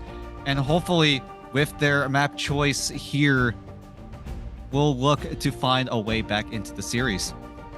Yeah, you know, right before we cut to the break, you were kind of mentioning that Incipients is a little one-dimensional. It has to spread themselves just a little bit more, which I completely agree, because looking at that stat board from that first map, Doxlin on the Adam Warlock was up with 5 final hits and the next person was 2. And so like, I think we gotta kind of throw it into the bag and reshuffle, because you really have to pick people who make the most impact on the roles that you have. And that's unfortunate because Down Payment also taking those away from you.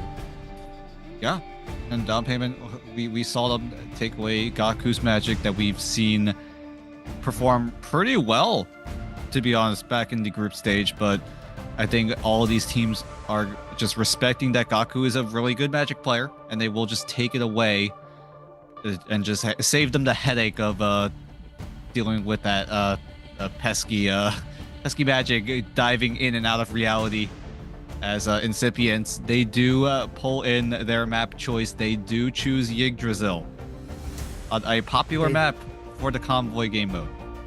Indeed, Yggdrasil is extremely popular for that reason that I feel like everyone has played a lot of time on this and feels a lot of comfort playing Yggdrasils, and we'll have to see if Incipients are going to be able to put up a good fight against Down Payment.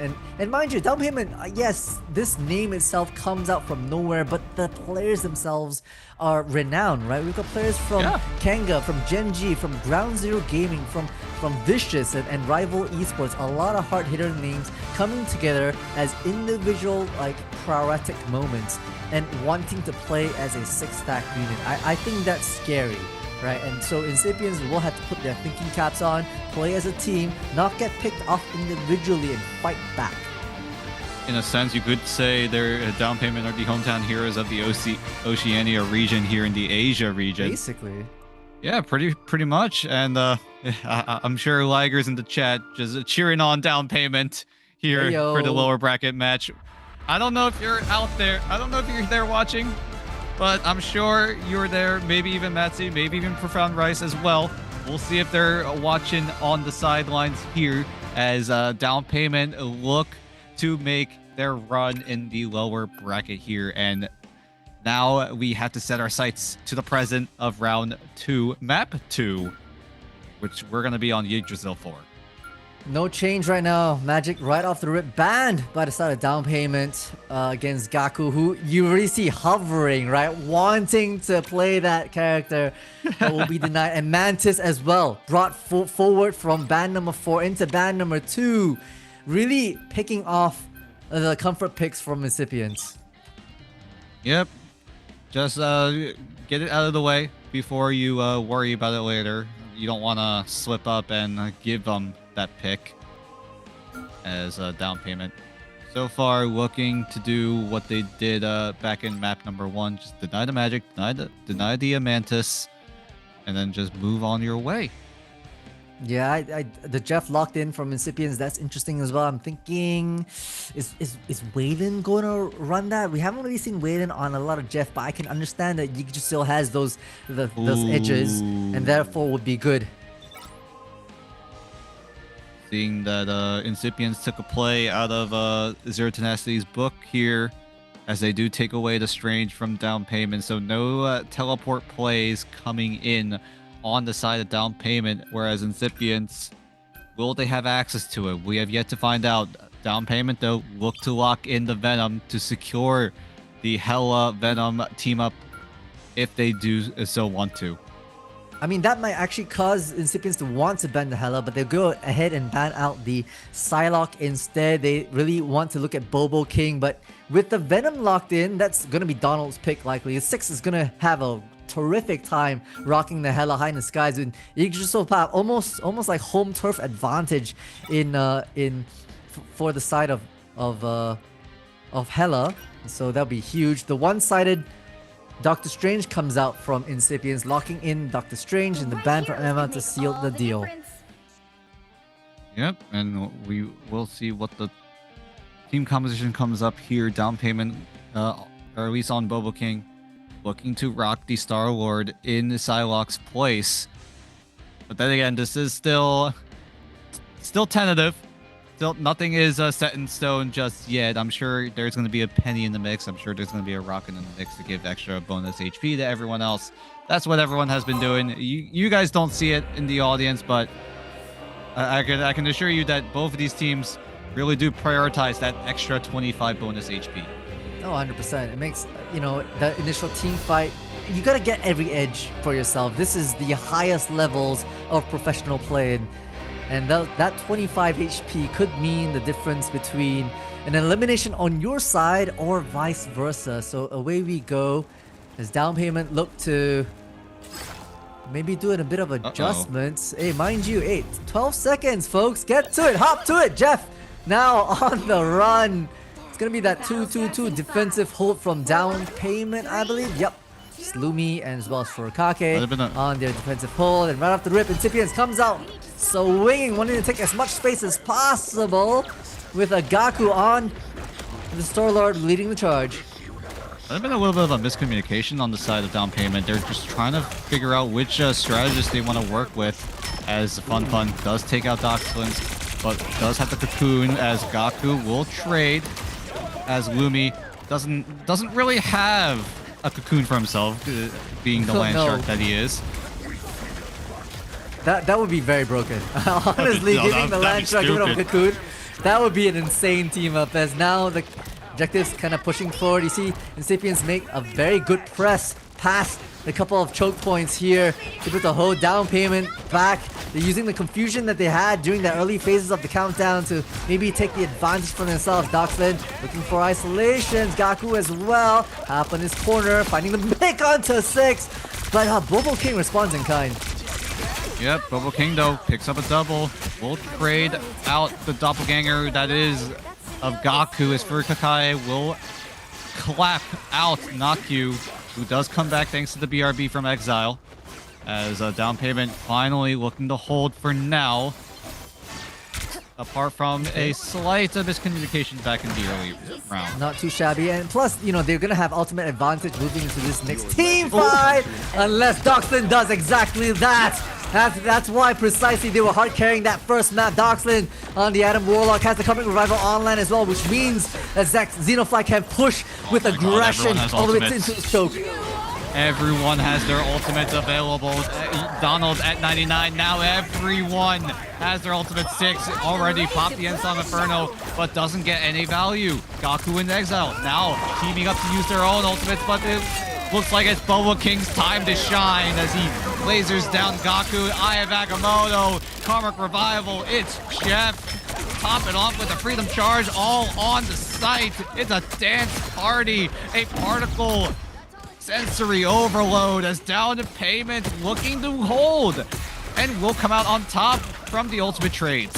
Yeah, despite the Karmic Revival, despite the cocoon even coming from Donald, Doxlin is it's Donald and 6 picking up names and destroying the furniture just to get to their marks. And even at the tail end, Xylee's not going to be able to get away with it. A full stop hold to deny this first point from Incipients, and timer ticking now, 120. Yep, minute 20 left on the clock. Incipients need to find a way in to get that point moving as Fun takes to the skies, comes right down to shut down Doxlin as both Star Wars are spinning, but it looks like Gaku's the one that's going to be winning.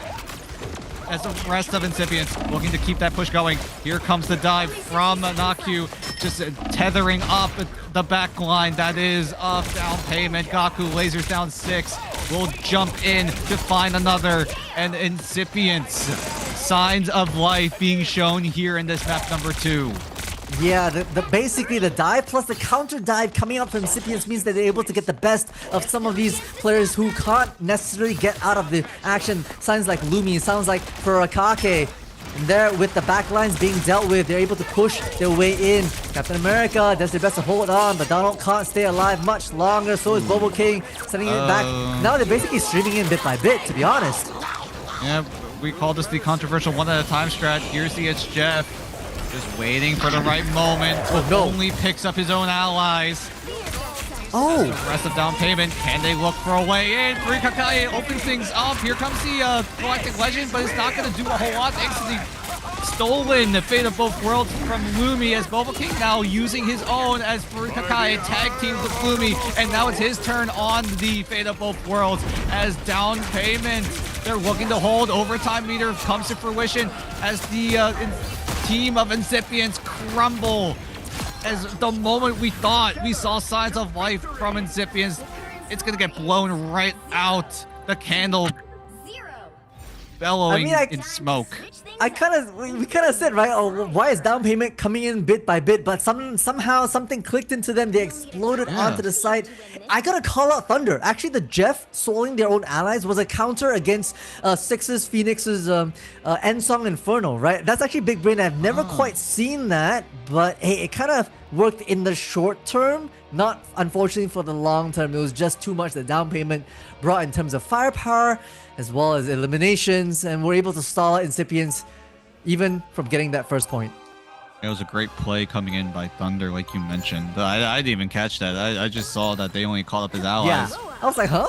But there was some madness in that chaos. Yeah. But yeah, great play coming in from the Incipients. Unfortunately, it just wasn't enough for them to make it to that first point. And now down payment only have to walk at 91 meters and just get right before the first point.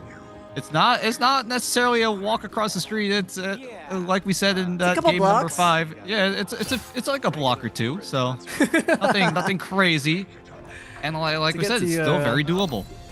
Block and a half to your favorite bodega is the aim of the game here for down payment, and they're gonna come out swinging with Donald back on the thing. Fun, putting the hammer in place. Once again, all eyes on Doxson, right? All eyes on Doxson, who has been such a playmaker for Incipients. Excited to see Fun Store, see if he's able to find the dive, find the picks here as he does look for a way in. Okay. All right. I think I just cursed the Fun. I wanted to see Thor gameplay, and then he just gets wiped out. Yeah, now he's off. He's changed the Venom now. Oh, jeez. What have you done, Dan? What have you done? Just cast it first for Fun. Hey. At least we have the Hella Venom team up. They had something going there, but it looks like they will just go back to the tried and true composition that down payment know and love as Bobo King lasers down Doxlin, who does have the cocoon, so it's still an even fight for the time being. But look at Six jumping up, jump peeking, taking shots, and will take out Gaku. Lumi, great kind of point on to Doxlin as well, who has no more cocoon. Now focus on Naku. That's 2 out of Incipients. And Donald's using the advantage to just press forward. These hands are E for everybody, says Donald. Xeonfly will drop. Now pressing straight into the cluster that's on the right side, not giving any space to Incipients. Naku's going to use the teleport here. But Donald and Furakake have so many ultimates. They have the Fate of Both Worlds. They have the clobber in time. And they just have a way to shut down the desperation portal that is of Incipients. The Fate of Both Worlds only denying the inevitable that is of a team wipe going to Incipients as Bobo King takes to the skies. But Gaku will get shut down as well. And down a payment will send down Incipients yet again here in map number 2. Wait, that was an absolute team wipe, and Naku has no teleport, and that'll be it. Holy! Clean sweep from down payment perspective. I thought the Incipients were gonna be able to at least take a point there. They had a way in, but yeah, you talked about it briefly before we got into that second round. That it did seem like down payment came in one at a time to try to stall out the site, but somehow, some way, they were able to get it done. Down payment pulled off the defense of Incipients and now are looking at match point. I mean, we also have to like give credit where credit is due for down payment, right? Like they came in with the Thor, like you call it, fun, tried their hand at the Asgardian god, but the moment they were taken out by Xenofly, okay, back to spawn, change to something you're comfortable with, and then it was kind of a roll after that. Bobo King took the high ground and even wiped out Gaku within their Galactic Legends ultimate, right? And it was just a team wipe at that tail end. It was so dominant from the side of down payment to push past the block and a half to their favorite bodega and claim the second map for themselves.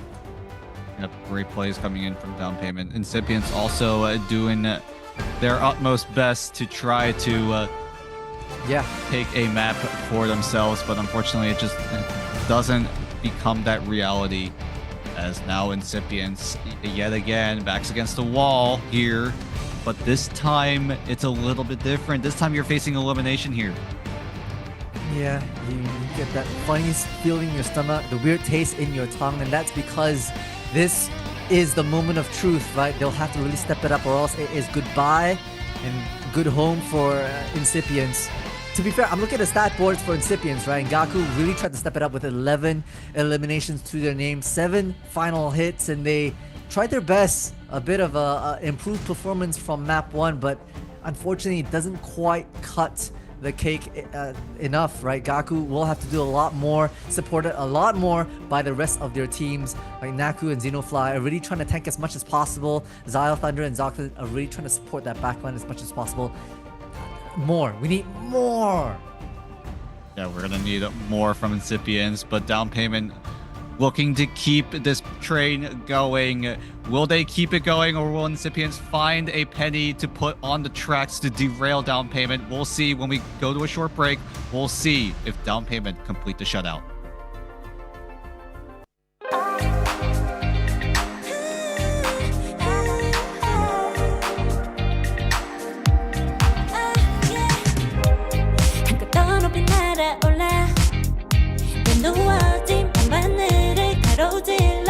Oh yeah, oh yeah. 필요할 때 내가 널 지켜줄게. 간절히 바라면 이루어지는 마법인 거야. 운명의 소리 들려. 여기서 저기서 날 찾으면 달빛이 날 비춰와. 시작이야, let's go. 어둡고 흘러는 우주 따뜻한 눈으로 감싸나. 순간 신비롭게 녹아내릴 거야. 좀 더 기다려. 쓰러지지 말 끝까지 일어나야 해. 어딜 가든지 극복해. 힘은 너에게 있는 걸. 소리 높여 노래를 불러. 작은 걱정 따윈 던지고 최선을 다해 작품을 쳐봐. 어둠이 떠 날때까지 아름다운 꿈을 밝혀봐. 우리에게 달려서 그 세계 운명.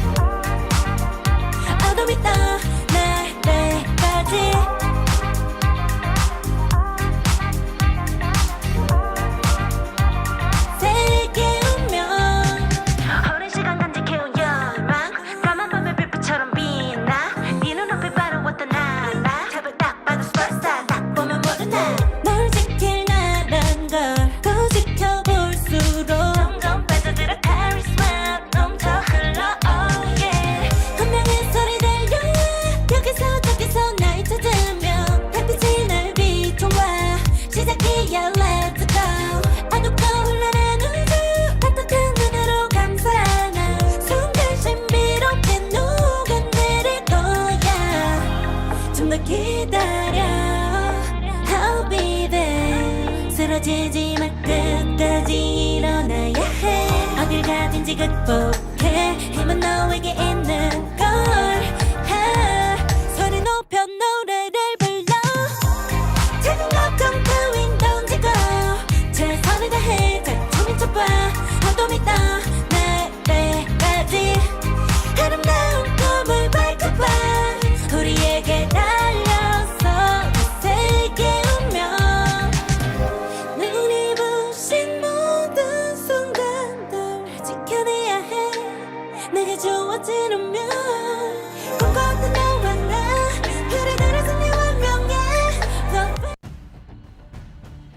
welcome back. Down payment versus Incipients, and this time it's down to the wire, right? Incipients needs to lock in. It's go big or literally go home for Incipients. It's time to pull out the weird strats that you've never thought of attempting and try it right here, right now. I'm sending my prayers to Incipients right now. It's looking rough for them right now after those 2 maps getting stomped out. Incipients, we talked about it. Their team composition is a little too one-dimensional. We kept saying it time and time again. They really like the Magic. They really like the Mantis, and none of these teams, albeit it's only 2, only Down Payment and I believe Reject, respectfully banning away the Magic, and that just causes so many problems for Incipients, and now they're looking to find a way back using Central Park as their map pick this time around. Yeah, hopefully Central Park will be the key to unlocking something new, something special, something off meta, honestly. Like, if you look at the compositions that Incipients has brought from map 1 over to map 2, like, I think like 4 out of 6 of them held on to the same characters, which means that they tend to be a little bit more predictable, and now unfortunately is not the time for predictability. You have to pull every single shot out from your strat book. You have to dig deep into your hero pool and figure out if there's anything different you can run during the break, right? Dan, we were talking about perhaps they can run a Torch Ultron, play a little more dive. This is the time to try. Yeah, I'm sure it was available for most of these maps that Incipients have been playing, at least here in the playoffs, but we're under the assumption that they aren't really quite comfortable with running that composition, which has been a very strong and a very comfortable pickup for other teams here in the playoffs.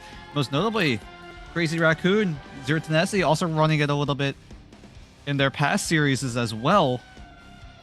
And with Incipients being on the back foot in terms of the, I guess, flexibility and the versatility of their team composition, by not having that here in playoffs, it's coming back and biting them back.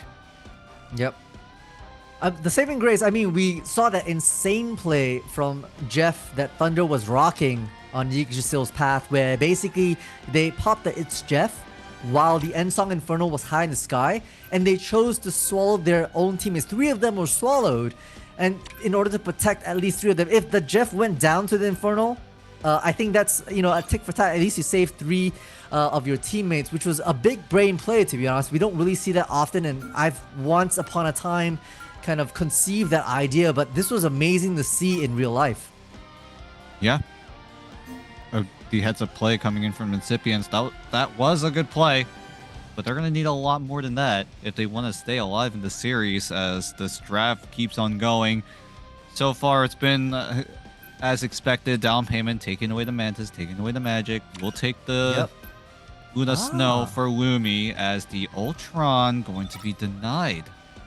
But then the Venom as well. Okay, the Venom has been a bit of a nuisance pick that Down Payment had brought onto the faces of Incipients. Fun. Tried the Thor, immediately hopped off onto the Venom, and then it was a bullet train thereafter. So a great kind of a change in pace for Incipients. Hopefully this will give them a leg up. Hopefully that does indeed, as the Magneto will be locked in for Down Payment.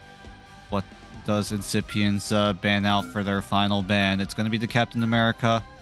So just taking away potential dive personnel from Down Payment's list of compositions.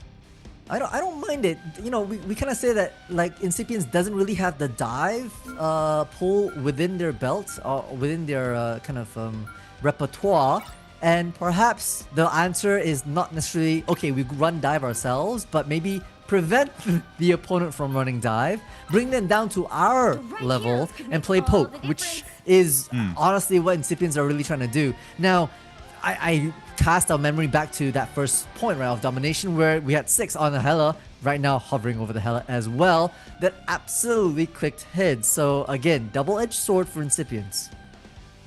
Yeah, 6 has been an absolute demon on that Hela. Just clicking heads, like you mentioned, this guy's absolutely insane. A man from Botswana, absolutely going on a tear, being a name god here in the playoffs. Very, very, very nice to see. Very nice to see indeed. As Down Payment will be given the defense first. Incipients want to control the rate and pace of the attack side. And at least let's look at the defenses, right? While chat takes a look at this beautiful schematic of, looks like Dracula's there, I believe. But down payments, looking to maybe hop onto the Penny Parker. Any Penny Parker fans in chat, please let us know. We know one, for sure. Yeah, we know at least one.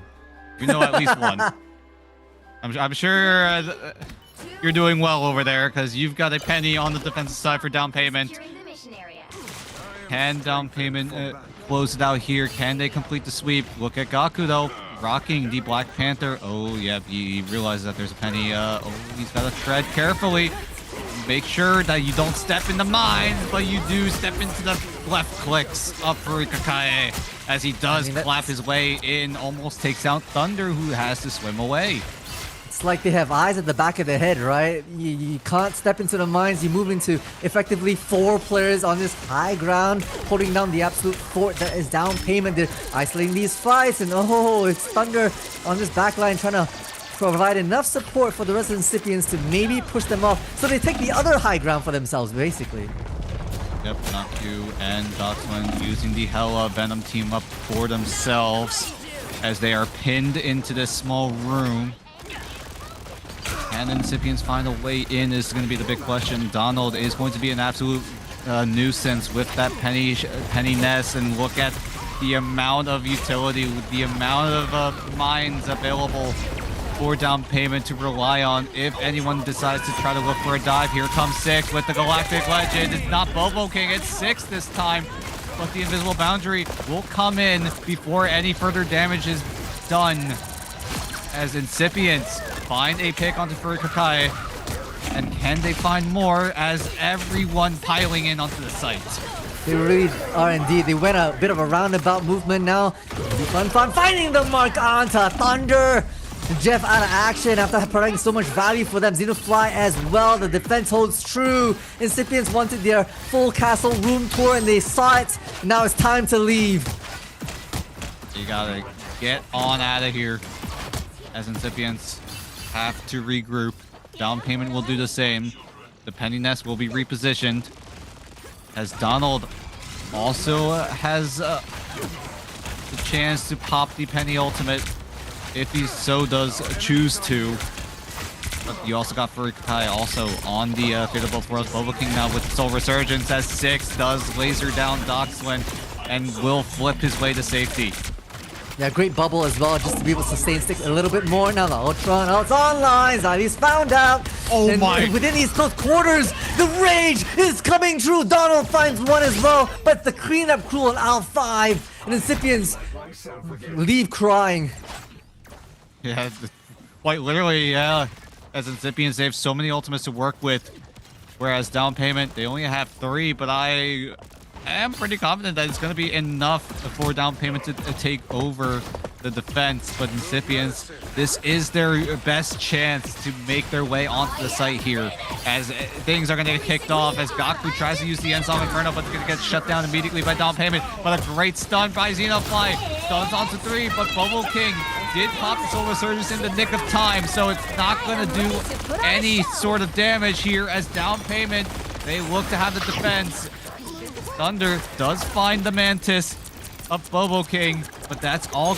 That's going to be all she wrote as Incipients still looking to push in. They used all their ultimates, and here comes Fun with the Meteor M. Doesn't quite land the mark, but look at what happened to Incipients. They're not even making their way in.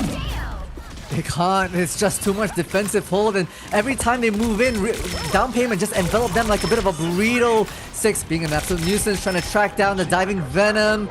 It's just too much to bear right now. It's 12 seconds left. They have to get themselves in. Doxon finds Lumi. That's a big one, but with Naku out of the way, I'm not sure if they have enough firepower to get themselves in. They're trying to pile on in right now. Overtime meter is used. Xenofly uses the portal to try to reposition with his team. Fun and the rest of the down payment crew looking to slaughter what is left of Incipients, who are trying to find a way and find some sort of traction, but it's not gonna be it's not gonna matter. Everyone on Incipients just getting wiped out. Doxlin even using the Cocoon to try to buy a bit of time. So is Thunder, but that Jeff is only slippery for so long as Incipients are denied from a point yet again. Yep, denied from the entire first point, but at least we're able to capture 1/3 of the point, one of the ticks of the point, which means then there's no chance of a tie, which could honestly be the funniest thing at the end of a best of 5. So no chance of a tie, right? So it'll have to go either or. And Incipients, what they absolutely need to do right now is hold the fort and not give a single tick to down payment. Because the moment that happens, they're out and down payment continue their lower bracket run. Precisely as Lumi. There's no way Lumi is gonna rock that magic, right? I feel like down payment are having a little bit of fun at this point. That's honestly just spitting in their face. That's like adding salt to the wound. Yeah, being like, haha, we have a hero that you can't play. Haha. Okay, not gonna lie. I'm here for the clout. I'm here for the drama. Run it, Lumi. That is absolutely diabolical. I'm not gonna lie. But here we go. 10 seconds left. Incipients have to play this defense to perfection. Can they do it, or do they get absolutely swept out here in this best of 5 series in the lower bracket? Only time will tell. Here we go. Lumi will pull through with the magic. How long does it take for Incipients to realize that Lumi is on this pick? Donald rocking the Angela for a bit of verticality, looking for a bit of a pick after they've maxed out their passive. Finds the Vanguard, isolates it. Donald's out of action and tries to get Naku out. Yep, Lumi will find Naku with the magic. That's a resounding salt in your wound against Incipients. Yep, that's already an early pick. Keep in mind, if you're on the defensive side in these kind of maps, you gotta make a long walk. Oh my God, Donald! Don't do him like that, man. You just shut down what the little hope that Incipients had in this map, in this series, in this whole entire tournament, and you just skewered them into the abyss like that? Oh my goodness. Down payment. What a way. Ruthless in shutting down Incipients, and they make their lower bracket run as Incipients are the ones, unfortunately, in down payment's way. 53 seconds, I believe, was all it took for them to claim back that first tick and get themselves continuing their journey here in the lower brackets. 3-0 to down payment, victorious in their best of 5, and consolations to Incipients. You didn't have to. You didn't have to do him like that, Donald. That was absolutely disgusting. Skewering 2 and then just shutting them down like that. Oh my God, that was that had to have been the nail in the coffin, the spear into the coffin that is of Incipients. But again, I do need to give props to Incipients, a team coming in from the open qualifiers. Albeit their composition might have been a bit one-dimensional, it is still very impressive that they still made it all the way to the playoffs. No, honestly, yes. I mean, they put up one heck of a fight through and through. You know, even in the group stages, we saw them really come together and able to work their, Southeast Asian plus Australian, Korean kind of mixed deal and put together a bit of one heck of a team, to be honest. But ultimately, because this is such a long feat, 2 weeks of groups and 1 week of playoffs, you have to have a deep hero pool. And if you don't, unfortunately, it's just very targeted picks against you, which down payment obviously did their homework for. Yep. So did the rest of these teams, right? You gotta adapt. You've gotta find ways to take advantage of what other teams have been doing. And so far, we saw from Reject, now we've seen from down payment, they've seen what Incipients are capable of, and they are able to just shut it down quickly before Incipients have a chance to maybe even run away with the series. And with that, Incipients did. I will close out with this though. It is still a very impressive run from Incipients, especially since after getting absolutely shut down by Crazy Raccoon at the start of Ignite Stage 2 and then clapping back and squeaking their way into playoffs, Yeah. I gotta give props to them for staying within this tournament.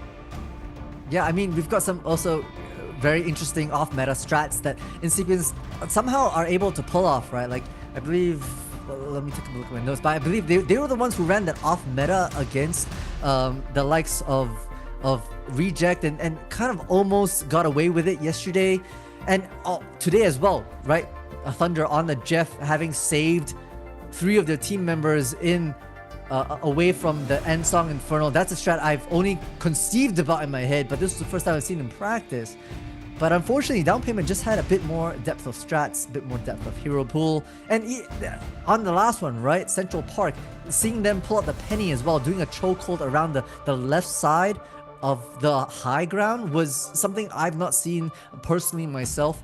As well, I know casters have talked a little bit about it, but I think people are being a lot more creative. And so kudos for Down Payment, especially Lumi, the IGL, for kind of helping along and deepening the strat book for Down Payment.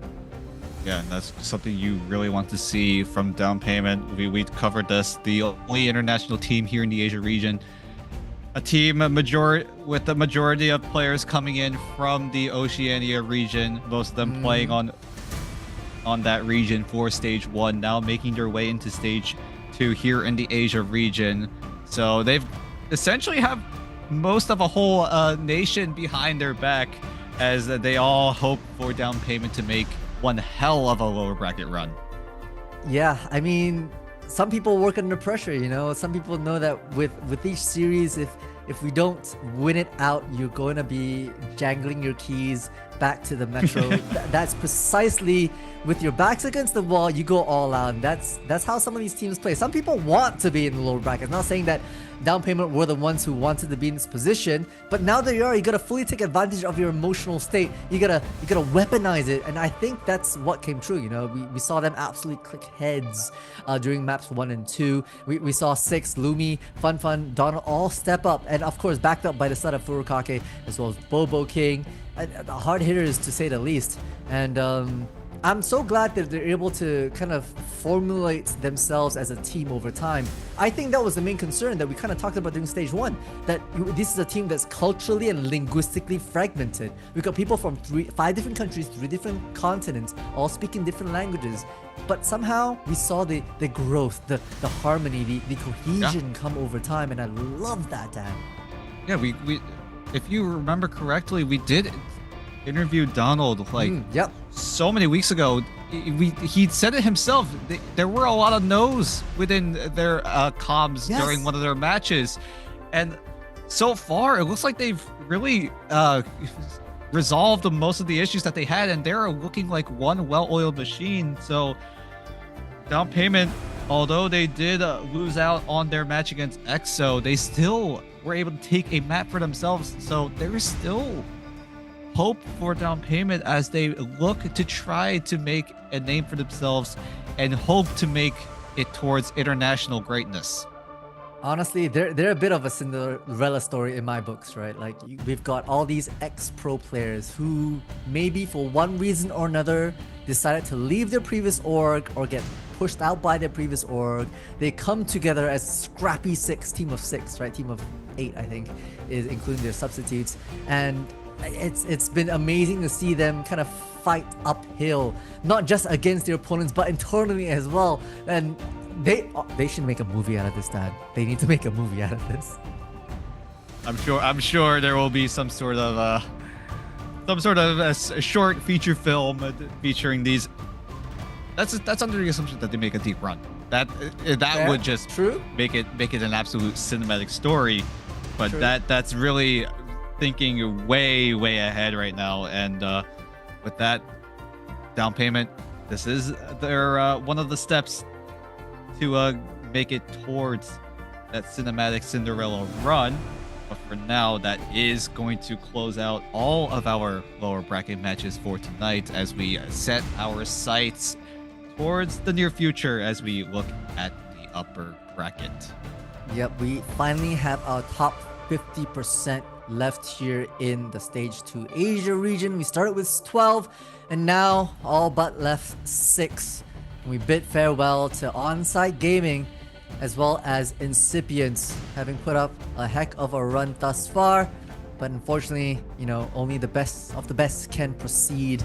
It has been an absolute pleasure looking at the growth of the players and the teams over time. And, of course, congratulations to Zero Tenacity. And down payment for, digging around in the trenches, right, of the lower brackets. Just able to fight around in the mud and come out victorious in the lower brackets here.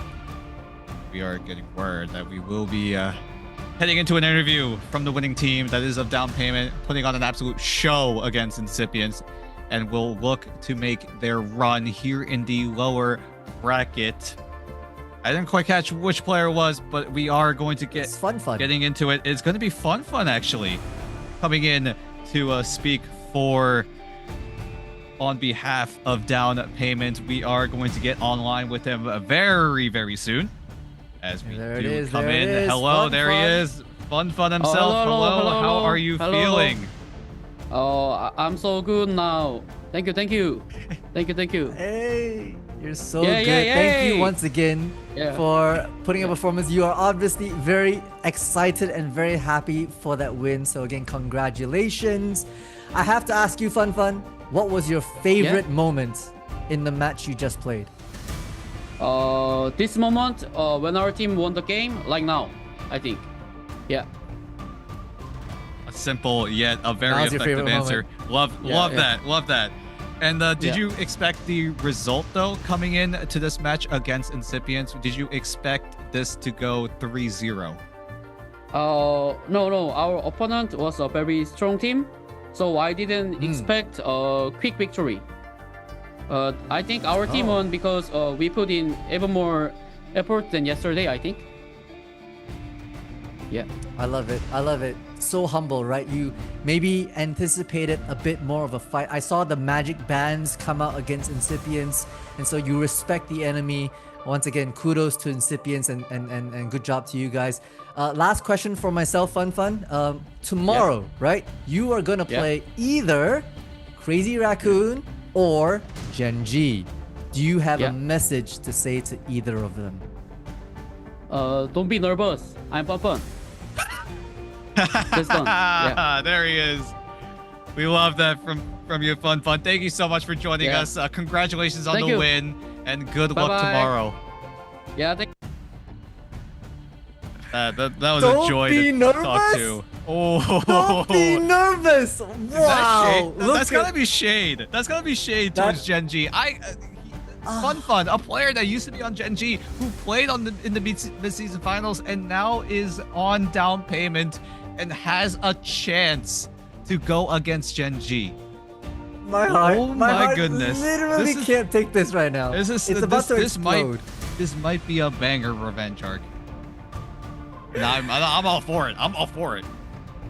Chat, we are eating so good right now. You've heard the fighting words from Fun, and it wasn't even that egregious. It was just, hey, you worried? We're ready. We're ready. Don't be. Don't be nervous. I love it. Come into my lair, says Fun. We've got ourselves a bit of a treat for you, for either Crazy Raccoons or Gen.G. They're really in it for the long haul. I can feel it. Oh, I'm so excited. But obviously, we have to wait and see who down payment have to play up against. It's either going to be Crazy Raccoon or Gen.G, whereas Zero Tenacity will have to wait to see who will be playing them. It's either going to be EXO or Reject. Those are going to be the matches headlining our upper bracket matches. I'm Dan. Next to me is Multi, and I will unfortunately be stepping away, and Posh will be coming up hot on the mic to take my place, so don't go anywhere. We're gonna do a quick little caster change, a little bit of a pit stop, so we'll be right back.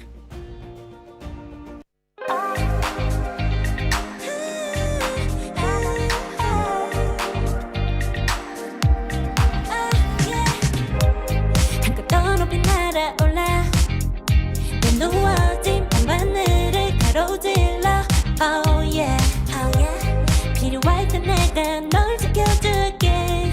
간절히 바라면 이루어지는 마법인 거야. 운명의 소리 들려 여기서 저기서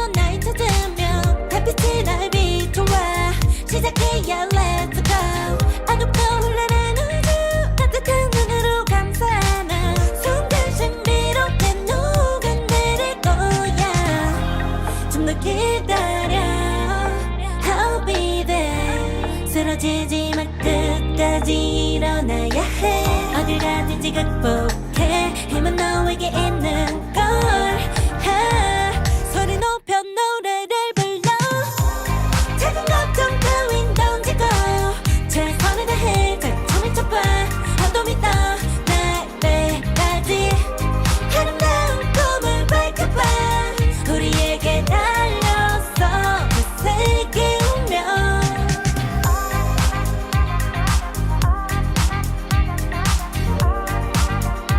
어둠이 떠 날때까지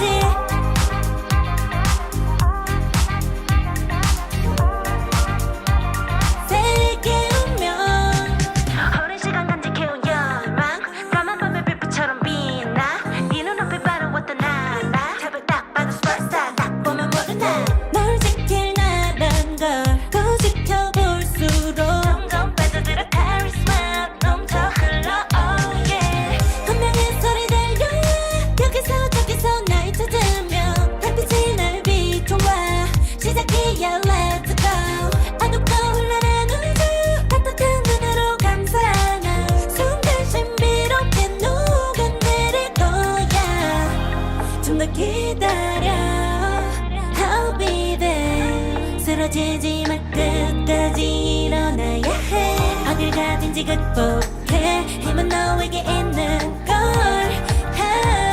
소리 높여 노래를 불러 작은 걱정 따윈 던지고 최선을 다해 작품을 쳐봐 어둠이 떠 날때까지 아름다운 꿈을 밝혀봐 우리에게 달려서 그 세계 운명 눈이 부신 모든 순간들 지켜내야 해 내게 주어지는 꿈꿨던 너와 나 그래 승리 완명해 The fate of the birds The world is in our hands 작은 걱정 따윈 던지고 최선을 다해 작품을 쳐봐 어둠이 떠 날때까지 아름다운 꿈을 밝혀봐 우리에게 달려서 그 세계 운명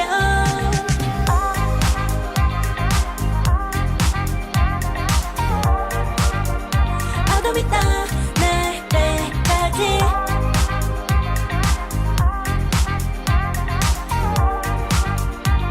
세계 운명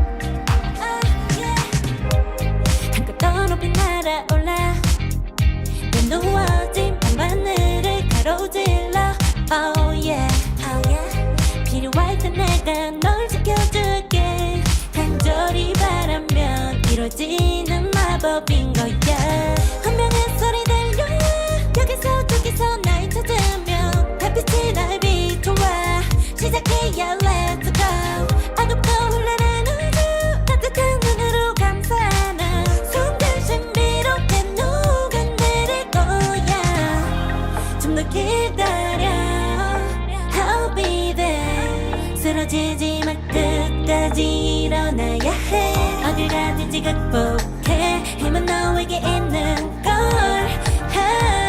소리 높여 노래를 불러 작은 걱정 따윈 던지고 최선을 다해 작품을 쳐봐 어둠이 떠 날때까지 아름다운 꿈을 밝혀봐 우리에게 달려서 그 세계 운명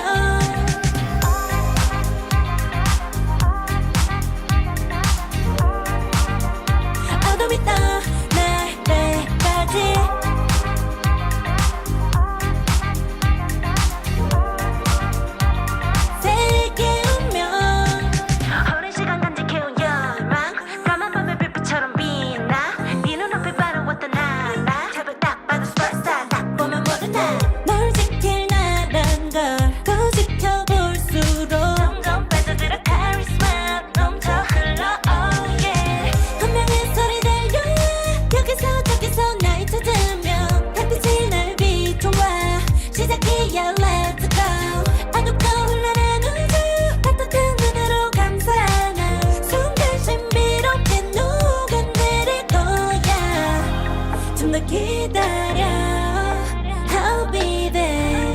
쓰러지지 말 끝까지 일어나야 해 어딜 가든지 극복해 힘은 너에게 있는 걸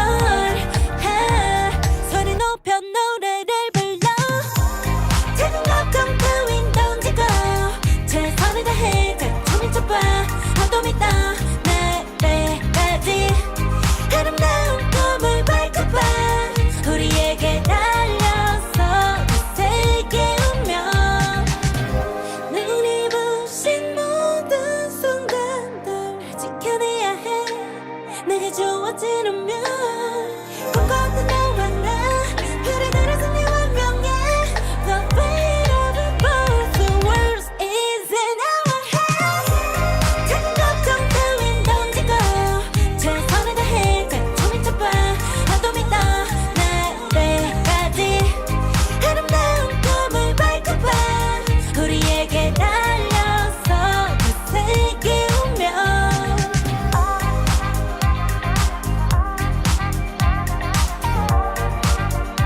어둠이 떠날 때까지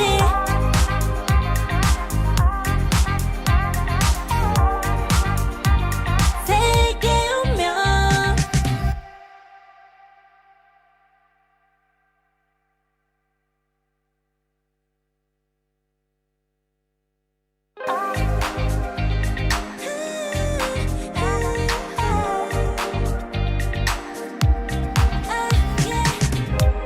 한껏 더 높이 날아올라 내 누워진 밤하늘을 가로질러 Oh yeah, oh yeah 필요할 때 내가 널 지켜줄게 간절히 바라면 이루어지는 마법인 거야 운명의 소리 들려 여기서 저기서 날 찾으면 달빛이 날 비춰와 시작해야 Let's go 어둡고 흘러는 우주 따뜻한 눈으로 감싸나 순간 신비롭게 녹아내릴 거야 좀 더 기다려 I'll be there 쓰러지지 말 끝까지 일어나야 해 어딜 가든지 극복해 힘은 너에게 있는 걸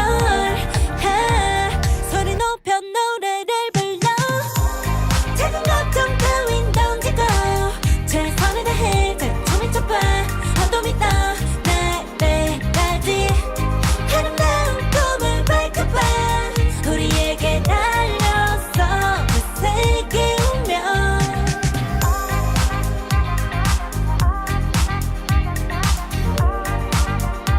어둠이 떠날 때까지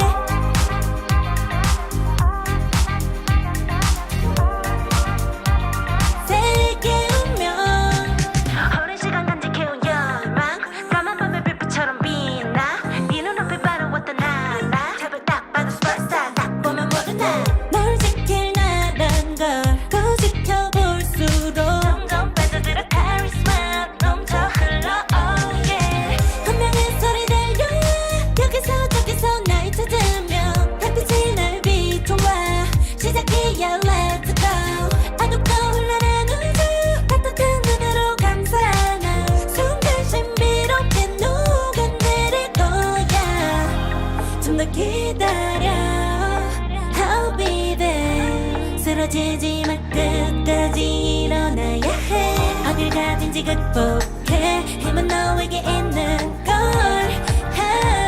소리 높여 노래를 불러 작은 걱정 따윈 던지고 최선을 다해 작품을 쳐봐 어둠이 떠날 때까지 아름다운 꿈을 밝혀봐 우리에게 달려서 그 세계 운명 눈이 부신 모든 순간들 지켜내야 해 내게 주어지는 면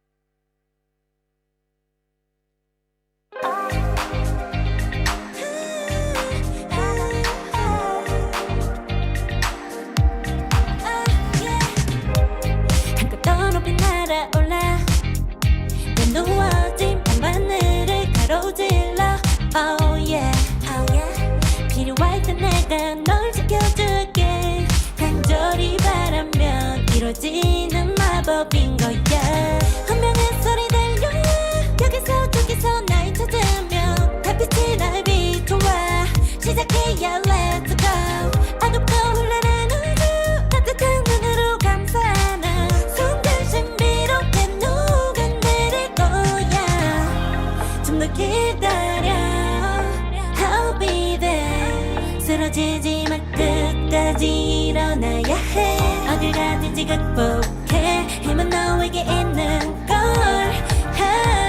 소리 높여 노래를 불러 작은 걱정 따윈 던지고 최선을 다해 작품을 쳐봐 어둠이 떠날 때까지 아름다운 꿈을 밝혀봐 우리에게 달려서 세계 운명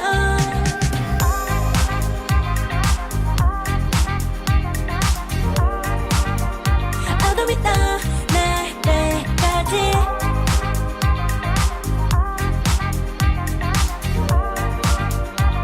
세계 운명 오랜 시간 간직해온 열망 까만 밤의 빛처럼 빛나 네 눈앞에 바로 왔던 나라 새벽 딱 봐도 superstar 딱 보면 모두 나널 지킬 나란 걸더 지켜볼수록 점점 빠져들어 카리스마 넘쳐 흘러 oh yeah 운명의 소리 들려 여기서 저기서 날 찾으면 달빛이 날 비춰와 시작이야 let's go 어둡고 흘러는 우주 따뜻한 눈으로 감싸는 순간 신비롭게 녹아내릴 거야 좀 더 기다려 I'll be there 쓰러지지 마 끝까지 일어나야 해 어딜 가든지 극복해 힘은 너에게 있는 걸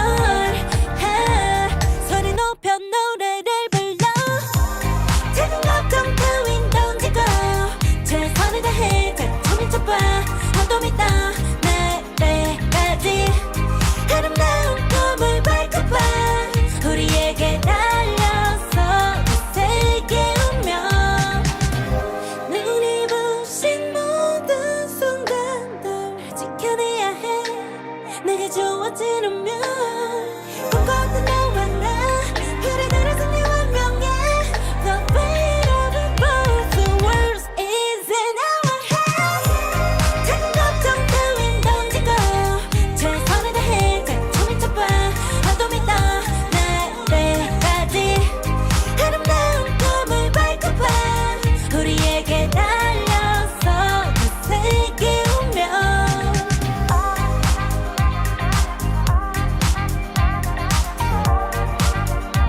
어둠이 떠날 때까지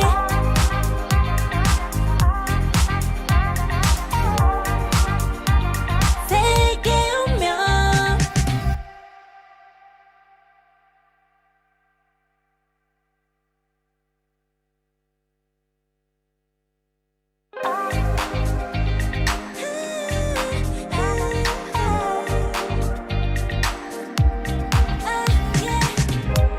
한껏 더 높이 날아올라 내 누워진 밤하늘을 가로질러 Oh yeah, oh yeah 필요할 때 내가 널 지켜줄게 간절히 바라면 이루어지는 마법인 거야 운명의 소리 들려 여기서 저기서 날 찾으면 달빛이 날 비춰와 시작해야 let's go 어둡고 흘러는 우주 따뜻한 눈으로 감싸는 순간 신비롭게 녹아내릴 거야 좀 더 기다려 I'll be there 쓰러지지 마 끝까지 일어나야 해 어딜 가든지 극복해 힘은 너에게 있는 걸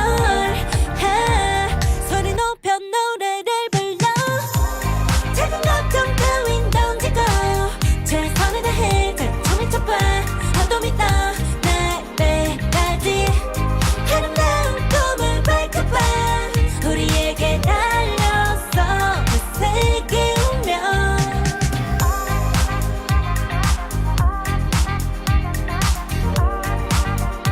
어둠이 떠날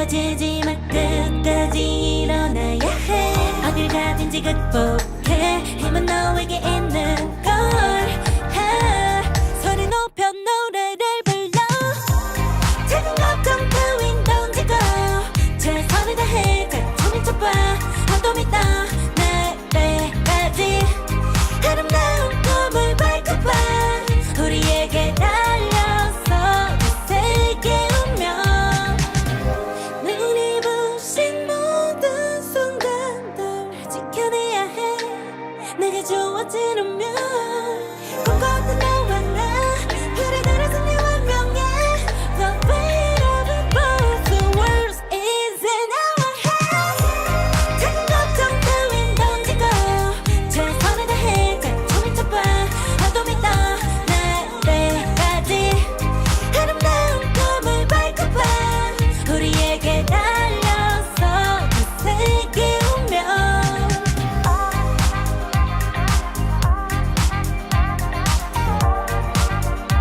어둠이 떠 때까지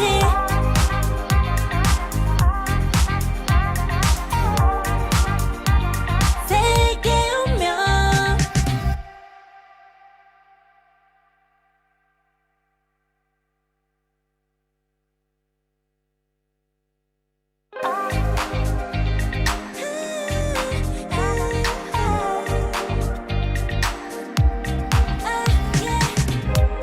한껏 더 높이 날아올라 내 누워진 밤하늘을 가로질러 Oh yeah, oh yeah 필요할 때 내가 널 지켜줄게 간절히 바라면 이루어지는 마법인 거야 운명의 소리 들려 여기서 저기서 날 찾으면 달빛이 날 비춰와 시작해야 let's go 어둡고 흘러는 우주 따뜻한 눈으로 감싸나 순간 신비롭게 녹아내릴 거야 좀 더 기다려 I'll be there 쓰러지지만 끝까지 일어나야 해 어딜 가든지 극복해 힘은 너에게 있는 걸 소리 높여 노래를 불러 작은 걱정 따윈 던지고 최선을 다해 작품을 쳐봐 어둠이 떠 때까지 아름다운 꿈을 밟고봐 우리에게 달려서 그 세계 운명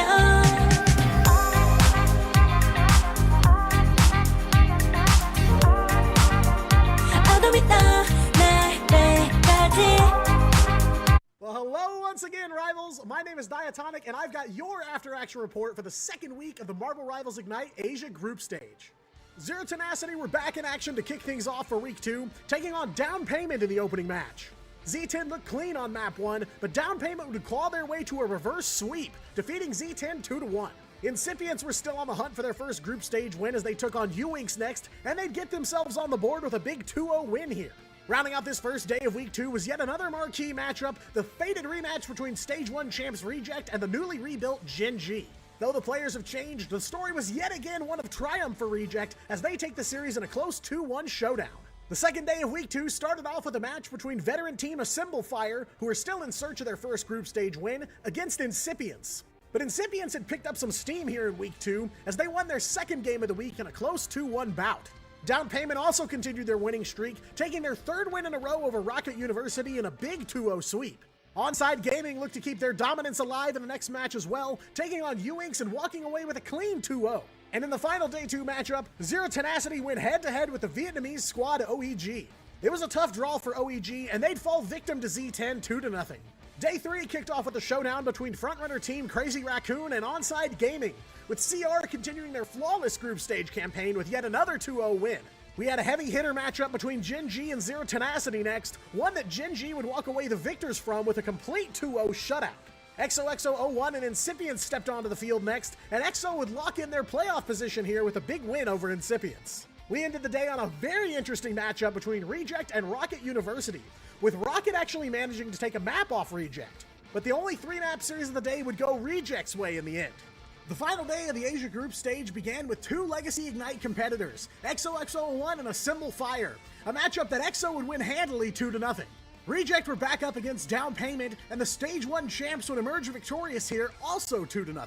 Crazy Raccoon had their last match against U-Inks and would complete a perfect run through the group stage with yet another 2-0 win. And finally, the group stage would close with Gen G taking on OEG, with Gen G picking up the last win of the week. And after 2 weeks of group stage action, the Asia playoff picture was locked in. From Group A, Crazy Raccoon, XOXO01, Onside Gaming, and Incipients advanced to the playoffs. And from Group B, Reject, Gen G, Down Payment, and Zero Tenacity all make it through. The competition in the Asia region is looking hotter than ever, with only the top 2 teams qualifying for the Grand Finals LAN tournament later this year. Well, that's all for now, Rivals. I hope you caught your breath because we're about to dive right back in. Get ready to ignite the battle.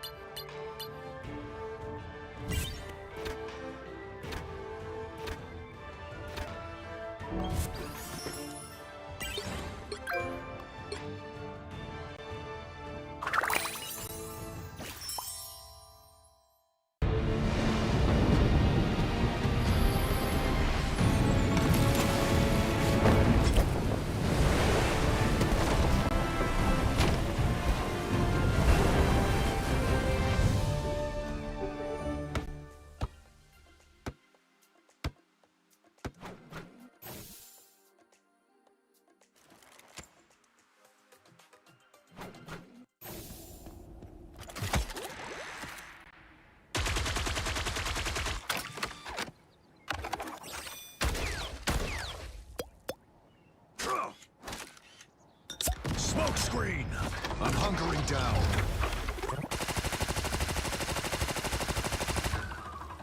Judge! Jury! Executioner!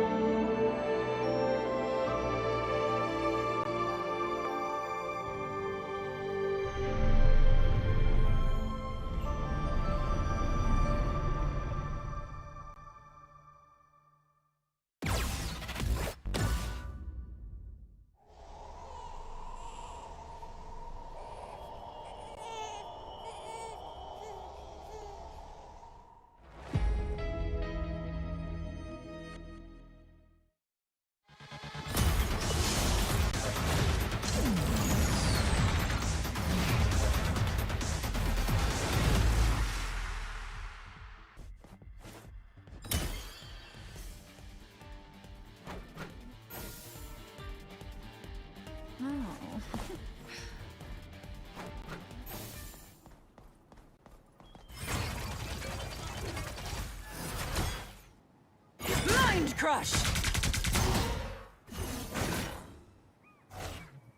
Priceless.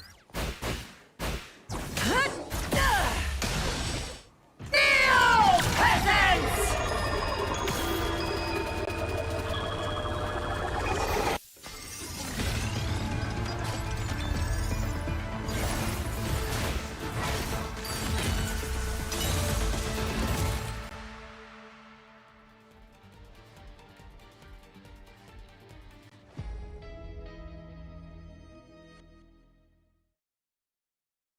Well, hello once again, Rivals. My name is Diatonic, and I've got your after-action report for the second week of the Marble Rivals Ignite Asia Group Stage.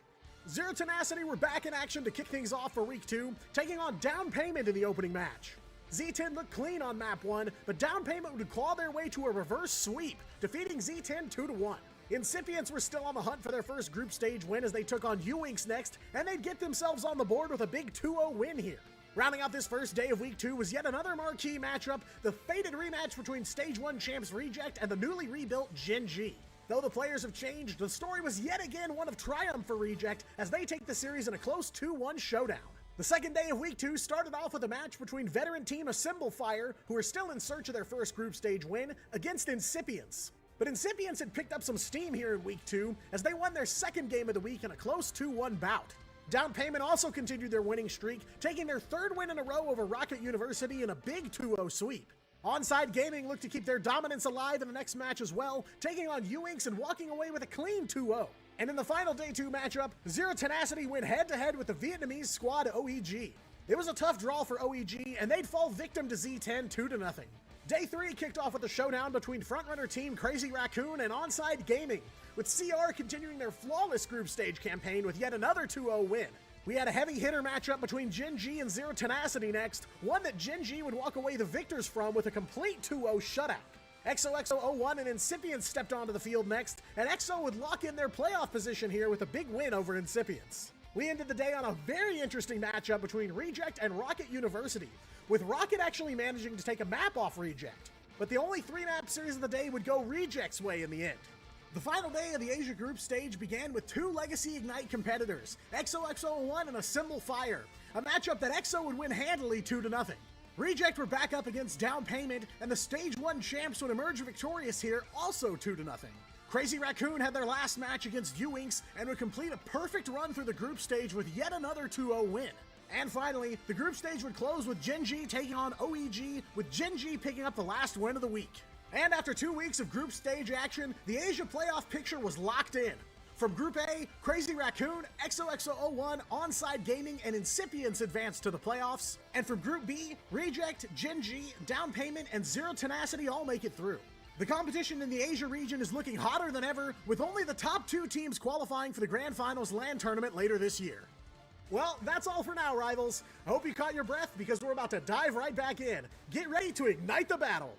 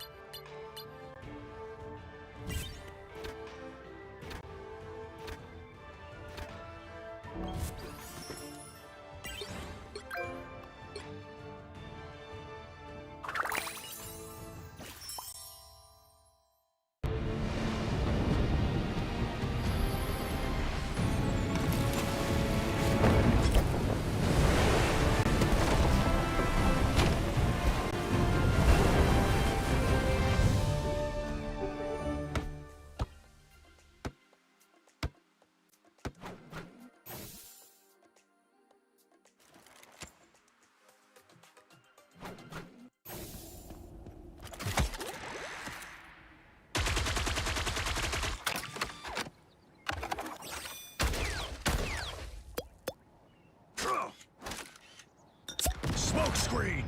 I'm hunkering down.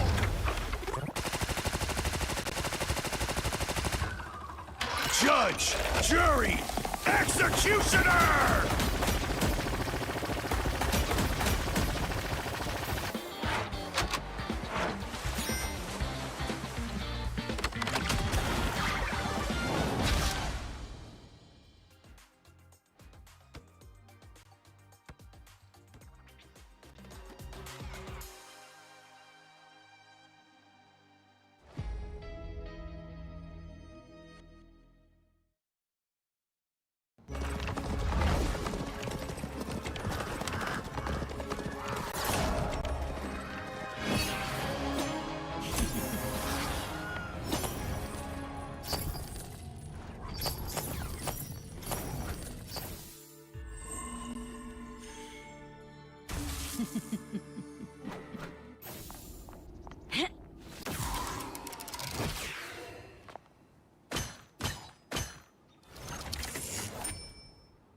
I want your soul.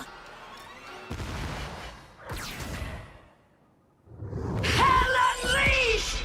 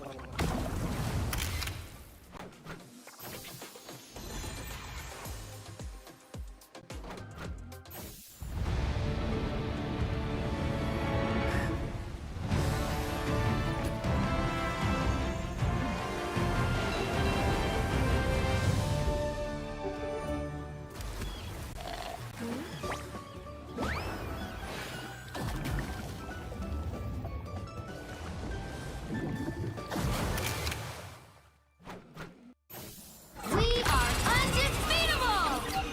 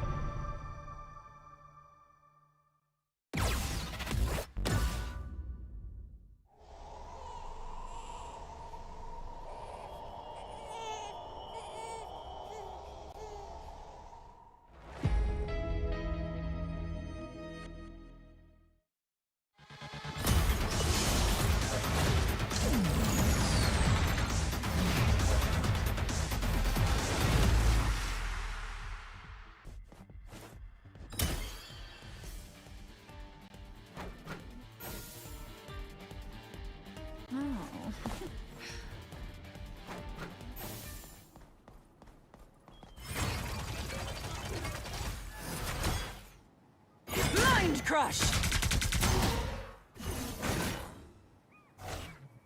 Priceless! Neo peasants!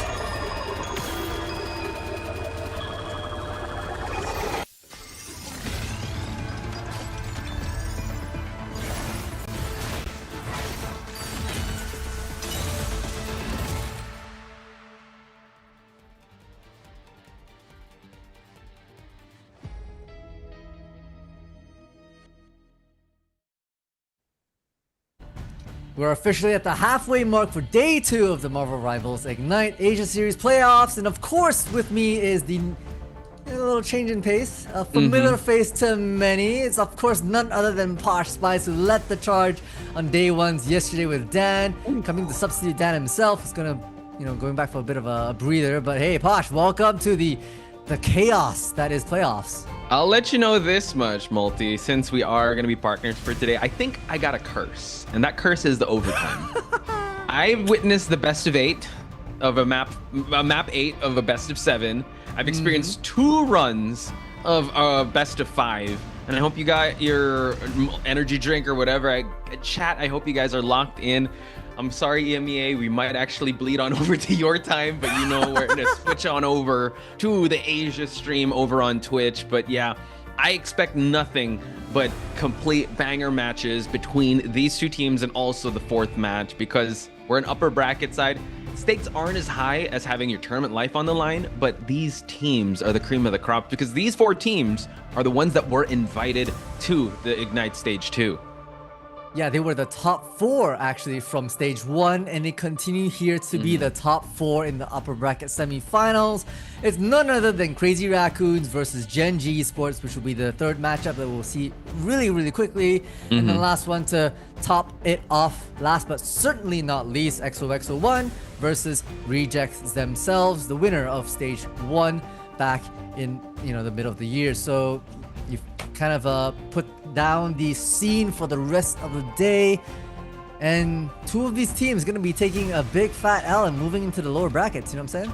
Yeah, some teams have to move on for the winners finals. Then we want to be able to actually, breed the best of the Asia region, right? And unfortunately, we did say goodbye to 2 teams today, and we will continue to do so. So this weekend is going to be a bloodbath of sorts. But I do want to acknowledge that the chat has been joining us, and they've been roaring since the start. So shout out to each and every one of you. I forgot who commented that, but they were like, wow, this chat is way more wholesome, or very more inclusive, because they started talking strats. They even started talking about career stuff. So I'm like, wow, good on you guys. Want to be a financial planner or getting into medtech. Shout outs to each and every one of you guys. Y'all are the real heroes here of Marvel Rivals. So thank you guys for joining us.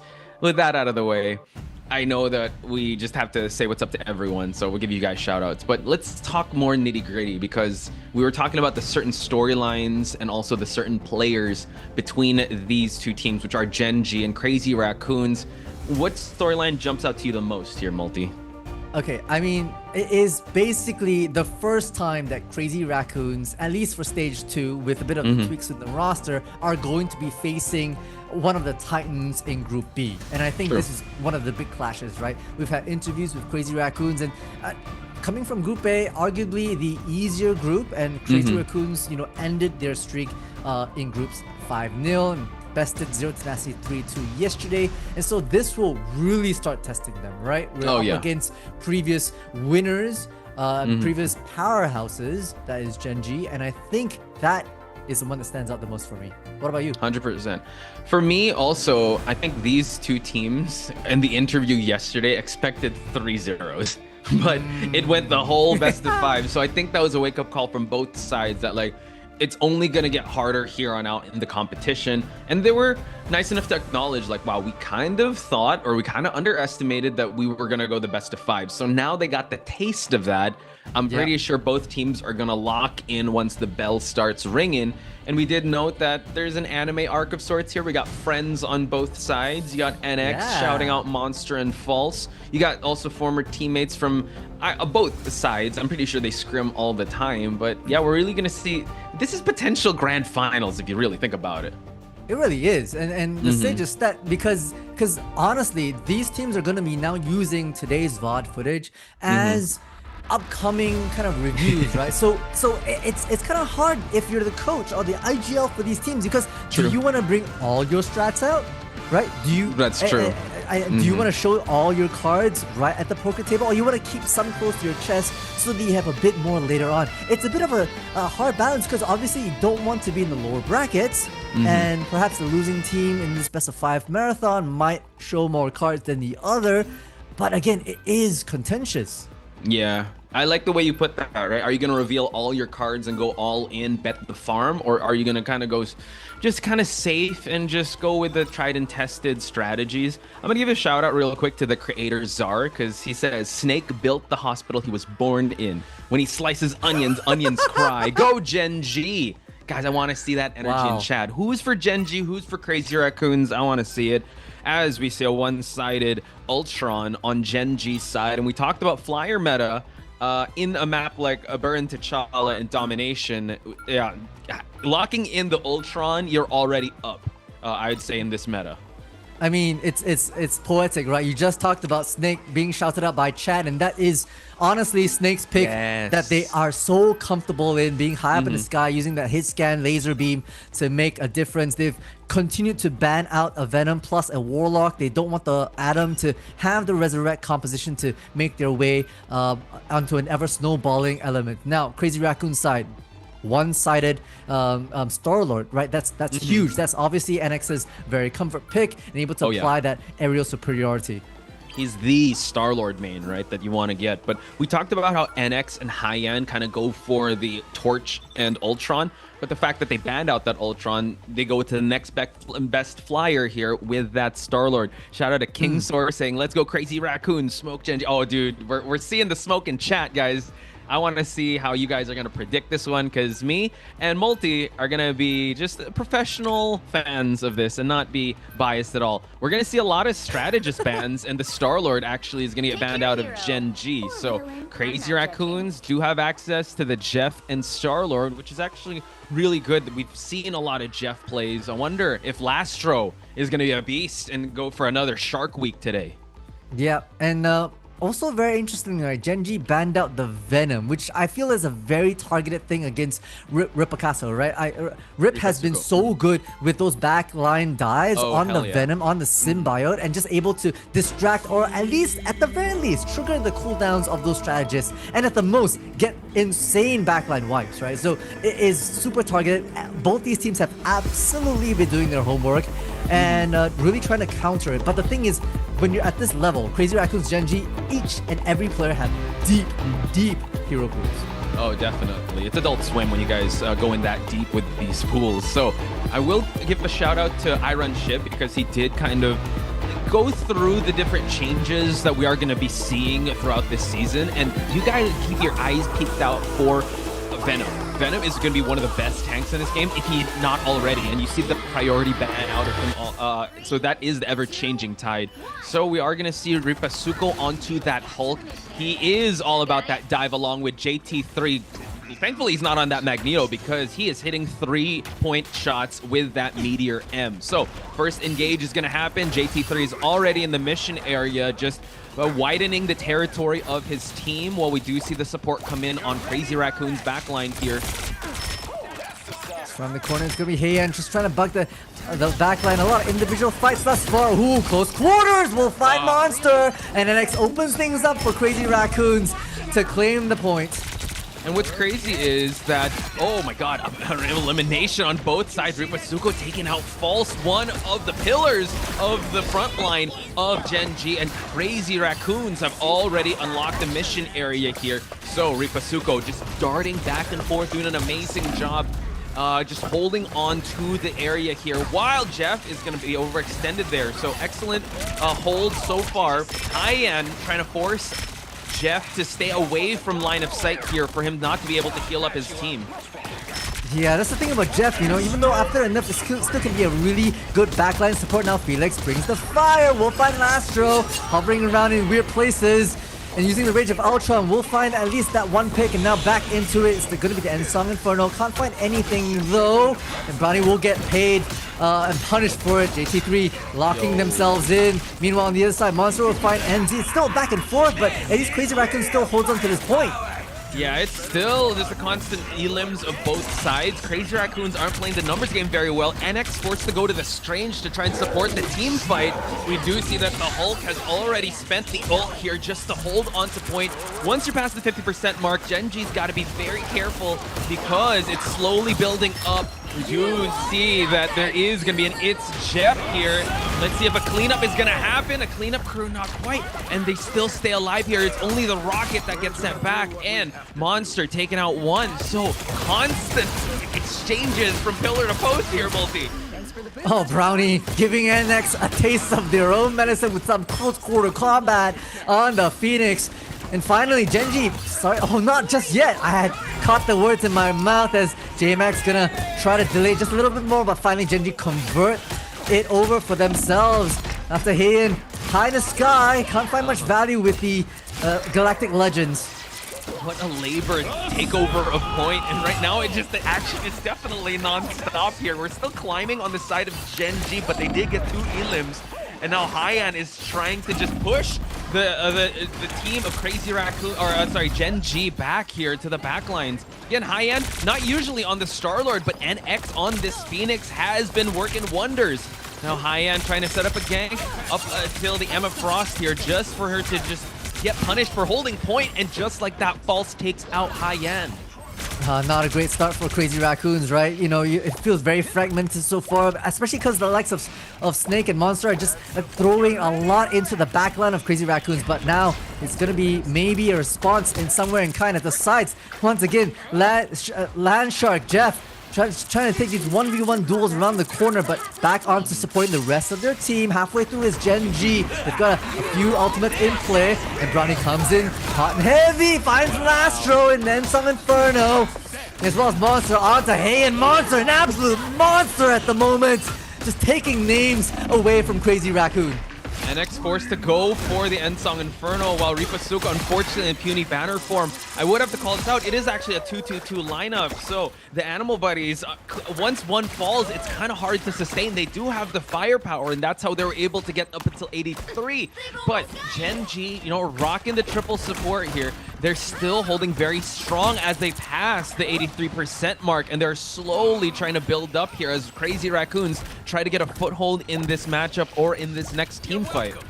Yeah, JT3 trying to maybe do a long form flank around the edge. So much walls have been built open, which means that this CYA is gonna have a lot of power. Now the Freedom Charge, we've got the Psyduck Seduction, a slurry of ultimates coming through. Phoenix has the Rage, trying to find an element to work off False around the corner, as well as Brownie trying to pinpoint these sparks onto players, and finds him shot out from the sky. Uh-oh, we do have the enemy. Okay, not even gonna go for the spin. We are gonna get J-Mac out of the equation here, and Crazy Raccoons unfortunately cannot hold here as Ripasuko is changed back to the puny banner form. They're falling one by one, and Genji 0 to 100 takeover after an 83% well-defended site by Crazy Raccoons. Genji all fired up here.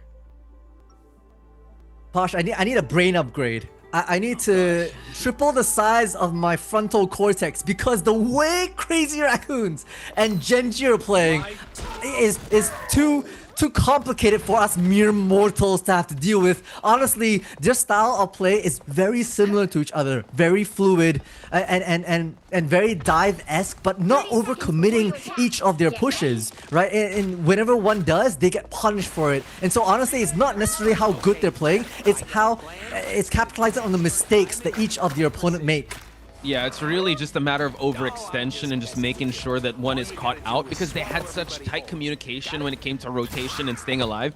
The engagements were quite long, and you saw how well Crazy Raccoons were able to hold up here. We're going to see a bit of a switch up here. We got Luna and a Cloak and Dagger, probably a little more sustained here on their side. Still rocking the 2-2-2, while Genji still have that triple support. I say, if you're able to claim the sky, you already have an advantage in this game and in this map, and Felix is showing us just that. Monster now with the Freedom Charge, and Hoodie actually taking out Lastro even before the mission area is unlocked, forcing Ripasuko to go for the ult as well as NX. And once the dust settled, it is going to be a 2-for-1 trade-off here, but we are seeing a still 4v4 here, but we all have the Galactic Legend online, while Marvel is going to try to go for a dunk and take out Haiyan in the process and join the team fight to just try and hold for Genji, but it seems like Crazy Raccoons are going to take the point.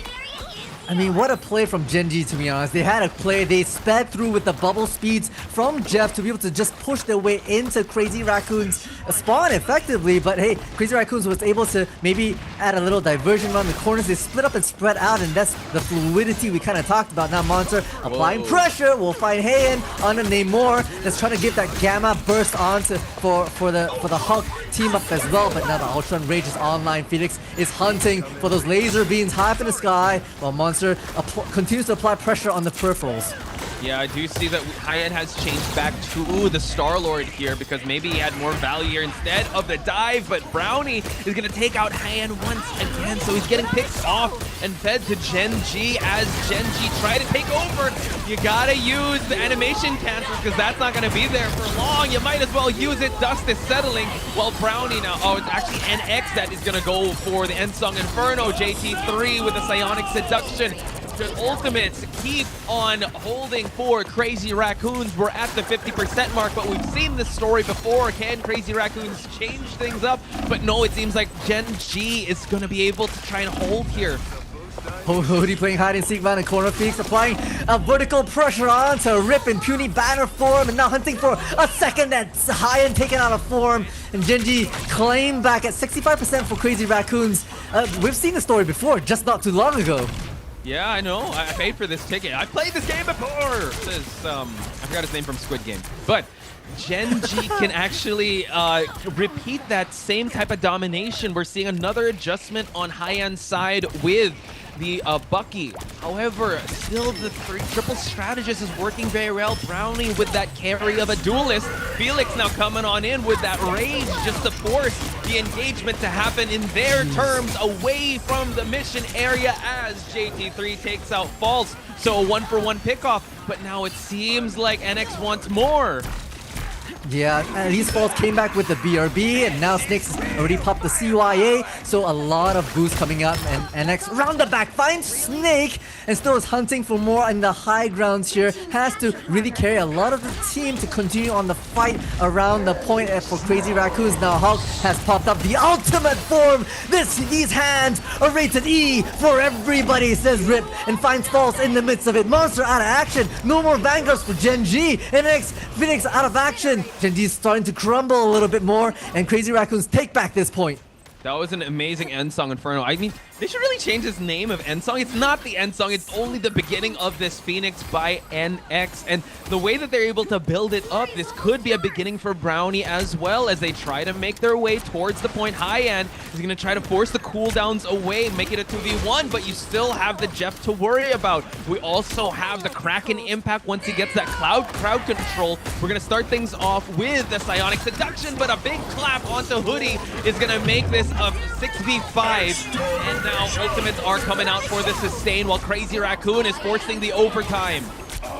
Snake's looking for a pick, finds NX, a crucial one for Genji. Now over time, they're obviously pressured to want to get back into the fight here and claim the point for themselves. So Brownie goes in for the Sparks. The Spark control is big onto JT3. Emma out of action. Lastro as well. Genji find the footing and claim back this point for themselves the moment Rips out of action. They flip the point at 99. They keep doing it. And Monster is going to just take out J-Mac. A big stagger out of sync. Crazy Raccoons. They have one big team fight left. They're going to still stick to their same type of lineup since that's what got them to the dance at 99%. No portal in. They're going to have to walk. They have to march their way down here, Multi. So can Genji actually stave them off from actually gaining any ground here? But we do see that Captain America is going to try to attempt to disrupt the backlines here. Yeah, Monster doing so much work to reset those cooldowns, but NX trying to make it more painful for them. Hoodie's right there with them as well. Okay, it's gonna be Felix coming out with the Rage of the Ultron, trying to get some picks, and Heian, another one! An early pick onto Heian is a big deal. Now the Yum Yum comes out. They find 3! Off to the edge we go! That's already 1 down, that's 2 down even before dropping off the edge. And holy, Genji are able to secure this point for themselves despite Crazy Raccoon getting the first % on the board. Wow, what an amazing ending to Genji's hold. It had to get all the way to the 99%. They were still able to come on back there. Crazy Raccoons had a good start to each team fight, but what Gen G did, they weathered out that early storm. Triple strategist means you have more sustain. Even though more firepower, more damage was being dealt, you still had that Jeff. You still had that Rage of Ultron to start the engagements or go for the defensive holds, and that is what Gen G was able to do. Multi, we're in for a treat here. Holy, we are indeed. I mean, looking at these stats, it is impressive to say the least. The 28 damage blocked as a Hulk from Ripasuko, but on the other side, right, Monster just doing so much for backline distraction. Hoodie having 20 eliminations to their name. I've never seen a more agile Shark. Never. Oh man, it's looking like Jaws right now. That was so scary seeing the triple strategist, and also he didn't even have to sacrifice himself at that one point we were able to catch because it was just that one strategist. And that's the thing, right? They tried to bolster up their defenses here. You're seeing high-end kind of, he was actually onto the Star-Lord. He switched to the Namor. I'm not sure what they're trying to... Yeah, the Bucky also, because I would actually think that the Star-Lord would have been on NX, but you can't argue NX was actually godlike on that Phoenix. But it just seemed like once one of the strategists fell, it just followed suit, and that's how Gen G were able to do it. Take out the strategist. We're seeing it right now. Monster jumping for the backlines. They had to switch things up. There wasn't that triple strategist that Gen G have, or the escapability, because like, Ultron is so good at just sustaining himself up above. You also had a bit of Adam Warlock with that snap and the Karmic Revival, and you got Hoodie as well, just anchoring all the heals together. Yeah, I mean, that's why triple strategist right now on domination is the fire meta, right? And honestly, Gen G has shown so much, but I also kind of want to point out some mistakes like Crazy Raccoons isn't really quite living up to the hype. I mean, yes, we've got the Hulk that Rip has been working, but wait, there's no Namor, which means they're a little bit more nerfed than possible, and Heian also took a really long time to find a rhythm, but maybe not even quite found it. So I think there's a lot more to be discussed for Crazy Raccoons. Yeah, possibly a diesel start, folks, for Crazy Raccoons. But you know what? After this break, we're going to have map number 2, so don't go anywhere. More of this matchup when we return.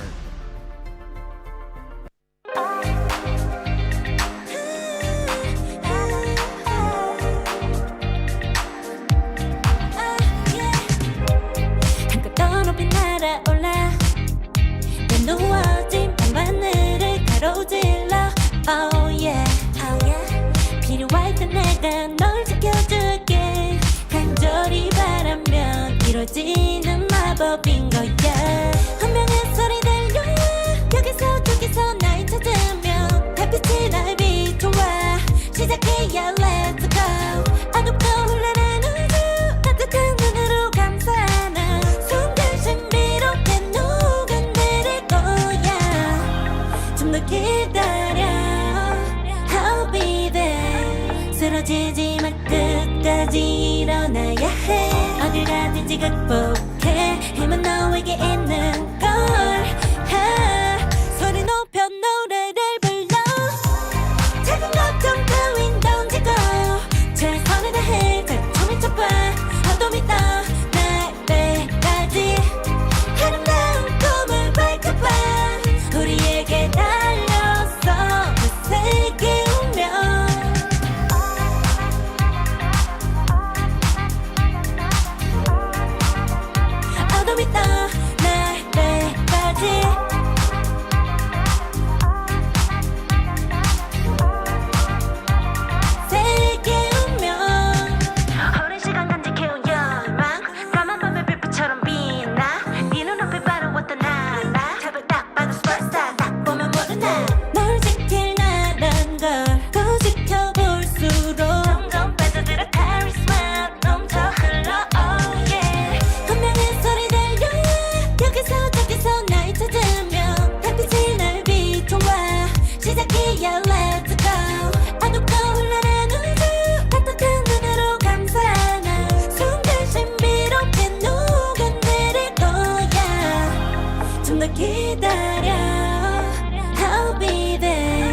쓰러지지 마 끝까지 일어나야 해 어딜 가든지 극복해 힘은 너에게 있는 걸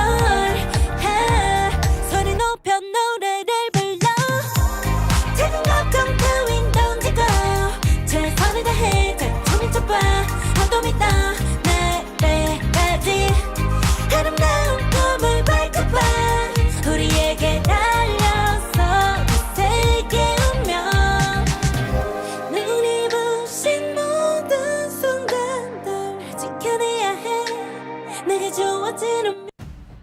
Can these crazy raccoons get any crazier before the freight train of Gen G leave the station? We're going to find out in just a bit. If you're joining us just now, that's Multitudes. I'm Potspice. We are your casters for this series. Multi, I'm still not over what just happened because that match was a crazy back and forth. Usually we're kind of on top of like analyzing stuff, but right now it just seems like just inches of mistakes or just any overextension gets punished, that it's too fast to even call. Yeah, I'm on a 2 GB buffer right now in my head as I'm trying to just replay the VODs in my cerebral Dude, I'm cortex. But MBPS, bro. Like, I'm still on that third world Wi-Fi, bro. I'm on the McDonald's Wi-Fi on that one. I'm like, what's happening? It's crazy. I know. Chat, let us know what should be, how to proceed. Because honestly, right now, Genji's playing out of the freaking minds. They are dispersed, but playing as a hive mind, not overstanding, playing every single step very, very well. And they're patient, right? They've basically allowed Crazy Raccoons to take early control of the point, even creeping up to like what 83%, 99% for these points, but not sweating it, because the moment you sweat it, the moment you panic, you overextend, you overcommit, and then you get wiped by Crazy Raccoons, and that is the mistake that those players are going to be looking for. And I know we talked about this off stream. You know, high-end does have that deep pool, but deep pool of heroes, but you can tend to go for that analysis paralysis, right? Wait, no, maybe the Bucky's gonna work. Oh wait, let's go back to the Star-Lord. Maybe the Namor is gonna work out. Yep. So I think we've seen this a bit of yesterday's match with XOXO, where they constantly kept swapping. Well, you saw the discipline, and we saw how, you know what, the mentality of Genji, like, let's let this lineup cook, and let's just let it simmer a little bit or marinate. And I don't know if they ever got to that next gear for Crazy Raccoons. I hear that, and that I completely agree that is fundamentally has credit. But also looking at the scoreboard, High-End had the highest number of eliminations to themselves. Like they were sent back to spawn 12 times, almost double the next player, and so they were honestly struggling a little bit to find even like that first gear, second gear kind of rotation for themselves. To add to that, because the mental stack of changing, because those are very different heroes, right? And you also kind of, if you have a little bit of ultimate, you kind of have to go back and farm it once again, so you don't really have that defensive, like, Galactic Legend that you worked on. You don't have the Horn of Proteus, you don't have the Kraken Impact, so I think they need to be able to get that confidence back, and that's why I said maybe Diesel start for the Crazy Raccoons for now, because you kind of have to warm up. It's been a long day. I mean, I'm pretty sure they were watching the matches as well. So I think maybe if you're a Crazy Raccoons fan, you got to let them cook, let it marinate for a little bit, let it soak in, let the moment kind of soak in, because Genji came out swinging. They're all warmed up and they're ready to go. They are indeed. So hey, it's all about how many mistakes you've made. At this level, everyone can click hits, everyone can have the movement tech, as we've seen from the likes of, the Captain America as well as the Jeffs, and it's all about positioning and the macros. This is the big brain movements that we've had from the side of Crazy Raccoons and Genji. I mean, talking about Genji Monster being an absolute captain fanatic right there around the tail end, coupled with Hoodie on the Jeff. I mean, phenomenal plays to distract and pull up even like an entire Hulk. Like the small little cute Landshark is able to distract the incredible Hulk. That is a big feat to have to deal with. It was, and I think they played, like, each of them played their role to perfection. And I'm just gonna look forward a little bit into our next match, because I believe we are gonna head towards Midtown, which can have a very aggressive push. We've seen a lot of Moon Knight, Squirrel Girl for them if they're holding up that small area, that pocket area from the beginning. We also could have Penny holds. Doctor Strange is going to be very important, because it's really hard to walk all the way back. I wonder how Crazy Raccoons is going to approach this. Are they going to go take to the skies? Are they going to double down on their 2-2-2 strategy? Or are they going to go with the triple if they're holding? Or they're going to invest a lot into that? Because the first hold says a lot, but you can have a big team wipe if you're caught in that pocket area. And we've seen a lot of people just get completely wiped, and the S turn is already done. It's true. I mean, Crazy Raccoons have been really rocking the flyer meta at the moment. I mean, flyers have really skyrocketed since Season 4 came into play, and I feel like there's a lot that is being supported, especially because Angela, another flyer here, if you're able to utilize them fairly well, I think it can really support your duelists in providing enough distraction, so they'll be Oh, on yeah. Crazy Raccoons. On the Genji side, I was just peering into my notes about Midtown, and interestingly enough, they pulled a strat that I hadn't seen before. They tell me about run it. a penny on defense, right? And they throw the spider nest into hotel, but they don't camp inside, right? They actually use the spider nest as a zoning tool to allow safety of the karmic revivals, safety of basically a third of the map absolutely Wow. zoned out. And that provides a lot more map control for Genji on the defense. So I wonder if that's been picked up by Crazy Raccoons during their VOD reviews, or would that be a repeat from Genji? That's actually a really good thing brought up. I hope they're not watching this, because if they are, they're gonna be like, sorry about that. Sorry, Genji. I didn't say anything. Dang it, Multi. We're gonna go with that strap. But hey, I'm pretty sure if they did their homework, which I feel like they did, they had a 7-day break. And I'll bring it back to the point that you did mention when it comes to poker terminology. Are you really gonna bet the house? Are you gonna just show all your cards in this one go, just for this one thing? And then for that, you're kind of exposing or just showing what else you guys have been working on. Or are you gonna save that, work a little harder for this, since this is a best of 5? It's really a marathon here, and I think also, one thing that we can at least hinge on here is that Crazy Raccoons are the ones that chose this map. So they might be aware of any of the shenanigans that Genji bring to the table come Midtown. Let's hope. I mean, they could even steal some of that. We've seen some crazy chokeholds with like basically a triple right in front of those hotel doors facing the attacker spawn, and we've seen triple flyers as well coming into Midtown. So I think there is a lot of creativity. But also, interesting enough, I'm actually very surprised and happy to see more Angela in play. Yeah. I think it's actually teams are experimenting with it, and some teams are really finding a lot of value in terms of how to position the Angela and when to go in for those dives, coupled with your duelist or your other Vanguard making the play as well. I was watching the matches that you and Dan were covering. Maybe recency bias is got to me. What was that 3-person kidnap and skewer in Central Park? Who was the one that did that? It was Down Payment versus Incipient. So Down Payment pulled that off. Yeah, who was the Vanguard that did that? Because that's a clippable Donald. moment. It was Chat. Donald. Oh, I am Donald. Don't be nervous. Sorry, that's Don't be nervous. I'm Donald. Snap. You see that guy's fun. What a quote by him. Fun. Telling he's gonna face either of these two teams, right? Correct. Yeah. And it's incredible because Fun used to be from Gen G. And so that's straight up aura forming right now. What an absolute goat, right? Just saying, hey, it's okay. Don't be nervous. Don't be nervous. I am Fun.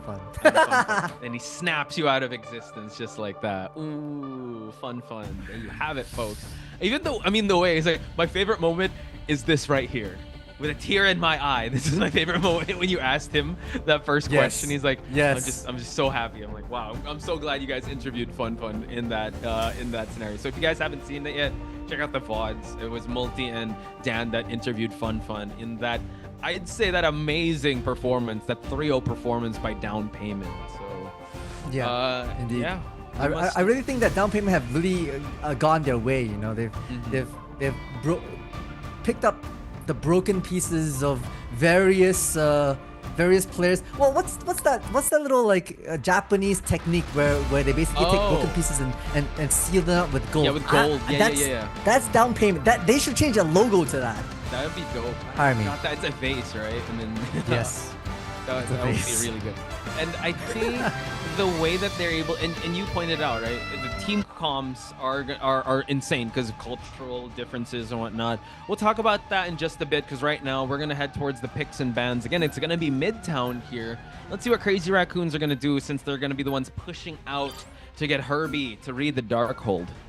Yeah, I'm thinking, hey, what kind of changes are you expecting in terms of the picks and bans from Crazy Raccoon? And just off the rip, right? Like, Captain America is one of them, maybe even a Jeff. But hey, we start off with targeting Snakes, Adam Warlock, plus the Karmic Revival. That's going to be a big one out of the way. Plus, they one-sided it for themselves, so fair. I like this. They do like those one-sidedness, but Genji, like, all right, I'll raise your one-sided Jeff matchup. And Jeff on Genji was a real big difference maker. So Hoodie, yeah, I'm excited to see how they're gonna deal with that. No Mantis in play, which is really good. Damage boosting on anyone is actually gonna be crazy. The Feast of the Abyss could just one-shot if he gets damage boosted. And interestingly enough, a Loki ban. You know, we haven't really seen a lot of Loki bans ever since Season 4 promo came around and unfortunately took the God of Mischief, really nerfed him a bit into the ground. But possibly it's a bit of a respect play from Genji onto Crazy Raccoons. You know, we've perhaps see Hyen or Lastro play a fair bit of that. And so maybe wanting to also stem the succession and the support of your backlines. Oh, I like this. Genji locking in the Star-Lord. Also, big shout-outs to Monkey Xiaobao and also Pegasus in the chat. Thank you also. They were just catching up to our conversation about Fun and Donald. So that was definitely a really good moment to clip. So if you guys could quote that. That happened in Asia, folks. Fun. Don't be nervous whenever you're taking a test. And wow, a one-sided Luna as well on Crazy Raccoon's side. So both strategists saved up, but they're not going to be allowed to use the Venom. So no dives, but on the side of Genji though, no Karmic Revivals or a flyer in the name of Ultron on both sides. Okay, I mean, fair, right? They perhaps respect Rip's Venom more than they respect JT3's Captain America. Okay, that's an interesting one. They continue to ban out the Venom for themselves. I don't hate it. We'll kind of see if it kind of works out for them. Yeah, so Genji actually having the Star-Lord also in this mix. I mean, there's a lot of ganks that he, or at least flank opportunities, especially towards the second wave, once you get to that upward ramp. So that could be a difference maker, since Crazy Raccoons also can use that Star-Lord. So I wonder how Genji's gonna hold this. It seems like, in chat, you were getting the tour of Midtown. I know you're not be able to see this, but there will be a triple that is on deck here. Place your parlays now if you guys have any on what triple you think is going to be and which team you think is going to come away with the victory in map number 2. Will it be Crazy Raccoons? Will it be Genji? We're going to find out in just a bit, folks. Yep, we should go live right now. Genji not opting for the strategy that I kind of talked about that they ran a few maps ago. So it's just the standard triple. A lot of shields plus monster with these criminal hands to dish out knuckle sandwiches for anyone willing to come close enough, and JT3 will be the first one to meet. I'm on board and almost gets away with absolute murder, trying to hunt down some of these frontline vanguards, but hey, Monster's trying to reap some of that damage for themselves. Yeah, Monster trying to make it a playground. He's gonna be swinging these hands, trying to hold up. That he got dangerously low. Gets the uppercut high end now, finding himself a really good pick off of Brownie, but we get the BRB. So the triple tanks still hold strong, triple vanguards that is, but NX able to actually get the end song going so early on in this map. We clap our way to take out False. One of the pillars have fallen out. Another one bites the dust, says Crazy Raccoons. No more vanguards, but you do get a cracking impact here for Crazy Raccoons to get the team fight. Hyen's finding their mark, you know, first elimination here in this map, and you know, maybe heard the casters talking, so had to step things up. And really with the Kraken impact and a lot of ultimates actually for the side of Crazy Raccoon. I'm looking at that strangling prison from Rip to be able to maybe find some isolations, maybe find some groupings against Genji, but Hoodie's got the Loki as well, so yeah, I wonder what copy he's going to do. The CYA is able to get the hold on to the point before the first checkpoint is unlocked. False doing so well with the Carbon Crush is also going to get the buff of the thing here. So they're constantly darting back and forth while forcing out a duo ultimate here. A 1-1 Brownie. Can he get a dunk? Takes out Lastro. So one of the strategists with NX running into a Raccoon sends him back to spawn and also sends a Vanguard as well for his troubles. NX running rampant here as they push for the first checkpoint.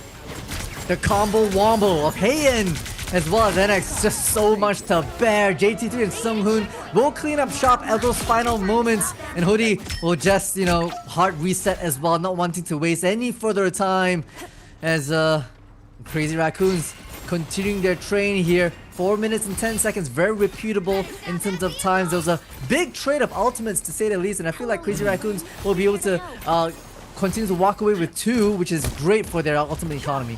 So looking at Gen G, they have kind of switched things up after the triple or the 303 strategy to 222, just to be able to match the firepower that High-End has been absolutely crazy with. But he's going a 1v1. It's my friend Bucky or Civil War situation there with 2 of the best going at it there in that room. But JT3 now trying to keep the cart going, trying to keep Herbie going here as we get the end song Inferno done and dusted, as Brownie is going to receive the BRB while the invisible boundary keeps everyone alive, and they answer back by lighting up the dance floor. A Kraken Impact finds 1. We keep going and tries to find the Land Shark. Keeps him alive, but not quite. No! He's trying to go for an entire team wipe. Heian just again and again, you know, looking at that performance, wanting to really show up and really click heads when it really matters. And off the back of this Bucky play, they've managed to possibly get the second pick. I'm not if Hoodie has anything to say. Now the teleport from False comes out as well. Monster dives straight into it all. This Jeff comes out. Yum Yum is the name of the game here, so it leaves Crazy Raccoon scattering for a bit of a play, as now they're trying to isolate. A Hoodie can't find their mark though, so Heian on the back line. Great sleep onto Monster. Do they get away with it? They don't. Heian will find the nail on that coffin. Hoodie onto Rip as well, so it's a tick for tat Vanguard trade.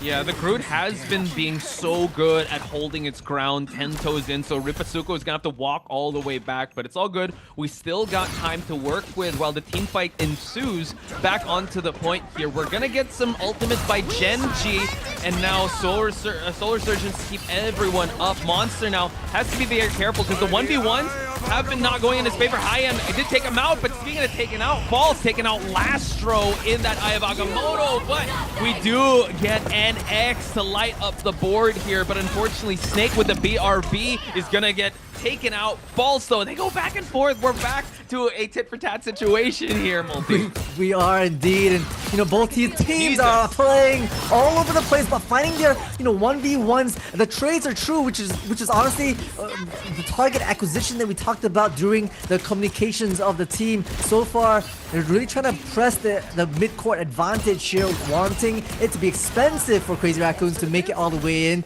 Groot isolates some of the sidelines so they can refocus their attention onto the objective, which is just mere meters away from the second point. But Genji's got, angles on angles across the board, and it just makes Crazy Raccoons so hard to cap onto this point. Now come out with a slurry of ultimates. There's a fate of both worlds, plus the Kraken Impact. Can't find too much value thus yet, but he's trying to make it work. Seduction from JT3 around this corner, trying to make it work. Wow. Close range from NX onto False, open things up. A second onto Brownie. The Yum Yum from Hoodie erupts, but can't find the escape. Rip immediately takes the Land Shark for a ride, 2 meters away with False being out of action. Crazy Raccoons look like they can seal this deal. Man, the way that Crazy Raccoon played that team fight was so good. Even though they missed that Kraken Impact, they still had the defensive ultimates to work with, and they were still able to clean up shop. This was the High-End and NX tandem that is so deadly. That deadly alliance that they have is definitely online. No more Diesel start. They're definitely rounding the lap here, trying to get that third point. Genji are going to have to switch things up, which they do. It seems like Snake now is going to go for the Winter Soldier here. Brownie now adding more damage here, but now we see the end song to the back line as Felix is going to be welcomed back to spawn. Snake taken out as well, and so early on, it's a bit of a disruption for Genji. Trying to buy time in this backline is Brownie, but will be quickly dealt with by the backline strategist from Crazy Raccoons. We chug along this objective, trying to apply further pressure as NX applies the sparks onto Monster. Backed up by both Vanguards, taking the lead here. We've got at least Genji having a couple of very good ultimates to respond in kind, but already the C&D has their Eternal Bond. And Brownie being taken out is a big deal. Whoa! strangling prison just for him to get that crack and impact, that death mark onto False. False trying to hold on to everyone as the Eternal Bond coupled with the Psionic Seduction is going to try to hold Herbie from reading that Dark Hold. Hyan still setting up the sideline, the angles, and also with the end song take a 1v1 turn for the worst for Crazy Raccoons. They try to still hold on here, but Gen G is able to kind of clap back here to take out JT3 and Ripasuko. Okay, I mean, False Brownie making it work, finding their marks in that Emma v Emma matchup, and starting to be able to disassemble the aggression from Crazy Raccoons. Rips on, on the Doctor Strange, wanting to be able to teleport play. Monster tried to disrupt it, but knows that they're gonna have to come in hot.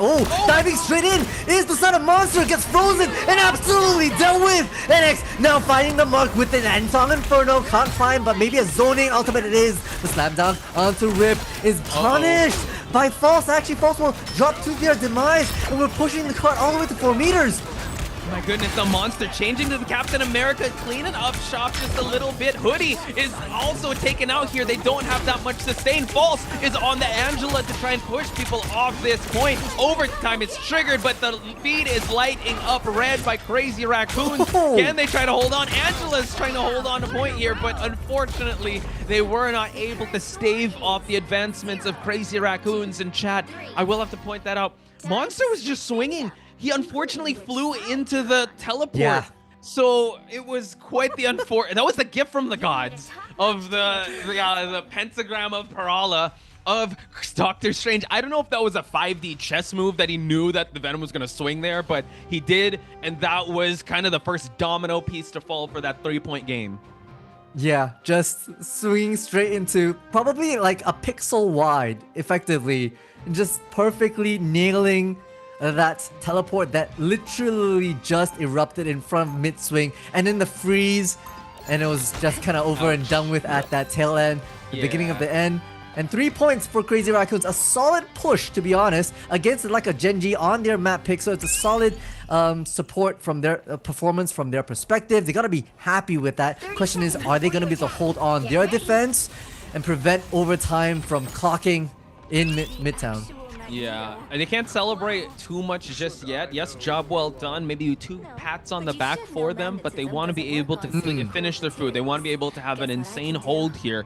But Genji is going to use the Hand of Khonshu along with the Strangling Prison Wombo combo here to start things out. But I like the disbursement of Crazy Raccoons because Moon Knight really likes y'all clumped together here. So let's see if Brownie is still going to stick with this Moon Knight.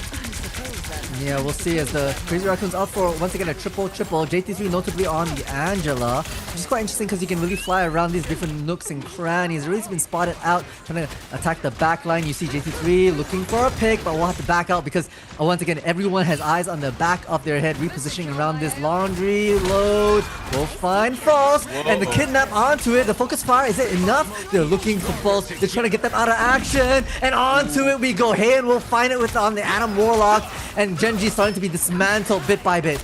Yeah, just check out the angles that are setting up. You got the Raccoon at the bottom, you have the Adam Warlock up top, left clicking his way, snapping his way for his team to have the sustain, and you got this roaming JT3 that's trying to go for a skewer. You see him peeking out of that corner there, but Brownie already has his Hand of Khonshu ready, while Monster also has that Wombo combo. Can they actually pull it off as they actually light the feed of Blue here? 2-person pick off, and now they try to march their way down this first checkpoint.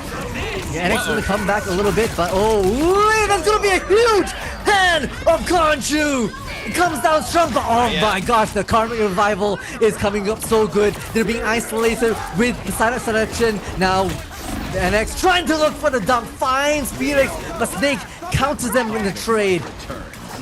Snake now with the Omega Hurricane, trying to get some pickoffs of the Crazy Raccoons. We do see that JT3, the dual axes, trying to get that bonus health and also trying to just eliminate the Vanguards here, but the sustain is too much for this push. Genji are still holding strong here, but we have Moon Knight. My god, this amazing skin is already done with the battle pass. That's insane. Brownie now continues on, has another Hand of Khonshu to work with. That's incredible that the moon can haunt them twice in about a minute's time, pushing up waiting for Monster perhaps to get the Strangling Prison, but this isolation might just do it. Nope, they were able to evacuate, but the Heaven's Retribution, all being targeted by the side of Genji, will be able to escape the grasp of this Guardian Goddess herself. Now looking for a pick on Lastro, will find it. So Brownie's back into the action. Strangling Pressure isolates the side of Sung Hoon, and that's a couple of strategies out of the way for Crazy Raccoons.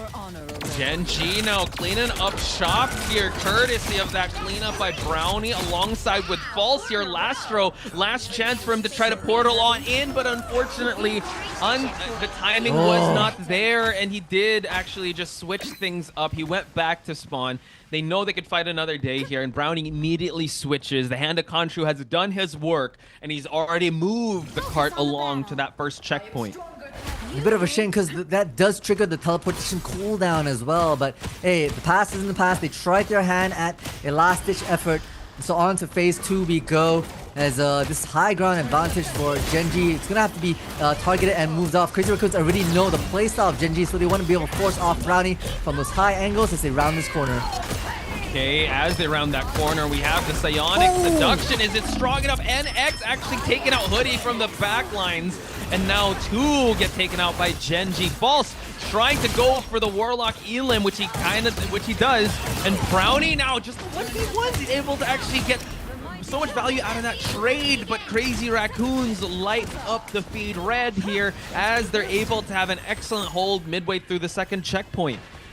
Yeah, Monster's gonna have to hard reset with the rest of the team so far. I mean, I'm looking at what they have. They have the Eternal Bond. It's probably gonna start things off. And JT3 is not quite yet up to their Meteor M, but give them a few more seconds, and I believe that will be a super counter for the C&D Ultimate.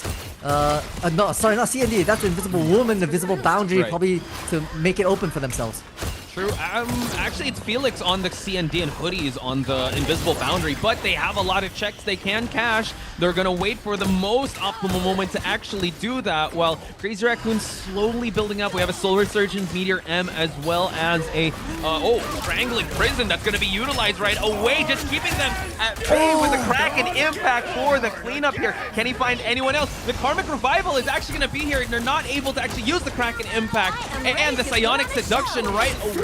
Once everyone is spilling out of the Karmic Revival, we're gonna see a 1v1 from behind here as Brownie takes out Lastro and use the end song Inferno. The songs are singing by the Phoenix as Genji is marching their way down towards the second checkpoint. Crazy Raccoons are trying to pick off Genji, but the hold is still quite strong here. We're trying to go for Ripasuko with the Psionic Seduction, but these walls are holding strong for Genji to get a 2-for-1 wipe off here, and Ripasuko able to take out Snake and Monster. So Crazy Raccoons are going to force it out, down to the wire here.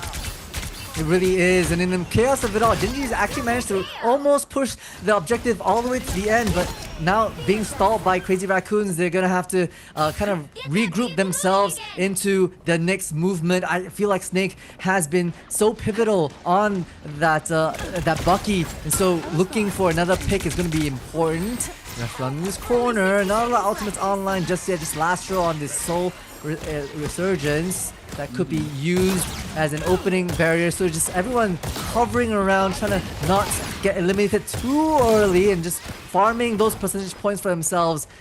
I like the flank around from the side as well. Brownie plus I think False or Felix looking for those side picks. Snake gets sparks on them, and X tries to envelop them from the backside. Whoa, and X taking out Hoodie from way back, and JT3 already on this Magneto gets chokeslammed quite low. Meteor M for the defense, and it seems like final seconds here in Genji are slowly crumbling to the hold of Crazy Raccoons as Hyan from up above taken out left and right. Hoodie now onto that Doctor Strange. We're gonna get the big stagger on the side of Genji. Hoodie has to teleport onto point in time here. Can he actually get it? The clock is winding down. Oh, he gets interrupted. Oh no! So that's quite unfortunate, and just like that, Crazy Raccoons tie up the series. That is impeccable, right? To have the forethought. Always, they're gonna try and portal in, and you deny that at the last, literally at the last possible second, Posh. Beautifully done. And we can naturally tell why this is Crazy Raccoon's map pick. Yeah, definitely. If you guys were worried about Crazy Raccoons, I think they're all right. NX getting that MVP, tying up the series. Again, they know it's a marathon.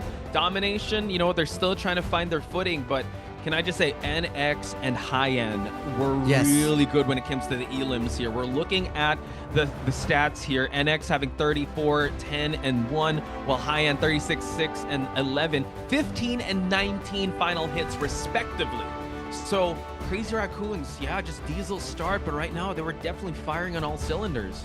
Yeah, and you can tell that they had basically strats for different corners of the map. You look at that last final push, it was NX and Heian flanking around the backside, and once they got, I think, Brownie out of the way as the opposition Phoenix, it was just Heian, not even like dancing around, not even jiggle peeking or anything, just high up on the Grand Central Station, firing left clicks after right clicks after left clicks, and it was just so well coordinated because then it enveloped Genji into a bit of a sandwich with Crazy Raccoons on both sides. Did, and also if we take it back also, it was, I mean, they actually had a really good team wipe, but that Karmic Revival in that small room under the tunnel, it really helped out, and unfortunately Snake kind of queued a little too fast. He had the Kraken impact, but unfortunately he was out of line of sight onto that Karmic Revival, and they had to force the Psionic Seduction for them to try and win that team fight. But I think we had Seonghun onto the Fate of Both Worlds, so they were able to survive that. And I think that was kind of the beginning of how Crazy Raccoons were able to have a good defensive hold. So amazing back and forths, and Multi, we are at a 1-1. And I don't know if lucky number 5 is in the horizon, but I won't be surprised. I wouldn't be surprised indeed. I mean, it really looks like they are bringing their A game. Perhaps none of the cards are being held back. Perhaps they're holding nothing close to their chest. It's bare all right now. But we'll have to see what Genji responds. You know, they've lost against Crazy Raccoons on map number 2, and it'll be their map pick in just a short while. Let the teams kind of regroup and think of new strats and new plays for map number 3. And we'll give them that space. We'll be right back for map number 3. Just around the corner. Don't go anywhere.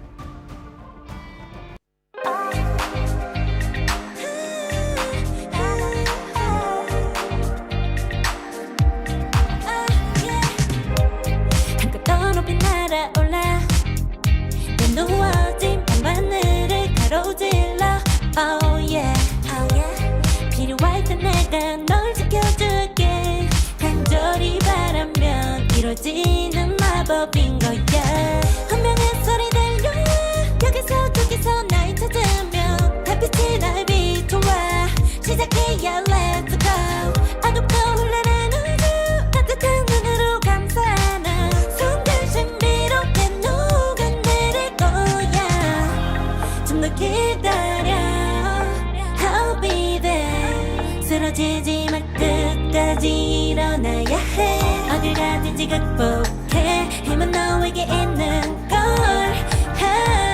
소리 높여 노래를 불러 작은 걱정 따윈 던지고 최선을 다해 잘 춰봐 어둠이 떠 날래까지 아름다운 꿈을 밝혀봐 우리에게 달려서 그 세계 운명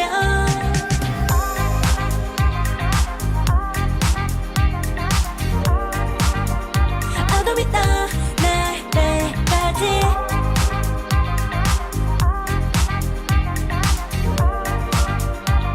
세계 운명 오랜 시간 간직해온 열망 까만 밤의 빛처럼 빛나 네 눈앞에 바로 왔던 나라 탑을 딱 봐도 스파스타 딱 보면 모두 나널 지킬 나란 걸 더 지켜볼수록 점점 빠져들어 카리스마 넘쳐 흘러 oh yeah 운명의 소리 들려 여기서 저기서 날 찾으면 달빛이 날 비춰와 시작이야 let's go 어둡고 흘러는 우주 따뜻한 눈으로 감싸나 손들 신비롭게 녹아내릴 거야 좀 더 기다려 I'll be there 쓰러지지 말 끝까지 일어나야 해 어딜 가든지 극복해 힘은 너에게 있는 걸 소리 높여 노래를 불러 작은 걱정 따윈 던지고 최선을 다해 잘 춰봐 어둠이 떠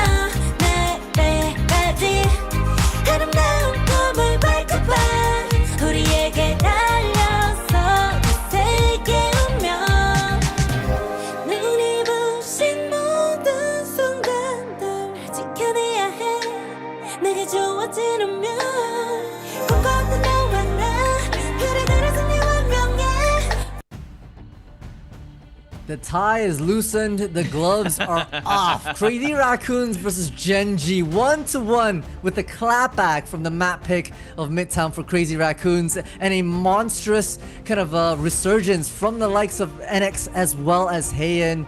Posh, how are we feeling?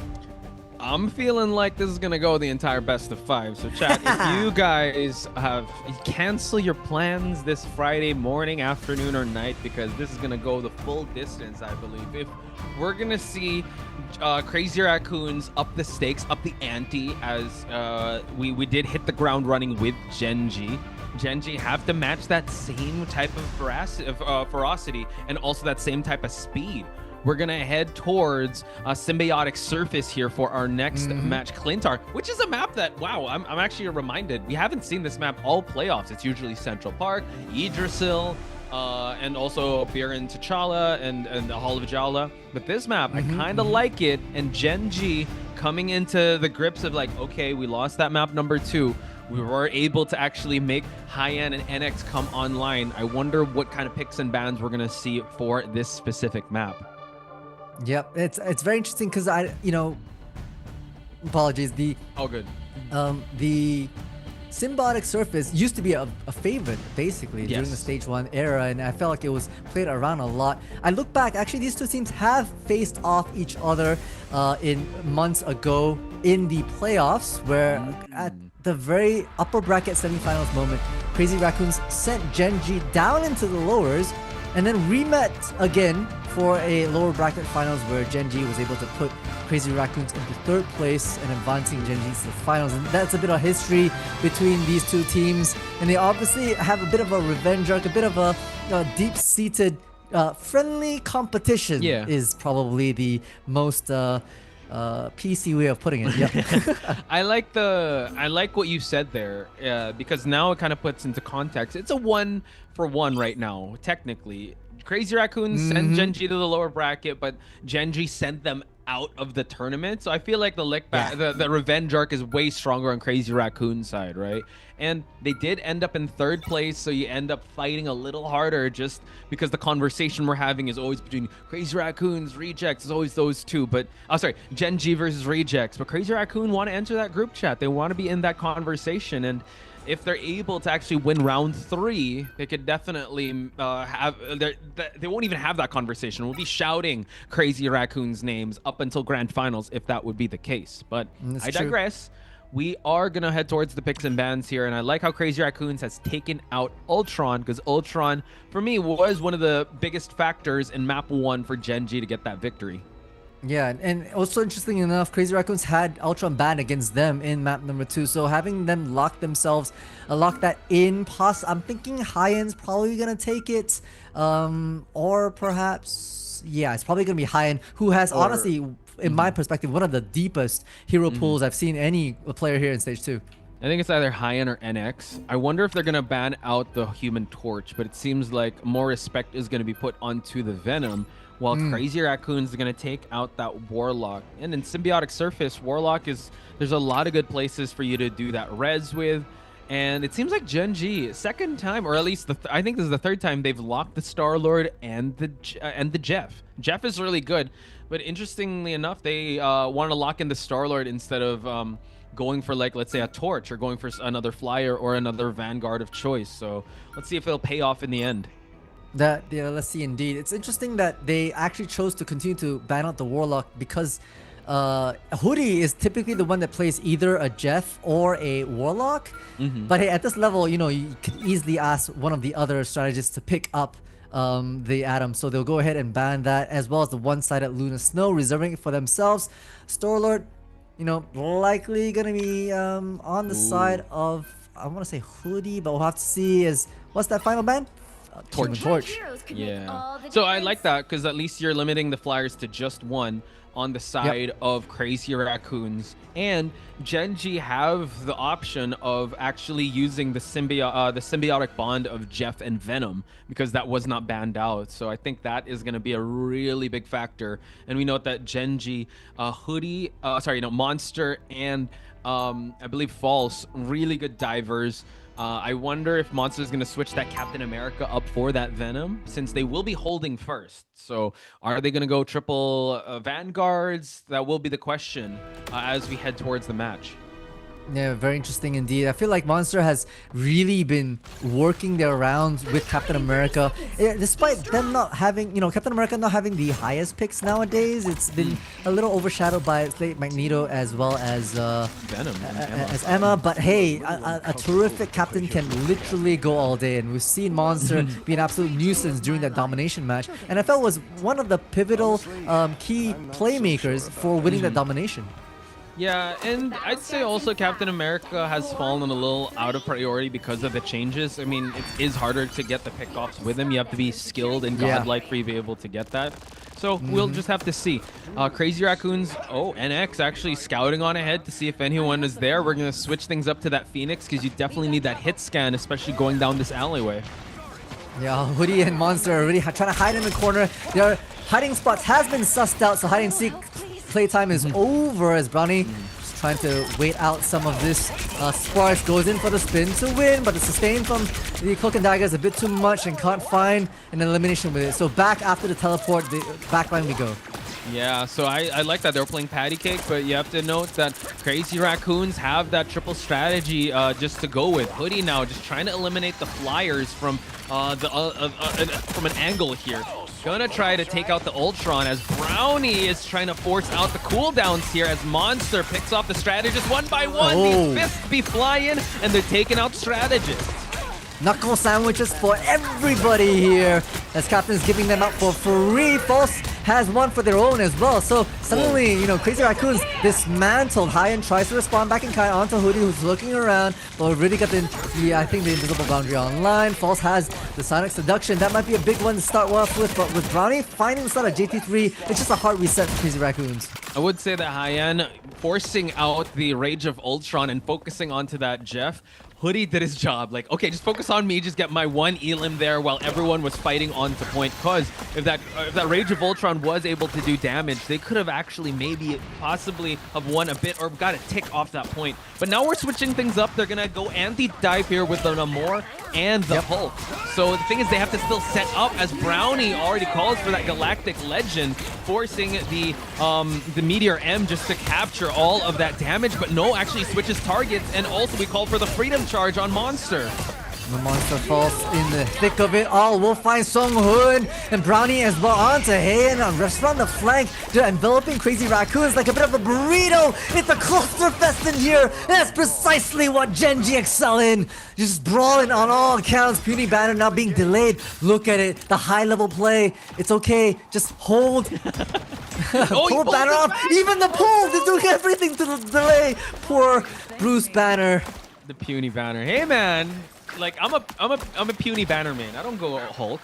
We go duelist Banner, but that was actually very disrespectful the way they did that. But again, time is burning. Genji wants to be able to burn and waste as much time as possible. Psionic Seduction from downtown, from right behind, just for them to not even touch to the point. And Brownie's out of there with that teleport by Rocket Raccoon.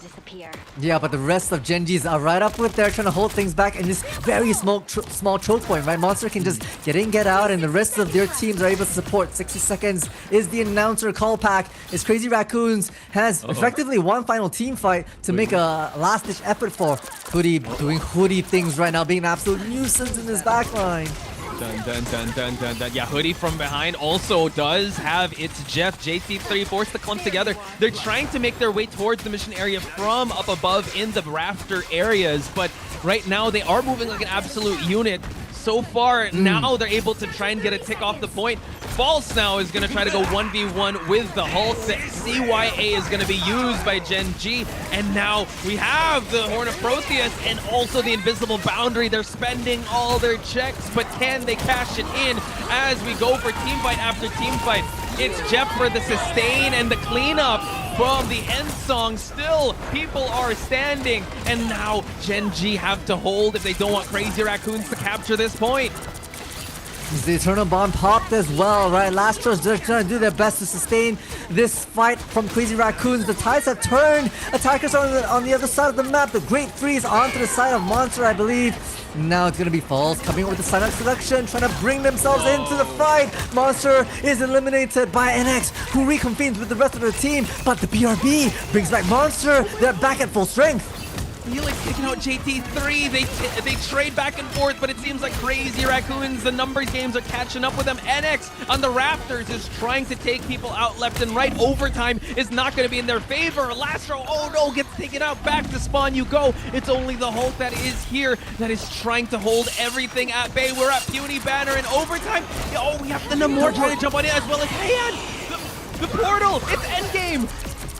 It is endgame indeed. They're trying to body block everybody, but a sustain from the side of Felix is coming out. Disappearing act inside. This invisible boundary makes it so hard for Crazy Raccoons, but they explode out with Heian on the fists of fury. Sunghoon has the fate of both worlds, trying to do sustain, but once again, it's going to be this cosmic yarn up in the sky. Brownie's got their teleport out. Monster with a freedom charge. It's just a cacophony of sounds and pixels right now as it's just trying to battle it out. No one has the advantage just yet.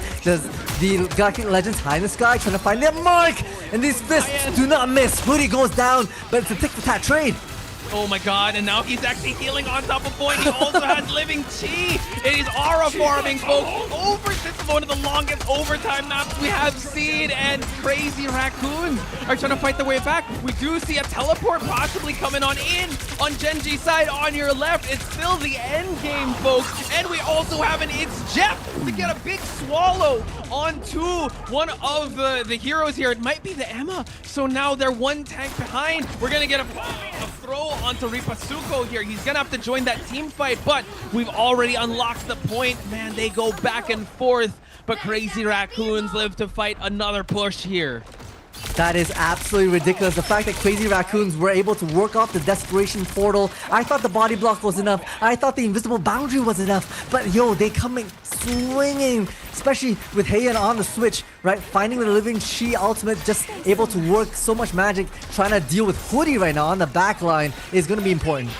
Bro is aura farming on point. He was just like meditating and being zen. You know that everything's fine meanwhile everything's on fire. Everything is fine. Crazy Raccoons right now. Everything is fine. All part of the plan, folks. Another 1v1 with the Jeff. Oh no, he has something against Land Sharks here as Heian. Unfortunately, tries to go down, but we switch on to the action here, onto the point. I am Agamotto to take out one. No, we still have Vault alive here as the strategists are trying to keep everyone alive. We're back here. We're land mammal versus Kung Fu here. My goodness. Oh god, we're going back and forth. Multi, take over here. It's impossible to keep up right now because Pulse, after the silence selection, does drop. Brownie as well. Genji looking a bit weak in the shoulders as Rip just rips the living life out of them. Crazy Raccoons continue to fight on, and I want to get back to the fight between Hoodie as well as Heian. It has to be, it's still in the background. They're still dueling in the background, I think. Are they? Oh my god, I thought it was a draw, but you see that one's going low, one's going high. My goodness, cameraman, go back to the real action here. And there you have it. Thank you, production. As we see Hoodie, the 1v1 continue on. Living Chi, oh, he's gonna meditate, but no! It's the Land Shark that wins. But no, NX now trying to go for the Galactic Legend as we see that Genji is trying to hold off the midway point from being unlocked, and just like that, Crazy Raccoons are trying to go for a team wipe and take over the objective. Great Psionic, right? Just to be able to hold out and isolate these fights. Phoenix drops, which means it's a huge stagger for the side of Genji. Hoodie's in with the It's Jeff. I'm not sure if we pop it. Never mind, we claim the point for themselves. And so, now down to the final leg we go. Can I just give a shout out to production? You guys are goated for giving us that 1v1 matchup. Man, that was the fight of the century. We got the Iron Fist versus Jeff only here in Asia, folks. But unfortunately, we go back into the action here. Once you're past this tunnel part, the defense team has to be very careful because they're so close to actually capturing it, but it will be very defense-sided since the respawn's gonna be so far. But right now, farming ultimates on both sides. You called out It's Jeff is there, as well as Freedom Charge, but now an Eternal Bond just to take us all the way towards the spawn area of Genji. Monster realizes his back team is required, uses the freedom charge to push the way all the way back, but Sunghoon finding a nice shift click onto Brownie. The BRB brings back the Store Lord, and the CY immediately pop to provide Genji just a bit more sustain as Monster attacking the back line, trying to disrupt all these. Once again, Heian absolutely aura farming in the midst of a gang fight. Is Brownie finding Sunghoon, backline targeted, and the spin to win will also find Snake. Yeah, Snake taken out of the equation, but it seems like Brownie wants to call for the Galactic Legend, and now we go back and forth. Genji able to have a hold, and now it just seems like everyone is stuck here at spawn. Genji now holding strong here, keeping Crazy Raccoons at 2. JT3 has switched already, but look at this Monster. He's going to try to interrupt here. I'm not sure if they're able to actually get the teleport going. We have the invisible boundary away from that point, but Crazy Raccoons able to hold by the skin of their teeth. NX now trying to attack the backline. They were able to get to the portal, folks. Genji now have to hold if they want to deny the 3-point game out of Crazy Raccoons. But Crazy Raccoons fighting back right now. It's a tick for tap. JT3 makes it interesting, getting Hoodie out of the way as the Looking Shark that has been dealt with. Fighting around this point, they have to stay on the cart itself, and Genji know precisely that. Oh, but you're going to be paying the price for it. False will deal with it. Monster comes out with a freedom charge just to be able to put up that final stand, but absolutely mowed down by Lastro. So now Genji have to be able to hold this point. Not gonna. Oh, ball's actually onto the Doctor Strange. We're actually gonna see a little Jeff action here.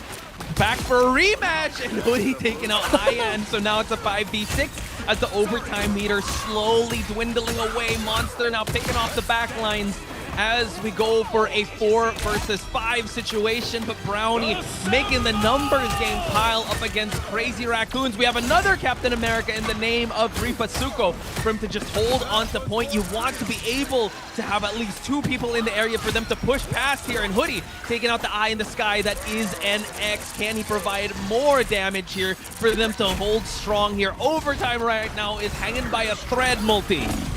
It is indeed, but JT's got an answer. We find Felix sponge up, and the Madness will claim their Monster, and Brownie and Snake all have one of each. The spin to win comes through. Hoodie making a play for himself. Genji putting up a defensive hold, and that's the overtime drained out. And Crazy Raccoons is denied that 3rd point.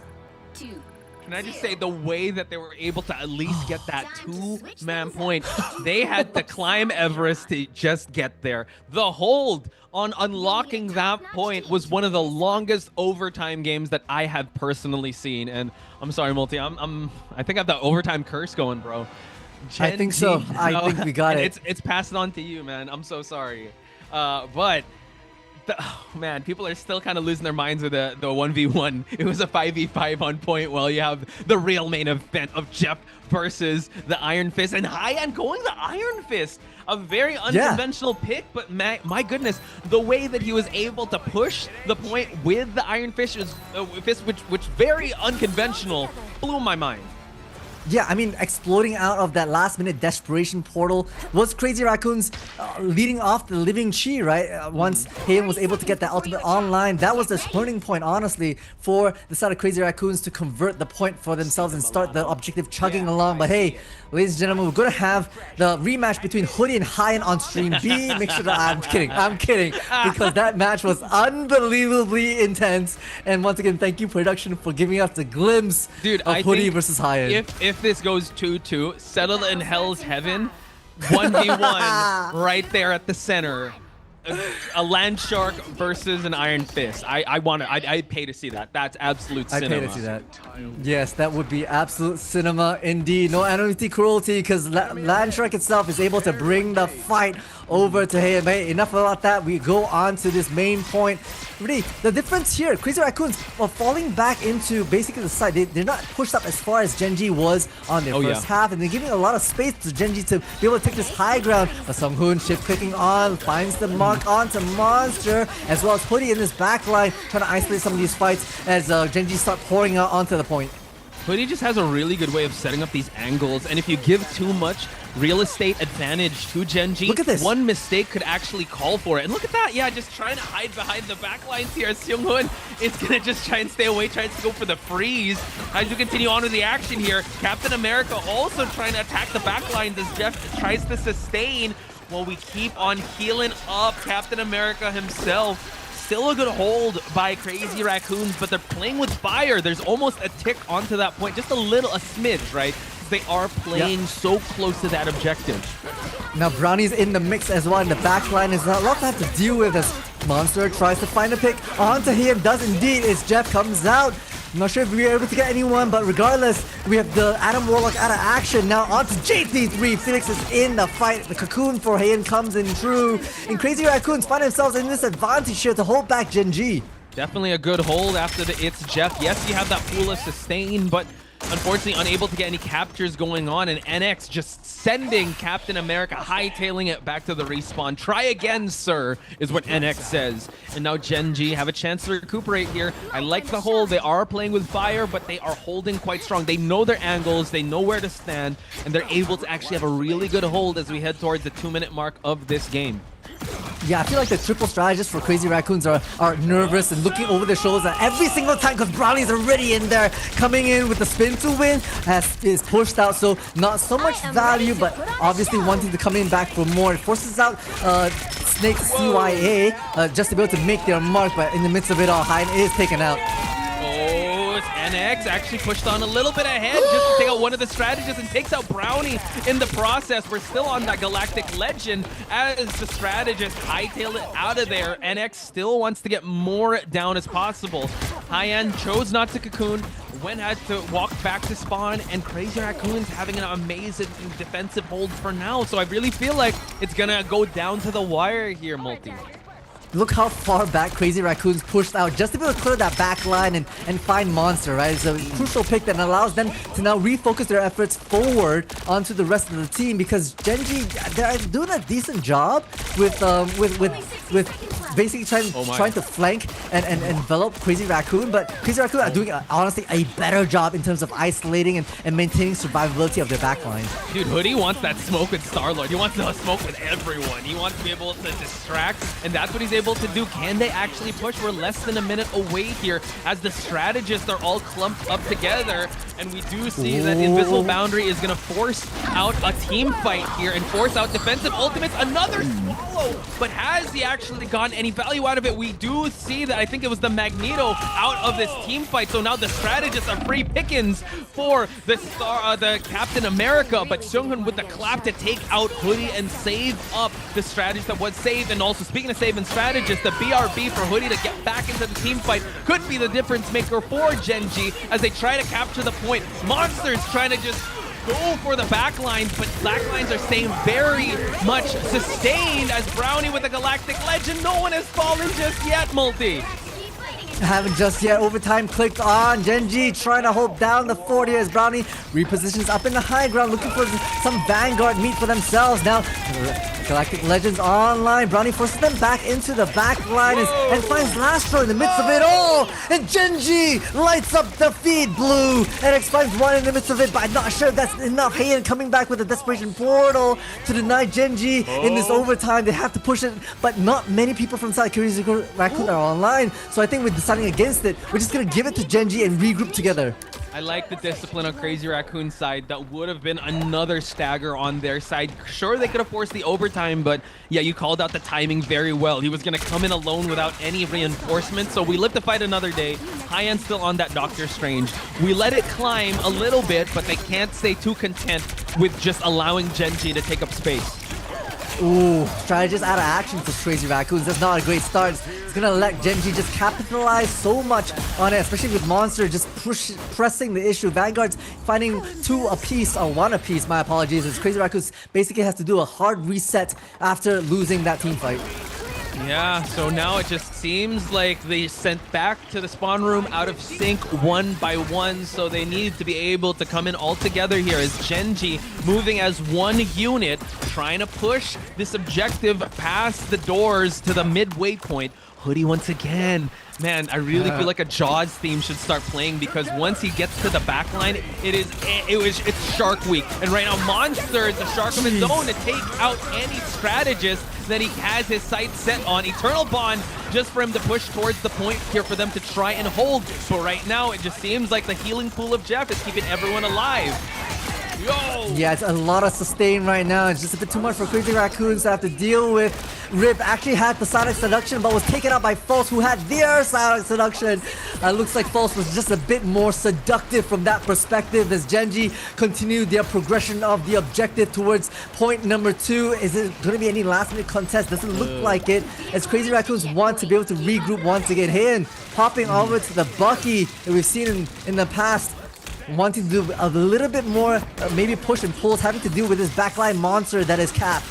Yeah, I mean, his Bucky was able to win a lot of 1v1s up against the Cap. I mean, his uppercut did get buffed, but Felix taking out NX. Oh, nice jump and fade away from JT3's dunk, and he's usually 1-for-1 with those. But right now, the Meteor M is out of the equation, while Falls takes out 1 from Crazy Raccoon. So Rivals math is really adding up for Genji to keep on pushing for this tunnel.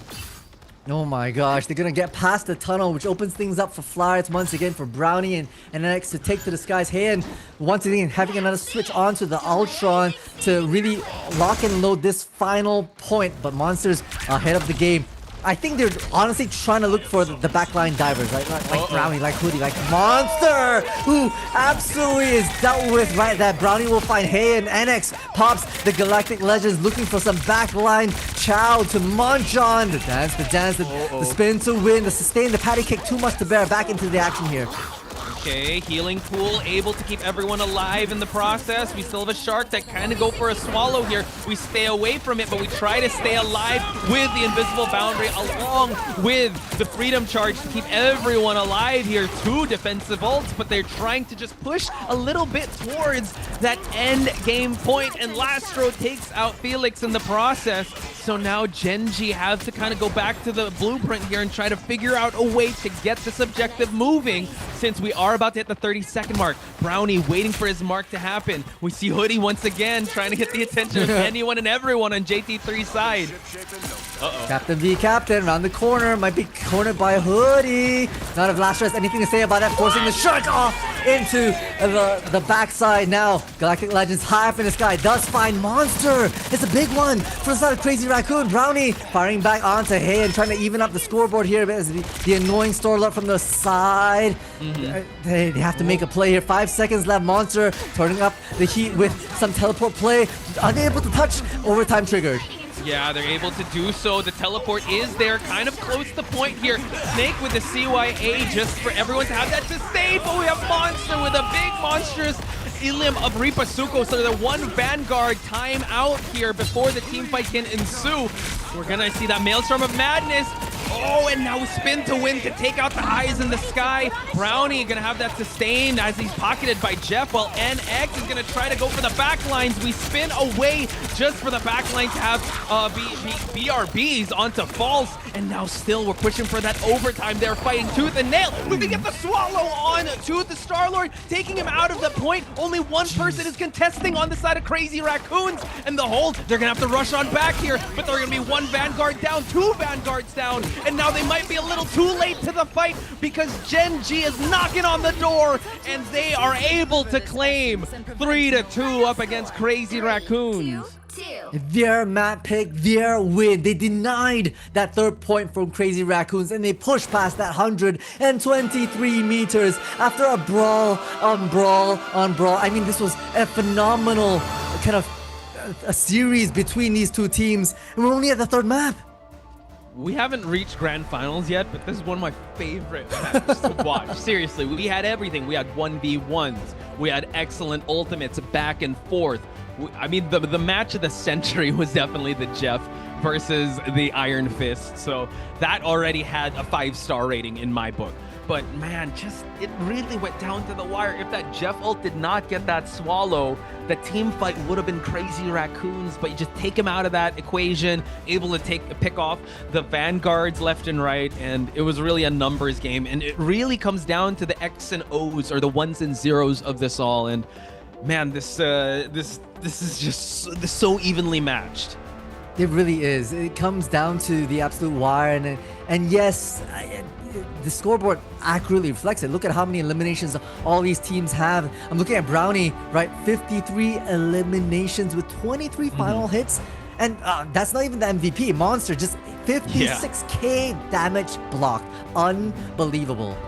Not to mention 20 final hits on a Vanguard, by the way, and he did have to switch to that Strange, so he was doing really well from the start to the finish here. So that's what you kind of want here. I mean, Monster and False, the pillars of the Vanguards on Gen G are definitely holding strong here.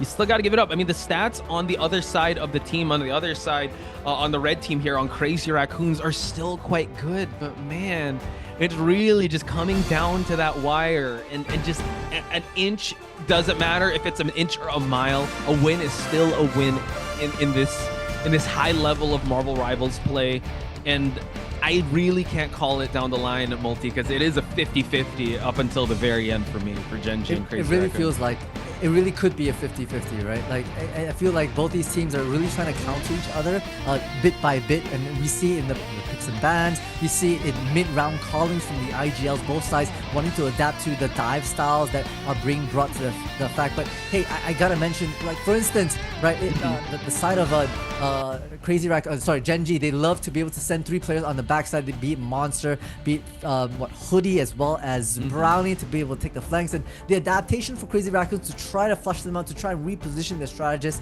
to send the likes of Rip on a bit of a scurry mission to isolate down Monster. All these are the counter plays, and ultimately boils down to who makes just a little bit more mistake, who gives that inch, and then the other team absolutely takes that mile.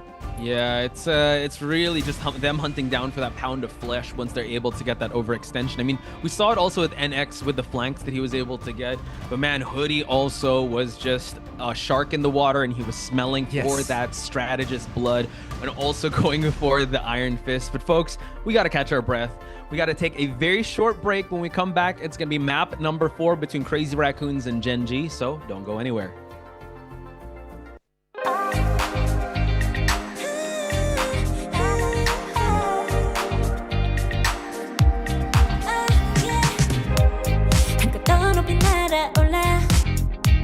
누워진 밤하늘을 가로질러 Oh yeah, oh yeah 필요할 때 내가 널 지켜줄게 간절히 바라면 이루어지는 마법인 거야 분명한 소리 들려 여기서 저기서 날 찾으면 달빛이 날 비춰와 시작해야 let's go 어둡고 흘러는 우주 따뜻한 눈으로 감싸는 순간 신비롭게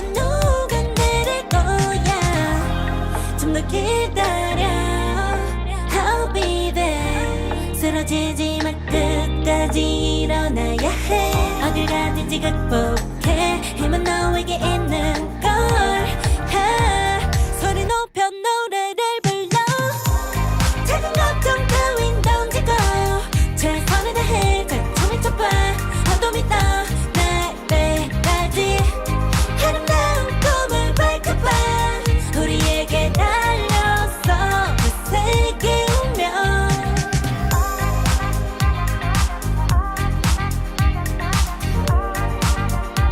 어둠이 떠 날배까지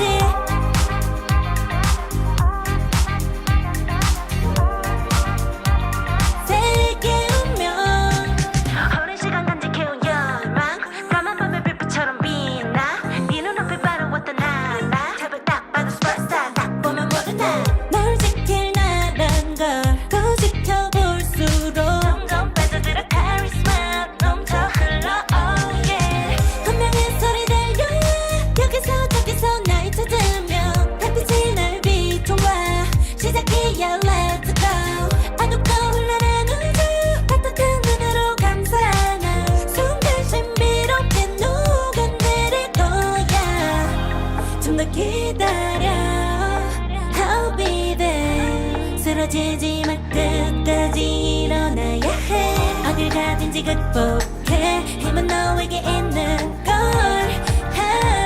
소리 높여 노래를 불러 작은 걱정 따윈 던지고 최선을 다해 잘 쳐봐 어둠이 떠 날배까지 아름다운 꿈을 밝혀봐 우리에게 달려서 그 세계 운명 눈이 부신 모든 순간들 지켜내야 해 내게 좋아지려면 꿈꿔도 너와 나 그대들의 승리 완벽해 The way Map number 4, here we go. On one side, in the corner of this octagon, we have Jeff the Lachok, and on the other side, we've got Iron Fist. That's the matchup everyone wants to see, and we saw a bit of that action, but hey, it's Crazy Raccoons versus Genji, and Genji clapped back on their map, picked that symbiotic surface, and put themselves basically at series point to put Crazy Raccoons into the lower finals. Just a big shout out to Shinra Kato. I hope I pronounced your name correctly. 2 out of 10 match. Not enough Jeff, not enough Iron Fist. You guys are hilarious in chat. That was one of the biggest highlights, but we have to take it to the nitty gritty of it, and they are really fighting tooth and nail, not giving each other anything, or any overextension is gonna be punished. And Genji looking at match point here as we take things towards Yggdrasil, as Crazy Raccoons want to take this map with the goats. So I wonder, here's what I've been thinking, right? With a high level match like this, it really tests your stamina and endurance, which I just wonder how much do they have left in the tank, because that was so intense. After an intense rank session, after 10 session, I'm done. I'm like, that was crazy, right? So they're really leaving it out on the line here just for them to claim not even the grand final, not even to gain the grand final spot, but it's only up until winners finals here. Not even the finals. Maybe for us mere mortals, we'll be done after, you know, these 3 maps. But yo, these are tried, trained, and true professionals who have had their mettle tested time and time again during stage 1. Right, we're talking about top 4 players. Crazy Raccoons themselves was number 3, and Genji number 2 as well. So hey, they hopefully got plenty of the tank, and they better be, because especially Crazy Raccoons, you gotta turn it around and flip us the script, because they obviously want to force a map 5 and beat Genji, and Genji want to put this final nail in the coffin. It's gonna be Crazy Raccoons picking up Yggdrasil's path to be able to figure out how they can play Genji. Just looking at the map stats as well, when they faced off each other during stage 1, neither Symbiotic Surface nor Yggdrasil's path actually came up. So this will be the first time these 2 teams meet each other. Can I just say also, if we take it back to the history, the first meeting, it was Crazy Raccoons to win, and then Genji met them also at the lower side of things to eliminate them in stage 1. And now, technically, this is the trilogy, and they say the trilogy always has a payoff. I mean, Civil War as well. So I hope you all have been paying attention to the story of, or the saga of Genji versus Crazy Raccoons, because you can't write this stuff, guys. This is art imitating like fiction or something, because of how intense these matches are. And it's a constant buildup, right? We thought Domination was intense. The latest map that we just watched and they played, that was like the longest overtimes we have seen. That almost lasted. I don't even know if anybody in chat was timing it, but the overtime round, I mean, it was just a hair strand for the longest time. So they really are tightening things up, and whoever wins this definitely deserves it, because they're just leaving it out all on the line. Yeah, and honestly, it's also to deal with some changes, right? Like, if you look at the roster that we had from Genji moving from stage 1 and stage 2, they actually changed out a fair number of players.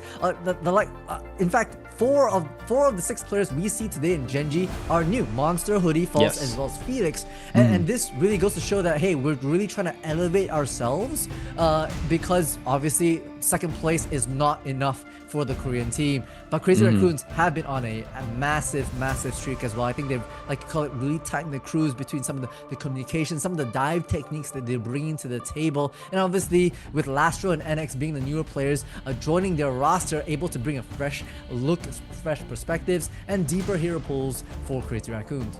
Yeah, just as I said before, and I did say it yesterday, a rising tide just raises all the sails. And if you compare us or this Asia region from stage 1, since we were the ones covering stage 1, stage 2, it's like everyone could actually have a chance, or like an any given Sunday type narrative, that anyone can win in the right conditions with the right training. And it proved yesterday. Z10 surprising everyone, as well as Onside Gaming taking it all 5 maps with Genji and Crazy Raccoons, which no one expected. Even Crazy Raccoons and Genji themselves admit that we thought we'd actually go 3-0 in this type of map. But Yeah. I think this was a wake-up call, and that's why they are performing like this in front of you guys.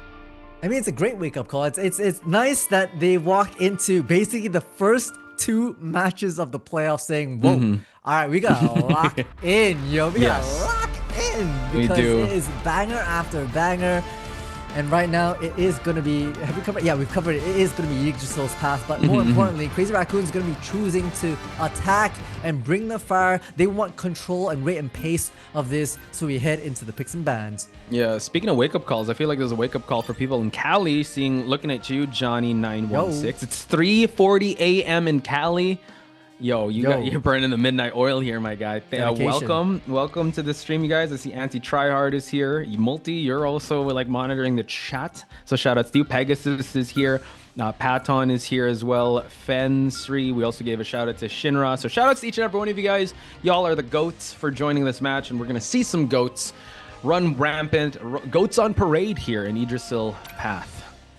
Indeed. As we move into the picks and bans, already Adam Warlock locked in and banning out the Jeff. I like the Jeff ban. I feel like when I come to Yggdrasil's path, it resonates that mid-season finals with some insane 4-person swallows. Oh yeah, 4-person throws off the map. I think that's exactly Rad EU precisely saying why we get such early Jeff bans here on Yggdrasil's path. Yeah, Rad now being Na'Vi, by the way, and that's a bit of roster shakeup. So Rad really taking the world by storm, winning the first offline mid-season finals. And I think, and unfortunately, guys, Crazy Raccoons were thinking, you know what? We don't want to run the mirror match. Let's just eliminate the Jeff, and like my Iron Fist will be uncontested here.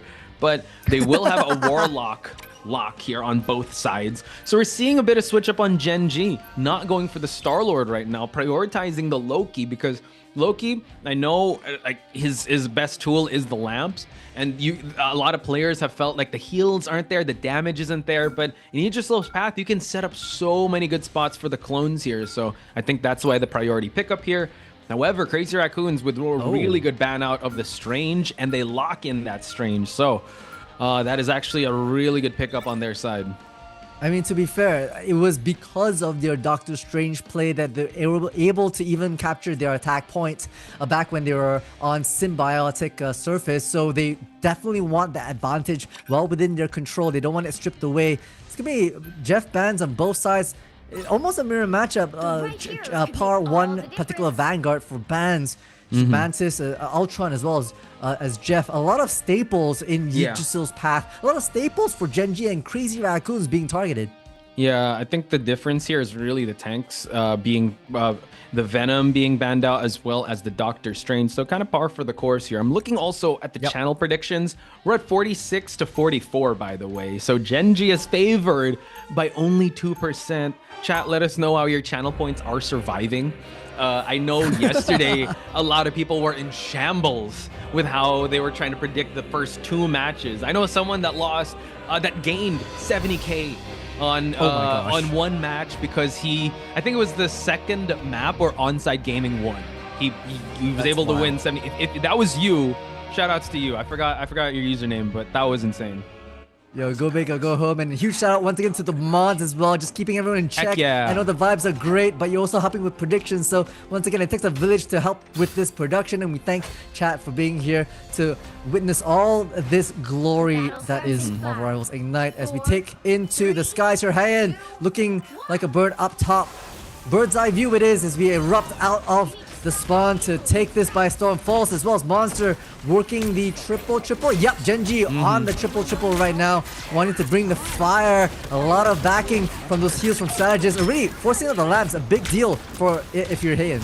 Yeah, so you really want to get out of dodge once your lamps are gone and just set up your clones just for them to have that heal spot. NX trying to dive on in here and try and take them out one by one. Note that Gen G do have a BRB to work with. Can't afford too many losses or too many KOs on their side, but Ripasuko just making sure that he's holding down the fort here. CYA this early on, not even a minute here. Felix carrying the load of just healing everyone, while Monster, being the immovable object that he is, throwing those right hands, and the isolation out of Falls. Totally fine, because we have a retry here on the BRB. We do have indeed. I mean, we talk about mistakes and overreaches, and that's important. The Kraken impact, I don't think it finds much impact, does it? They're still looking for a bit of a play onto Monster, but they're able to duck and dive out of there. Oh my gosh, huge from the side of Heian and NX. That was unbelievable. It was the strangling prison and the combo wombo to seal the deal against Genji.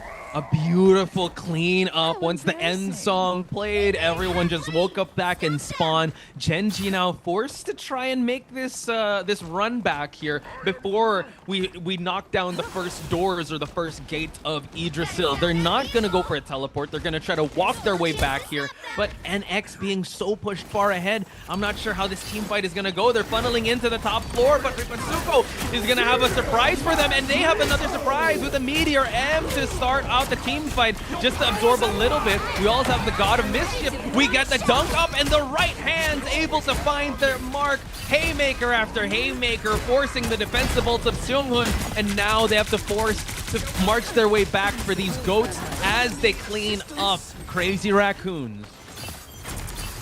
Great explosion out of that top side from Genji. Unfortunately, Rip couldn't quite get those trees in time to block off the movements from Genji, but hey, the triple comes in clutch. They didn't even need a strange teleport to be able to make a play into it, but it has been banned actually against Genji, so they don't even have it. I mean, they'd rather not take the public transpo and just like walk it. It's fine. Walking's good for you. More steps, as Loki did step a little too far ahead, forcing the CYA in this team fight, and NX taking out Rocket Raccoon, but we do have a retry here on the insurance policy of Snake, and now more targets are actually being picked off left and right. Crazy Raccoons are still trying to push past the first gates of Yggdrasil, and you know what time it is. Everyone is stunned and forcing out the invisible boundary as it's clobbering time gets countered, and the Meteor M is flying, soaring above, and the right hand is going to be able to take out Lastro along with Snake and Seonghun, and we have Genji with another successful hold here. That is insane right now from their side, right? This Snake coming in with the Karmic Revival just to be able to cycle through so many of Genji's losses early on, which meant the momentum from their side was carried on, and Monster with those hands that clap back, great clobbering time to be able to make so much haymaker space. The triple really working up from Genji. Times are running 20 seconds for Crazy Raccoons to have to make something work here. Okay, another attempt onto the end song and strangling prison, but the CYA gets reduced to nothing.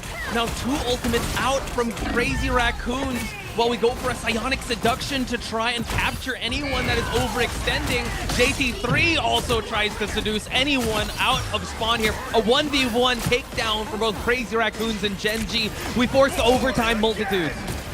We do indeed. Now the Karmic Revival from Snake comes alive again, sustaining the rest of Genji to pour back out onto this objective. Crazy Raccoons has to focus fire. NX trying to find some picks. The sparks are coming through, and Heian's in the heat of it, trying to maybe isolate some of the movements of Genji Esports with a 2-for-1. Heian's back in action and blocking off the rotates as well. The clobbering time comes through. And did I hear Born Again? Indeed. We have Hoodie bringing back the likes of Brownie, I believe.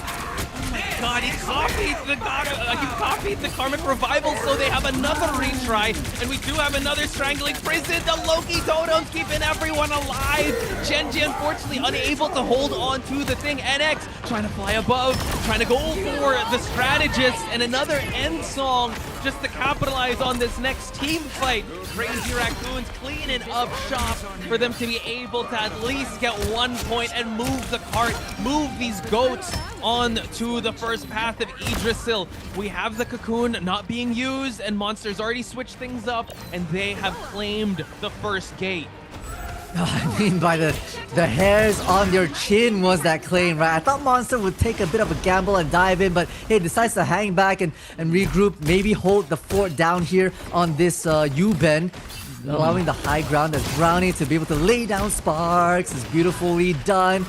But the sustain once again from Crazy Raccoons is going to be good. They've already changed it off. The triple only works for the first phase, and back into a classic 2-2-2, or 2-1-3 rather. Yeah, this is when it gets scary in this S turn. Once it gets past the second turn, it's gonna be hard if they fall, right? So they're slowly pushing the cart, but once it gets close towards that gate, it will be defender-sided monster coming in, uninvited to the strategist party. No patty cakes, but NX. Wow, able to animation cancel his way to force out the cocoon, and now we go back into the action here next to the Ghost. JT3 moving on away here, while we have an end song on the side of Brownie for Gen G to be able to try and claim a hold onto this Goat's card.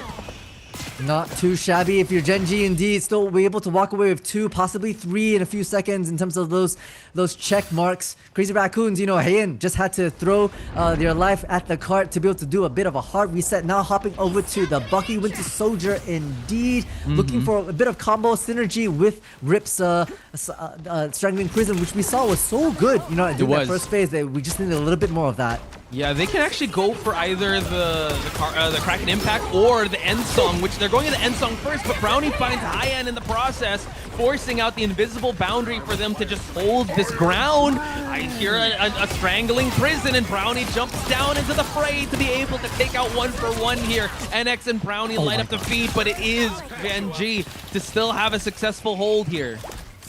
It's all these off angles. It's all these good positioning from the duelists, as well as all 3 roles, to be honest, to be able to get the better of the advantage, sow some seeds of chaos into the attacker's side and dismantle them from the inside out. You've already forced the Strangling Prison. Now Rips back on the Doctor Strange. That's a win if you're Gen G to be able to pull out some of these hard-hitting ultimates. Yeah, note that Haiyan is actually on the Psylocke just to have that flank potential, and now seems like JT3 is forcing the objective here, and Ensong just to clear out this next team fight, which is kind of far, I see, not even at the midway point of this overtime, so Crazy Raccoons are gonna try their darnest to be able to push past this turn here as they're trying to build up these ultimates, Multi.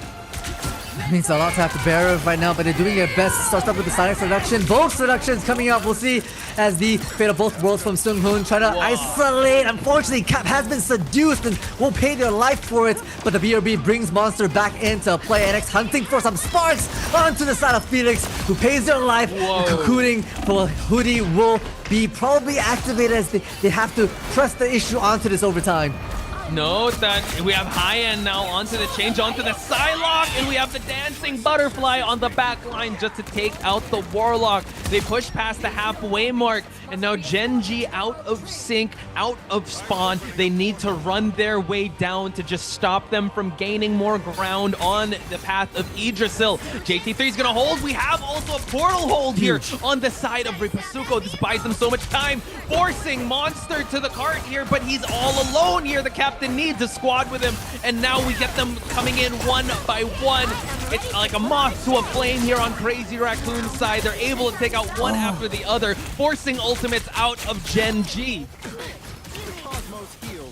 But that's precisely the point, right? That's you know, Monster had to dive in, giving their life to the cause, and unfortunately what had happened was, in the midst of all that chaos, Crazy Raccoons was able to capture that second point for their own, and all these ultimates that's being used at this current moment during the tech pods, you know, is a little maybe wasted, if you want to say that. Maybe they can work their way and put a bit of a pause against Crazy Raccoons. Yeah, because I think it's time for EMEA to start. Guys, thank you so much for joining us. We'll end the stream here. I'm kidding. We're not going to end the stream here on the next episode. No, I'm joking. Don't do me dirty like that. I'm joking. We have to settle this. We need to know. We need answers tonight. And what I can tell you are pieces to the puzzle, because I do see that we have 3 check marks each. But NX was just sent back to spawn. They're so close. They're so far away. Ripasuko has already used up the teleport. He does have an Eye of Agamotto ready, along with an Invisible Boundary by Lastro. However, we have a Karmic Revival on Gen G's side, a Freedom Charge, as well as an End Song. So everyone is still kind of building up their ultimate. Snake almost about to get that CYA going on. So we just have to wait and see how this is going to shake out. But I do, you know, I'm glad that we're able to pause at such a crucial moment. We're still forcing that overtime, but we still just have to be a little bit patient here. And on the next episode. I'm kidding. We did that No, yesterday. no, don't do the viewers dirty here. You know, I also want to call Heian, who has been rotating very, very hard on all these different duelists, right? We've seen them on so many avenues, and eventually came up into the Psylocke to make such beautiful dances of the butterflies. And now back into the fray we go. Point already taken for the side of Crazy Raccoons, but Genji are fighting back with tooth and nail, taking bodies, taking names. Heian tries to make it interesting, but hey, I think it's a bit too overwhelming right now. Yeah, definitely. So they choose to save up their Karmic Revival as well as the end song, right? But high end so far, you know what? I think the Psylocke is paying dividends because as he's changed up, they were able to get 2 ticks off the checkpoint.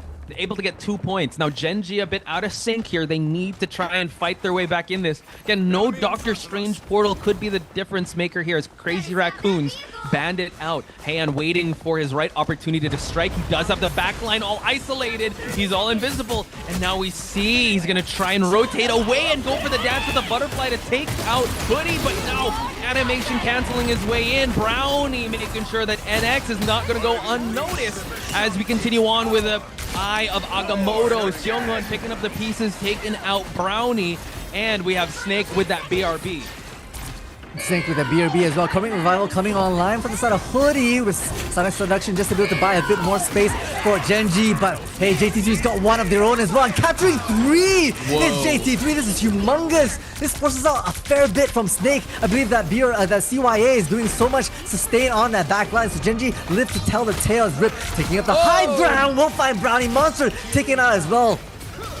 Left and right are the eliminations, but they're all Crazy Raccoons. The numbers game is not working out for Genji. Real estate is going to be on Genji's side, but they can't afford to lose any more ground. Hoodie is actually on the back lines here, still building up his right click and trying to just make sure that the strategists are going to play patty cake to stay away from the frontline action that is happening. NX now has found Hoodie. He does have the cocoon to work with for that revival, and now he has his attention set on to Captain America as we do see the dance floor being lit up here by Felix just to keep everyone alive onto the ghost.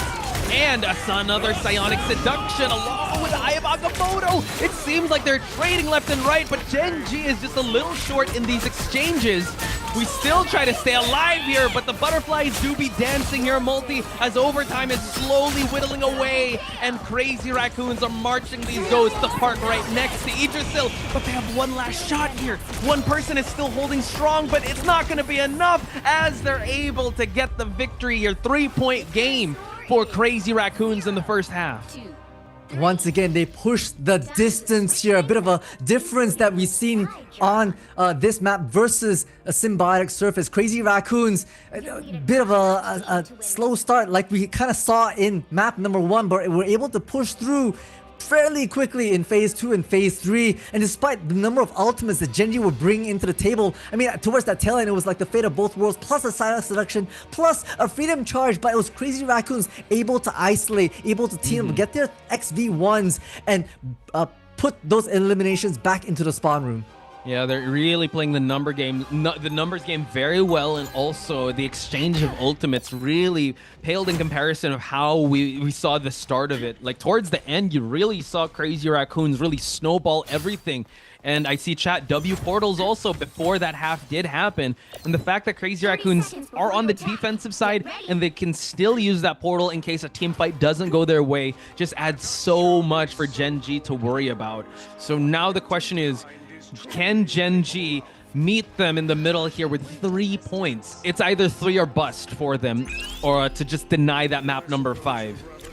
Yeah, forced in overtime once again. You know, you talked about that caster curse being live with you. It might be contagious, Posh, so we'll have to see. As once again, Crazy Raccoons gearing up for that triple. JT3 rocking the Angela, being a bit of a pain around the corner. You see hopping around the side. It's going to be JT3 that already meets, I believe, Brownie half in the air. So, yeah, I'm going to have to evac out of there and get the health pack on the way out. Applying the pressure is Crazy Raccoons wanting to put up a bit of a more defensive hold than Genji did on their defensive half. But really, JT3 on the back, trying to sandwich them like a bit of a sandwich. Finds Brownie. And it's a big one off the table. Oh my god. And now 2 off the table. Make that 3. We continue on here with just an amazing flank to skewer by Angela, and I think this is the most we've seen Angela for today, because in every match we saw a really pivotal Angela play. And JT3 putting Angela on the board, I think this is how you're supposed to use her. Off flank tank meta with a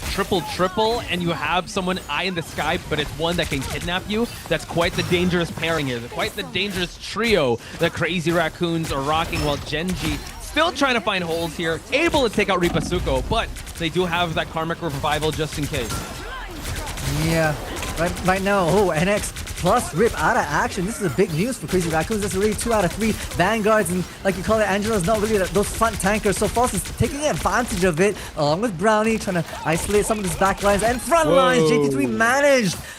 And now, all eyes forward, cart chugging along is the side of Genji. They're able to capitalize a lot on this. Okay, puts a portal just to make sure that he has the balcony all covered here for the side of Genji as they try to march the objective down to the first point. Already using a CYA for this next team fight in the alleyway, but Lastro has already gotten the fate of both worlds just to keep everyone alive, but could not actually pick off Hoodie here. He can cocoon on his way back here, and now all the checks are being spent on the blue side for them to be able to get everyone off the cart on Crazy Raccoon's side for them to win this team fight, forcing also the Karmic Revival, but it's right here in the room. So now Brownie is going to try and continue on, spinning inside just for him to be able to get any pickoffs as the cart continues to move. They're using the Fatal Bulwarks to explode out of the defensive structure. Brownie repositions high up in the sky to be able to work the magic. Crazy Raccoon still holding on to the card, so Genji's gonna have to back off because the explosion from the resurrection was too much to bear. Now just waiting for the perfect time is Brownie, looking for an opportunity to pierce through it, but now being managed by JT3, being pierced themselves. Onto the backline we go! Monster absolutely disseminated. Brownie out of action as well, and finally Crazy Raccoons find a footing here on the objective. Yeah, and now actually behind the structure of the Karmic Revival, so Hoodie not giving any space for Crazy Raccoons to revel in their victory of that team fight. JT3 still patrolling the skies away from Brownie, and now we try and go for any captures onto the backline here. We try and get a skewer and put a flank onto the site here, but now Psionic Seduction on False to be able to try and get anyone who is overextending. Note that there is, after this ultimate that is used by Lastro, there will be another one by Ripasuko that is going to be used. Genji is behind by ultimates here by a significant margin. CYA is going to allow the team fight to continue past the 30-second mark, but we're going to get a clap going on to Hoodie. I feel like Genji right now, they're always a bit fragmented. I feel like we can't get the picks that we saw before. And False absolutely taking NX out. Huge feature out of action. As well as, the Karmic Revival comes out, but Monster straight in the out of action, trying to get rid of all these resurrected souls. Lastro is immediately put back to bed. But Sunghoon will have the Fatal Bulwarks to explode back onto this point. Oh my god, and now that cart was actually going to get taken out of commission, and now we see the overtime being pulled out. Freedom Charge paired up with a Galactic Legend is going to try and contain Crazy Raccoons and put them back to spawn here. The portal is going to be used, but they are a bit staggered. So now it seems like Doctor Strange quite low. Can he actually get any heals off as they try and force the cart away? And we see that Hoodie all the way from behind, able to actually get the elim, and now they're staggering hard here. Genji marching their way down with confidence for them to be able to unlock this next point. They were playing so long around that teleport that the teleport disappeared. Yeah, it did. It actually left the strategist hanging to dry, and that's basically how Genji were able to capitalize on this that 1vx fight and get the first point under their belt. I feel like we've been talking for days so far, Posh. Oh, I feel like it's months, man. The way that these overtime games are going, we're going to see a bit of a change up here on Crazy Raccoon's side. High-end on this Psylocke is dangerous with a capital D, folks. If you're a strategist and High-end's on this Psylocke, best believe he'll find a flank and able to actually force you to heal each other. If not, you will be eliminated. So, JT3, and they also have actually the synergy with Emma. So, double trouble on the side of Magneto and that Psylocke. It's Crazy Raccoons just wanting to establish high ground advantage, right? Forcing all these lurkers out of action. The Riven spot the monster as well as Brownie and False being sent back into the the likes of the spawn room, but hey, that Karmic Revival just to be able to bring back the Vanguard is important. They're running on double Vanguards right now, so every Vanguard counts. It definitely does. And now the Karmic Revival really paying dividends. Monster back in the fray here. But unfortunately, Brownie was just a little behind onto that Karmic Revival. Gets taken out by NX and now also False. Adding more to the list here as he's going on an Elam streak here, a KO streak. And you are on the list. If you have a Genji to your name, NX is going to cross you off that list. I feel like Snake was just trying to hide in the corner and say, you don't see me, you don't see me, you don't see me. Unfortunately, yeah, hey, no, we did see you indeed. Looking for more. Monster will have to leap out of there. But hey, huge stagger, right, for the side of Crazy Raccoons. Fighting Monster, looking around the corner.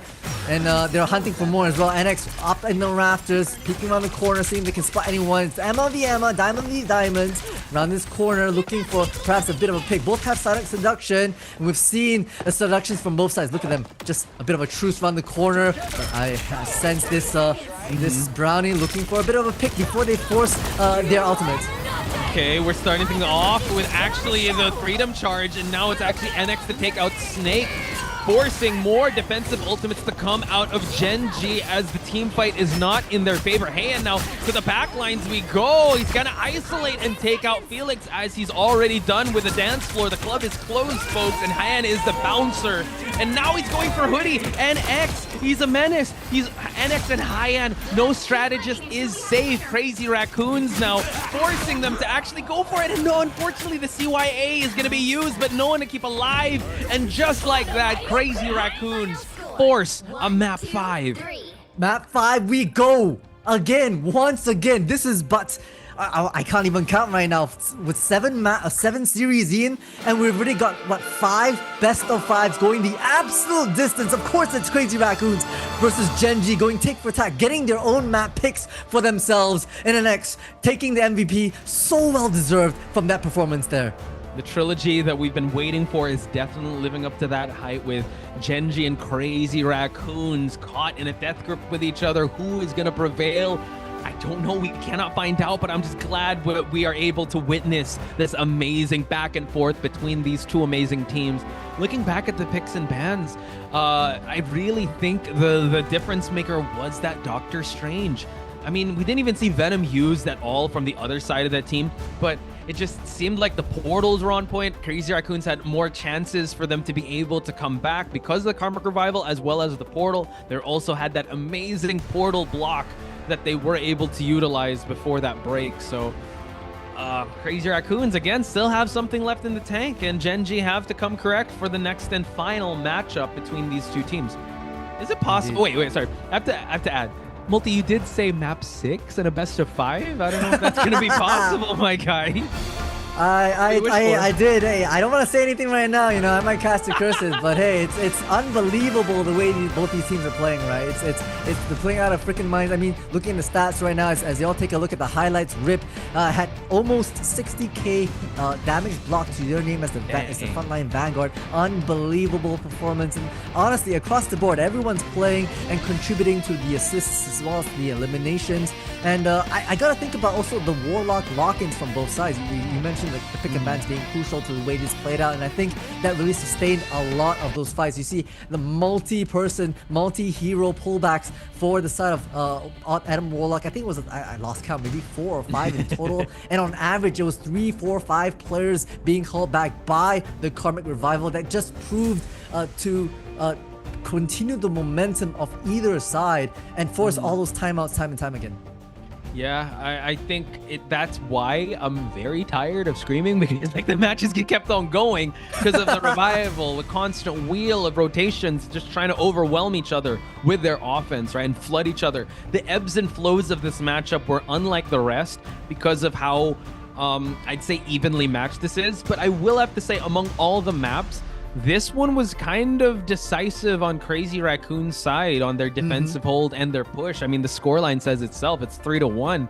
When you look at the previous one, it was like 3-2. Even when it went to domination, it was really close. So is Crazy Raccoon slowly pulling ahead, or maybe it just a pick and ban type of deal that Genji wasn't able to account for, not having that Doctor Strange and not having their comfort picks in this Yggdrasil map.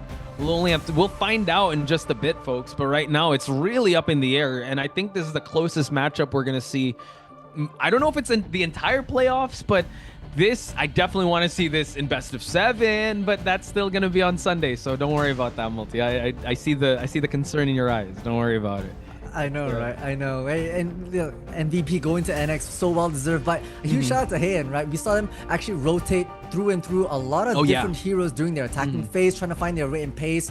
And I think they did fairly well, but it was on their defensive side, holding on to the side, getting the right rotations around that. I think they brought so much value to the side of Crazy Raccoons, right? They were able to isolate a lot of these picks, giving space to the side of NX and JT3 to make plays around the objective. And I think that was enough distraction for Genji to crumble. Yeah, and considering how Heian did at the map number 1, right? Still trying to find his bearings. Map number 2 definitely came online, and he's been revving up that engine ever since. And the way that he was able to, him and NX, just finding the pickoffs, finding the flanks, I think they're finally back into their groove. So settling it all in this last map, this map number 5, we're really going to get the best versions of both teams. So folks, we're going to take a very short break, but once everything is settled, we're going to head towards map number 5, so don't go anywhere. More Rivals when we come back.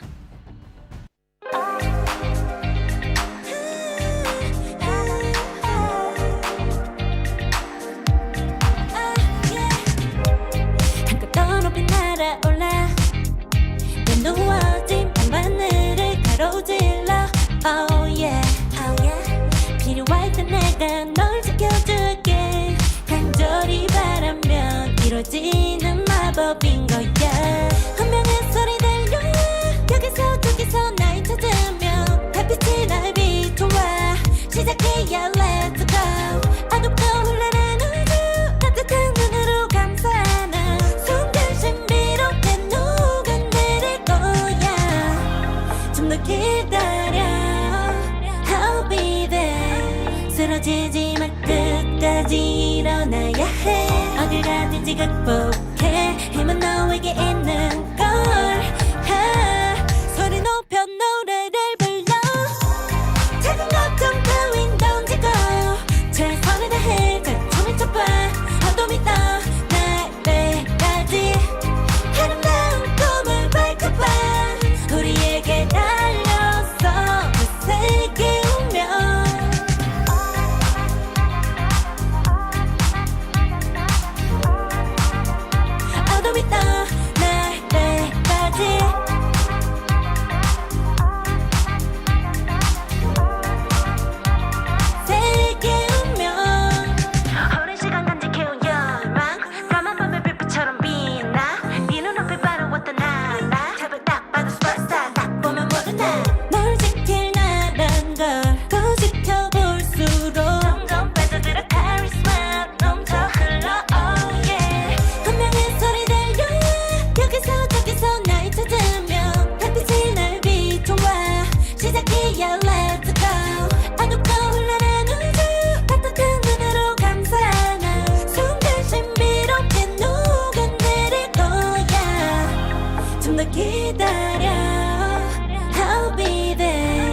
쓰러지지 마. 끝까지 일어나야 해.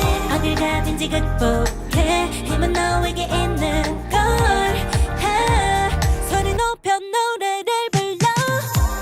작은 걱정 따윈 던지고 최선을 다해 잘 쳐봐. 어둠이 떠 날 때까지 아름다운 꿈을 밝혀봐. 우리에게 달려서 그 세계 운명. 눈이 부신 모든 순간들 지켜내야 해. 내가 좋아지려면 꿈꿨던 너와 나 그래들의 승리 운명에 We are at lucky number 5, map number 5. Multitudes, I feel like that tie is starting to loosen up a little bit because you're with the overtime king here, Potch Spice here. So Hope you guys are locked in. I have to acknowledge we're in the presence of a Chad in chat. Adam Chadlock, W's to the name. Shout out to each and every one of you. Y'all are real funny, by the way. Leg Day is also here. I'm sorry that we're going overtime, by the way, my guy. I know that Asia is notorious for it, but I feel like EMEA is right around the corner, so do support other regions as well. We're settling this in Hell's Heaven, I mean. And what are the chances that we're gonna get in the monument a 1v1 of the Jeff and Iron Fist? I love it. I honestly, it should be a 5v5, and we just reserve a small corner for the Jeff v Iron Fist. That needs to happen. We want, put a mini and camera. the camera's gonna be, a camera in camera. And the big screen is going to be the 1v1, and it will have a small picture-in-picture that's going to be the 5v5. Because honestly, that's all we want to see. That's all we want to see, chat. Let us know in the comments as we move into the best of 5. Going the absolute distance here, Posh. I mean, did a quick count, right? We've had 7 series thus far up to this particular series, up and including this series. And out of 7 of them, 5 of them, am I right? No, 4 of them have gone to map number 5. That's more You're than spoiling. 50%. It's about to be 5 for the last match, but 4 for now. 4 and counting. 4 and counting. That's what you get, folks. Asia all about those overtimes. They want to see all the map. They want to see the tour of all the facilities here in Hell's Heaven, as well as Yggdrasil and whatnot. But multitudes, we got to lock in here as we head towards the picks and bans. And right now, one-sided Jeff on CR's side. And it seems like the Genji is actually going to take out the Warlock and the Ultron, which is super important if you want to run that triple strategist comp. Yeah, and it's likely going to be triple strategists, right? We've seen both these teams run the triple strats time and time again around domination, so it'll be a very, very hard-focused strategist bans around the corner, and then they're going to do their best to save in particular what they want. A bit of a deviation here moving into the second half of the picks and bans. The Venom, obviously, a bit of a poke into Ripasuko, as well as what they can do, as well as the Star-Lord ban from the side of Crazy Raccoons against Genji. Kind of scary that when we go back to how original domination was in map number 1, it started with the one-sided Ultron on Genji's side, and they're able to lock that in. Couple that with a Phoenix lock, they're really bolstering their damage here. They're not necessarily saving any strategists. They did get a Mantis ban. Let's see if the lock of Mantis is going to happen on Crazy Raccoon side as they ban out a Luna. So there's a lot of strategists that they are attacking, and no Star-Lord as well on Crazy Raccoons for Genji to work with. Yeah, I mean, more importantly, I think Crazy Raccoons has had a lot to deal with these flankers, right? Brownie on the Star-Lord has been insanely distracting for them, so they at least want to take care of that and one side that Star-Lord for themselves to reserve possibly High-End or RNX, who's right now picking it right off the bat to be able to be that the nuisance fly against Genji. Yeah, shout outs to Catastrophe. I hope I pronounced your name right. If not, please correct me. But here we have it, folks. The lock-ins. First try. First try, really? Oh, thank God I got it right. I'm terrible. I'm very dyslexic. But here we have it, folks. These are the picks and bans. But I'm looking at the side of Genji, and I'm kind of liking that they do have the Ultron and End Song to work with. But I don't know. I think maybe Crazy Raccoons have kind of figured out something. They did. I mean, map 1 does not dictate how map 5 will play out, and Crazy Raccoons are going to try to change the script here and make themselves a 2-1 versus Genji that did send them packing in stage 1 of Ignite. I'm still very, very worried about the Adam Warlock that Hoodies are having, right? I felt like on map 1, they also had Snake, and granted that Karmic Revival wasn't popped, I believe, in the first map of Domination, but with the way these games are playing and the way Crazy Raccoons has really turned up, I feel like that might be the edge that Genji will be able to bring into this fight.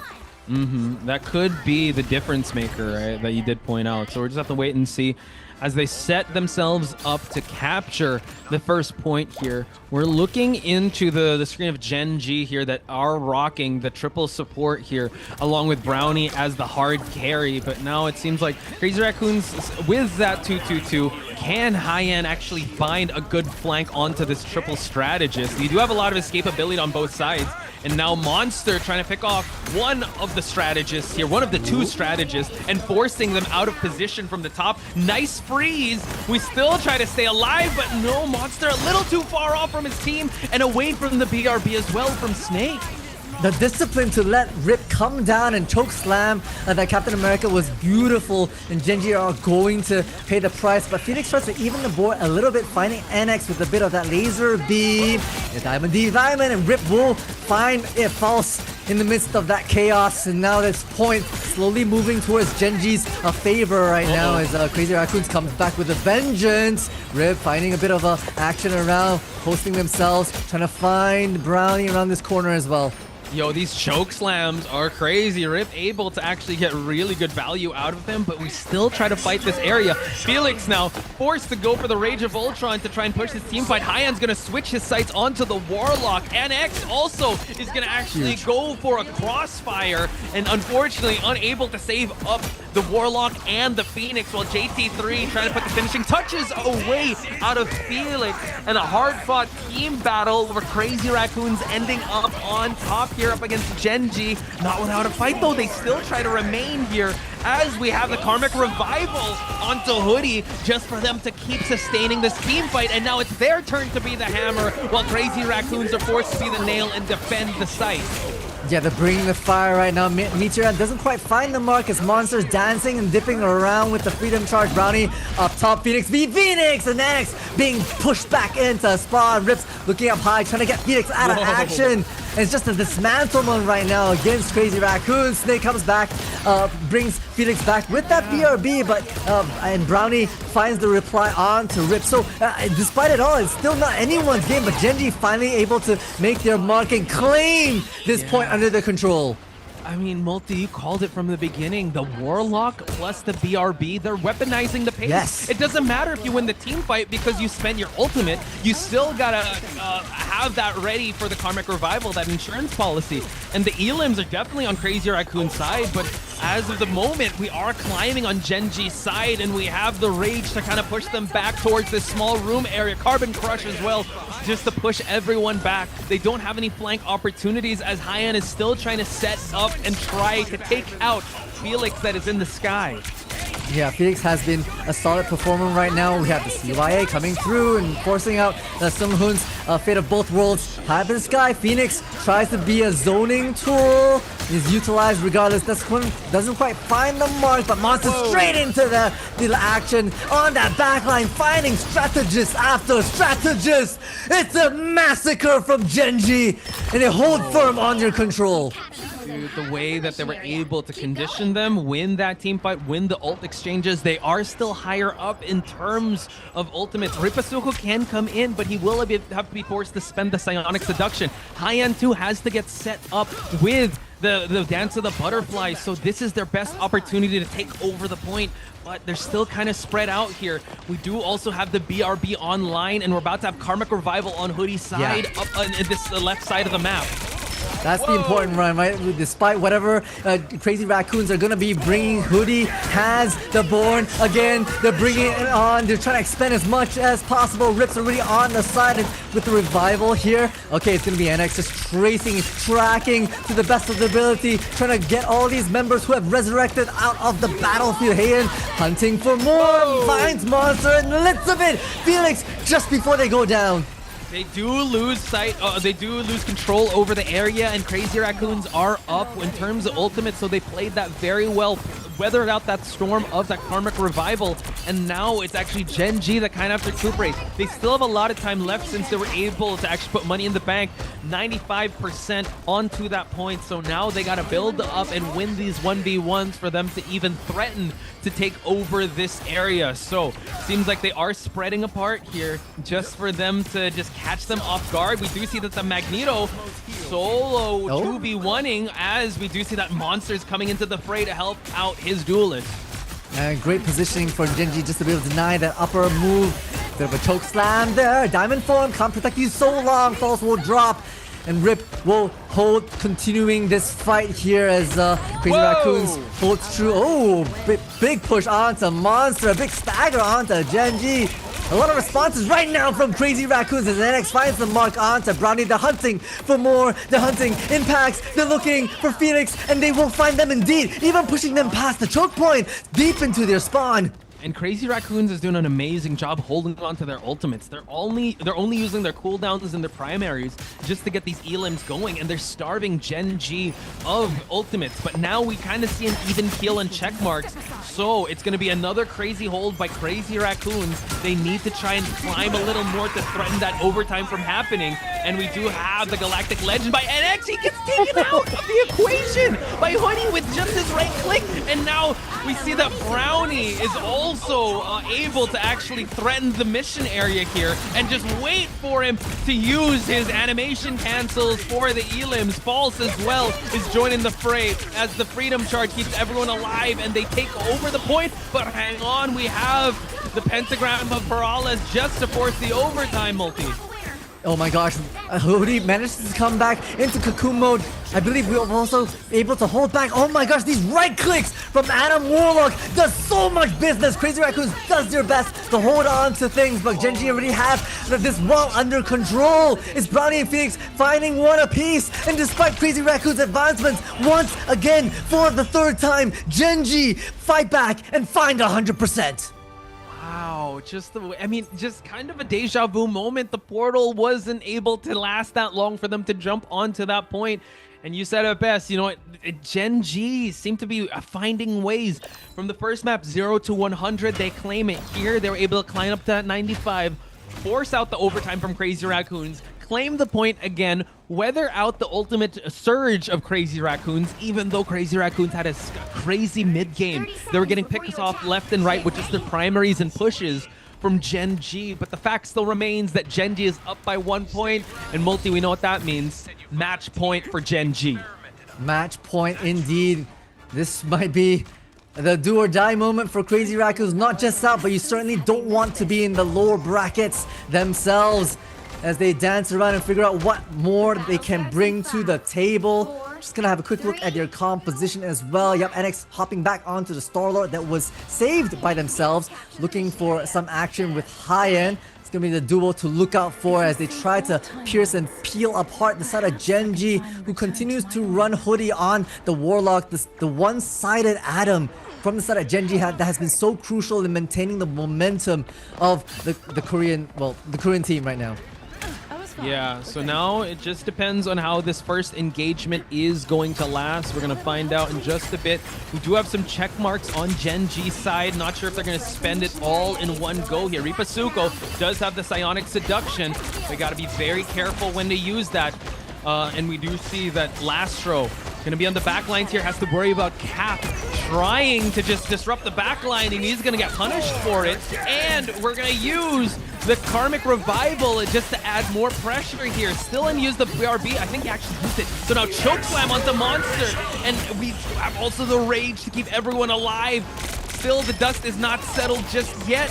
We do have Crazy Raccoons just to hold the point. High end from the backside here, able to actually take out the support of Gen G. I mean, it's still a bit of a brawl right now. Gen G look like they almost have the advantage, but there's some action coming up from Crazy Raccoons as they want to borrow in. Brownies looking for a fast one to get themselves back in to support the rest of Gen G. Into the fight we go. Crazy Raccoons looking to put a bit of a fight around. Meteor M, high up in the sky. Meatball looking for a bit of an answer. And we find Snake in the midst of it all. NX finds another onto Phoenix. Strategist lacking in the Gen G department, and NX will capitalize 100% on that, looking for some with the Galactic Legends. Hoodie taken out, and high in the sky, Hoodie, Brownie, it's all JT3, it's all high end, it's a dynamic duo we talked about. Only 16% for Gen G, a far cry from the 80 that we saw in the previous point.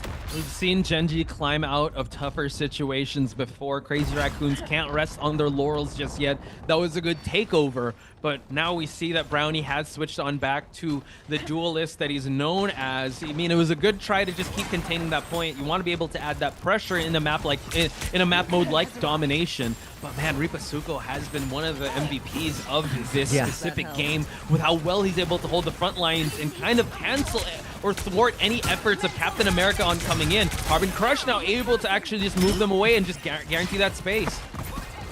It's huge, right? For the side of Rip, just able to work their magic. So Phoenix will have to pop.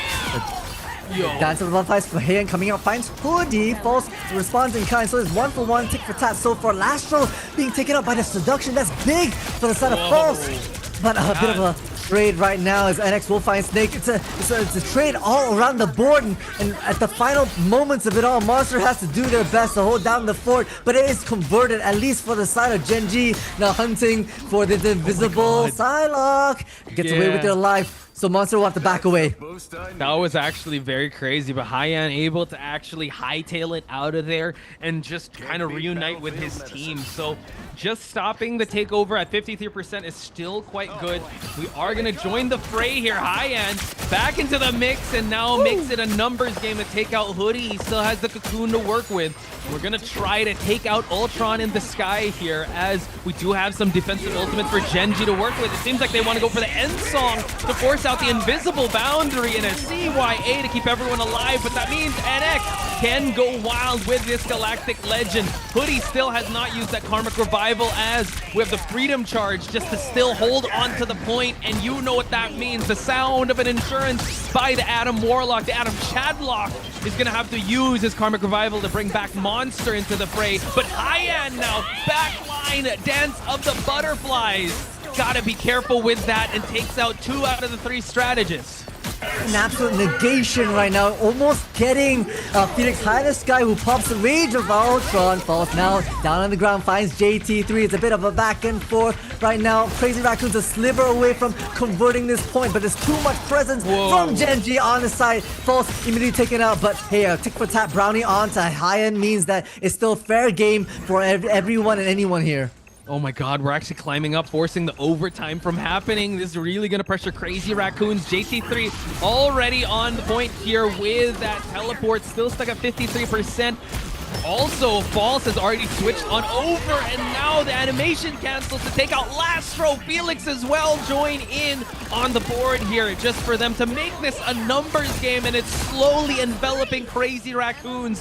The snowball effect is on Genji's side, and they're slowly pushing them back to spawn here. The teleport is actually going to slowly run out, and Genji are victorious in this trilogy. History repeats itself right here. At the tail end of the best of 5, we go back to domination. Just like map 1, Genji proved just that.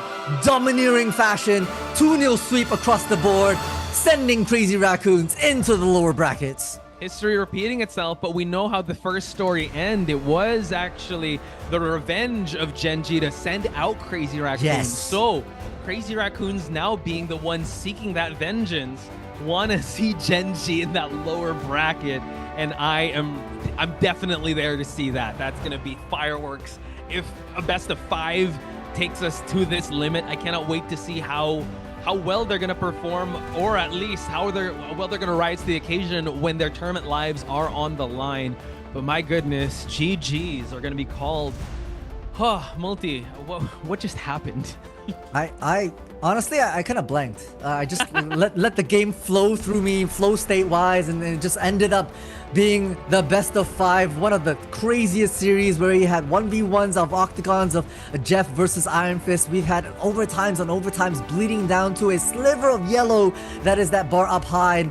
And honestly, Crazy Raccoons look really good, right? They brought the fire, and with the changes that they brought from the roster, they've adjusted to meet Genji head on. But hey, I feel like it's that domination match that Genji had a stronghold fix on, just a crude understanding of how to work the map that is their forte. Yeah, I mean, it kind of showed with the first map, and I'm looking also at the elims that they were able to get. I mean, you got NX with 26, you got Heian with 23. I mean, it's basically kind of even with Genji. They're going back and forth. I thought Crazy Raccoons were getting more of the elims, but bringing it back to that Warlock, right? Just weaponizing the pace. We're constantly keep moving. After you use the ultimates, we're still alive. We're still kicking. We didn't hear no bell. It's still overtime. We still kind of keep pushing, and Genji just showing us volumes to this game.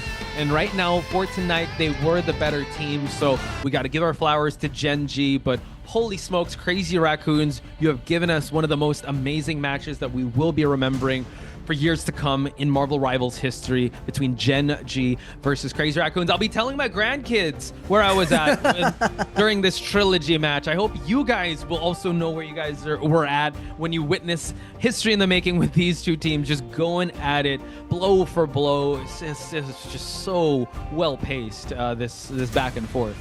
It really has been, right? I mean, the fact that they were able to basically secure their own map picks, that was Crazy Raccoon, right, during rounds 2 as maps 2 and 4, just goes to show that the fact that, you know, their map picks runs deep and they're able to prepare and have great map knowledge to counter the likes of Gen G. We saw a lot of mid-round calling from them to adjust to the changes that Gen G were able to bring. But ultimately, it came down to, you know, the micro mistakes that perhaps some of these players have. Perhaps maybe you didn't bring out your Namor early enough to support your Hulk. Perhaps, you know, you had a bit of a slow start and we're trying to cycle through all these different duelists, but weren't able to find a rhythm to bring an ultimate online to support the rest of your team. All these micro mistakes ended up being capitalized upon, and Gen G obviously will snatch every single one of those back up. It was really a high level, a high IQ plays on both sides, right? And you said it best. It was just these small moments or these brief windows of opportunities that both teams were capitalizing on. Not necessarily, I mean, skill for skill, it was just really good, but it's just those small moments that you can actually, they use for them to tear open towards the offensive line or the defensive line. So that's what you want to see for both teams that would possibly represent us in the offline finals. And I definitely want to see the run back on Crazy Raccoon side, because I don't know, maybe we're in this reality where Gen G gets it, but I don't think the next reality is far off where Crazy Raccoons get it, because it was so competitive, Multi. It was really just a back and forth. I really see a reality where Crazy Raccoon takes this, and I'm pretty sure Gen G know that. I'm sure Crazy Raccoon want that run back. And I think it's also the problem with all these high-level plays is that the fact that each of these players have such deep hero pools, right? I mean, I think back in moving from map 4 to map 5, the fact that, you know, they had to drop an Ultron ban to make way for, I think, a Star-Lord ban plus a Jeff ban, right? The Hoodie has been so insane on the Jeff. They really wanted to get rid of that. But that opened up for Felix to do maniacal damage high up in the sky as the Ultron, the Rage coming in strong. I mean, the scoreboard speaks for itself. 25 eliminations and 25 assists. Not a lot of final hits, but to be able to support the rest of the team with those long range razors is terrific. And that is the trouble with these, right? How are you able to cater your strategy towards to counter such deep hero pools? And with that being said, folks, we will be interviewing one of the players of Gen G, and it is the monster himself, the beast himself, Monster. We talked to him yesterday, and I can't wait to pick his brains on the match we just witnessed. So let's get to it in just a bit. So do send your love in chat. We have Monster in the mix, not even sweating. Best of 5 game. That's gotta feel good. How is the team feeling after that insane back and forth? I mean, we're really hyped. It was crazy how that turned out. Oh yeah, no, we felt it here on the desk, and chat has been brimming with excitement. Honestly, the vibes here within Twitch and YouTube have felt like this might be even the grand finals kind of arena, but hey, it's been terrific to see y'all turn up and perform. I want to talk about some strategies, and obviously don't reveal too much, but hey, was it mostly you just focusing on what you had to do as a team, or were there some counter plays that you were trying to read in terms of those picks and bans, in terms of those map picks for yourself? Yeah, for sure there were counter picks. Like, we knew they wanted to play like double dive tank, so we had like a counter and ready for that. And we also had a counter for like the last game. We knew what they were gonna play, so we just went in. We knew what we were gonna do. We were prepared. We went in with the plan. Everyone knew what they should do in their role, and we just executed perfectly. Yeah, and it was definitely one of the most amazing matches that we have seen, at least here in Marvel Rivals, at least me and Multi. But I gotta ask, coming into this match, did you expect it to be this close, or did you expect it to be this much of a back and forth? Oh, for sure I did. I mean, I know they're a good team and definitely really good competition, but I expected it to be like a 3-2. I did, but I'm glad we came out on top. Hell yeah. Okay. very much indeed. You come out on top. You're in the upper bracket finals, and just a little bit further along the stream, we will have the final series of today, which will be XOXO versus Rejects, and Genji will be besting or matching up against them as well. I mean, do you have any kind of are you anticipating it? Do you want to see XOXO first, then or Rejects? I will say Reject. We definitely know their competition as well. I mean, we lost to them in the before playoffs, the qualifier. So they're definitely good competition. XOXO, I'm not sure too much, but maybe XOXO I would want to win because Reject we've lost to before, so maybe they're good competition. All right. I mean, you'll definitely be watching that match closely. Last one for me. People are watching you guys. There are a lot of Genji supporters in chat. Any message you want to give out to people watching? Yeah, I mean, thank you for supporting. It's been a crazy journey. Shout out to the whole team and Falls especially for giving me this opportunity to be on the team as well. And yeah, shout out to all the fans. Thank you. Heck yeah. Monster, you have played like an absolute beast. Thank you so much for the moments. Thank you so much for the time. We'll see you on the next one, man. Get some rest, man. Thank you. Yep, thank you. Monster indeed. I mean, the chat has said it perfectly. Monster can do this all day. They've been rocking the Captain America, being an absolute nuisance in the back line, supported by the likes of Brownie as well as Hoodie, to be able to just tickle that strategist backline and provide enough distraction, or sometimes even an elimination. That's the cherry on top. But hey, calm, cool, collected is Monster. Probably extremely spent after a marathon of the best of 3. So good rest for him. Definitely. I mean, he's not sweating, but he's cool, calm, and collected. But like he said, everyone is all hype.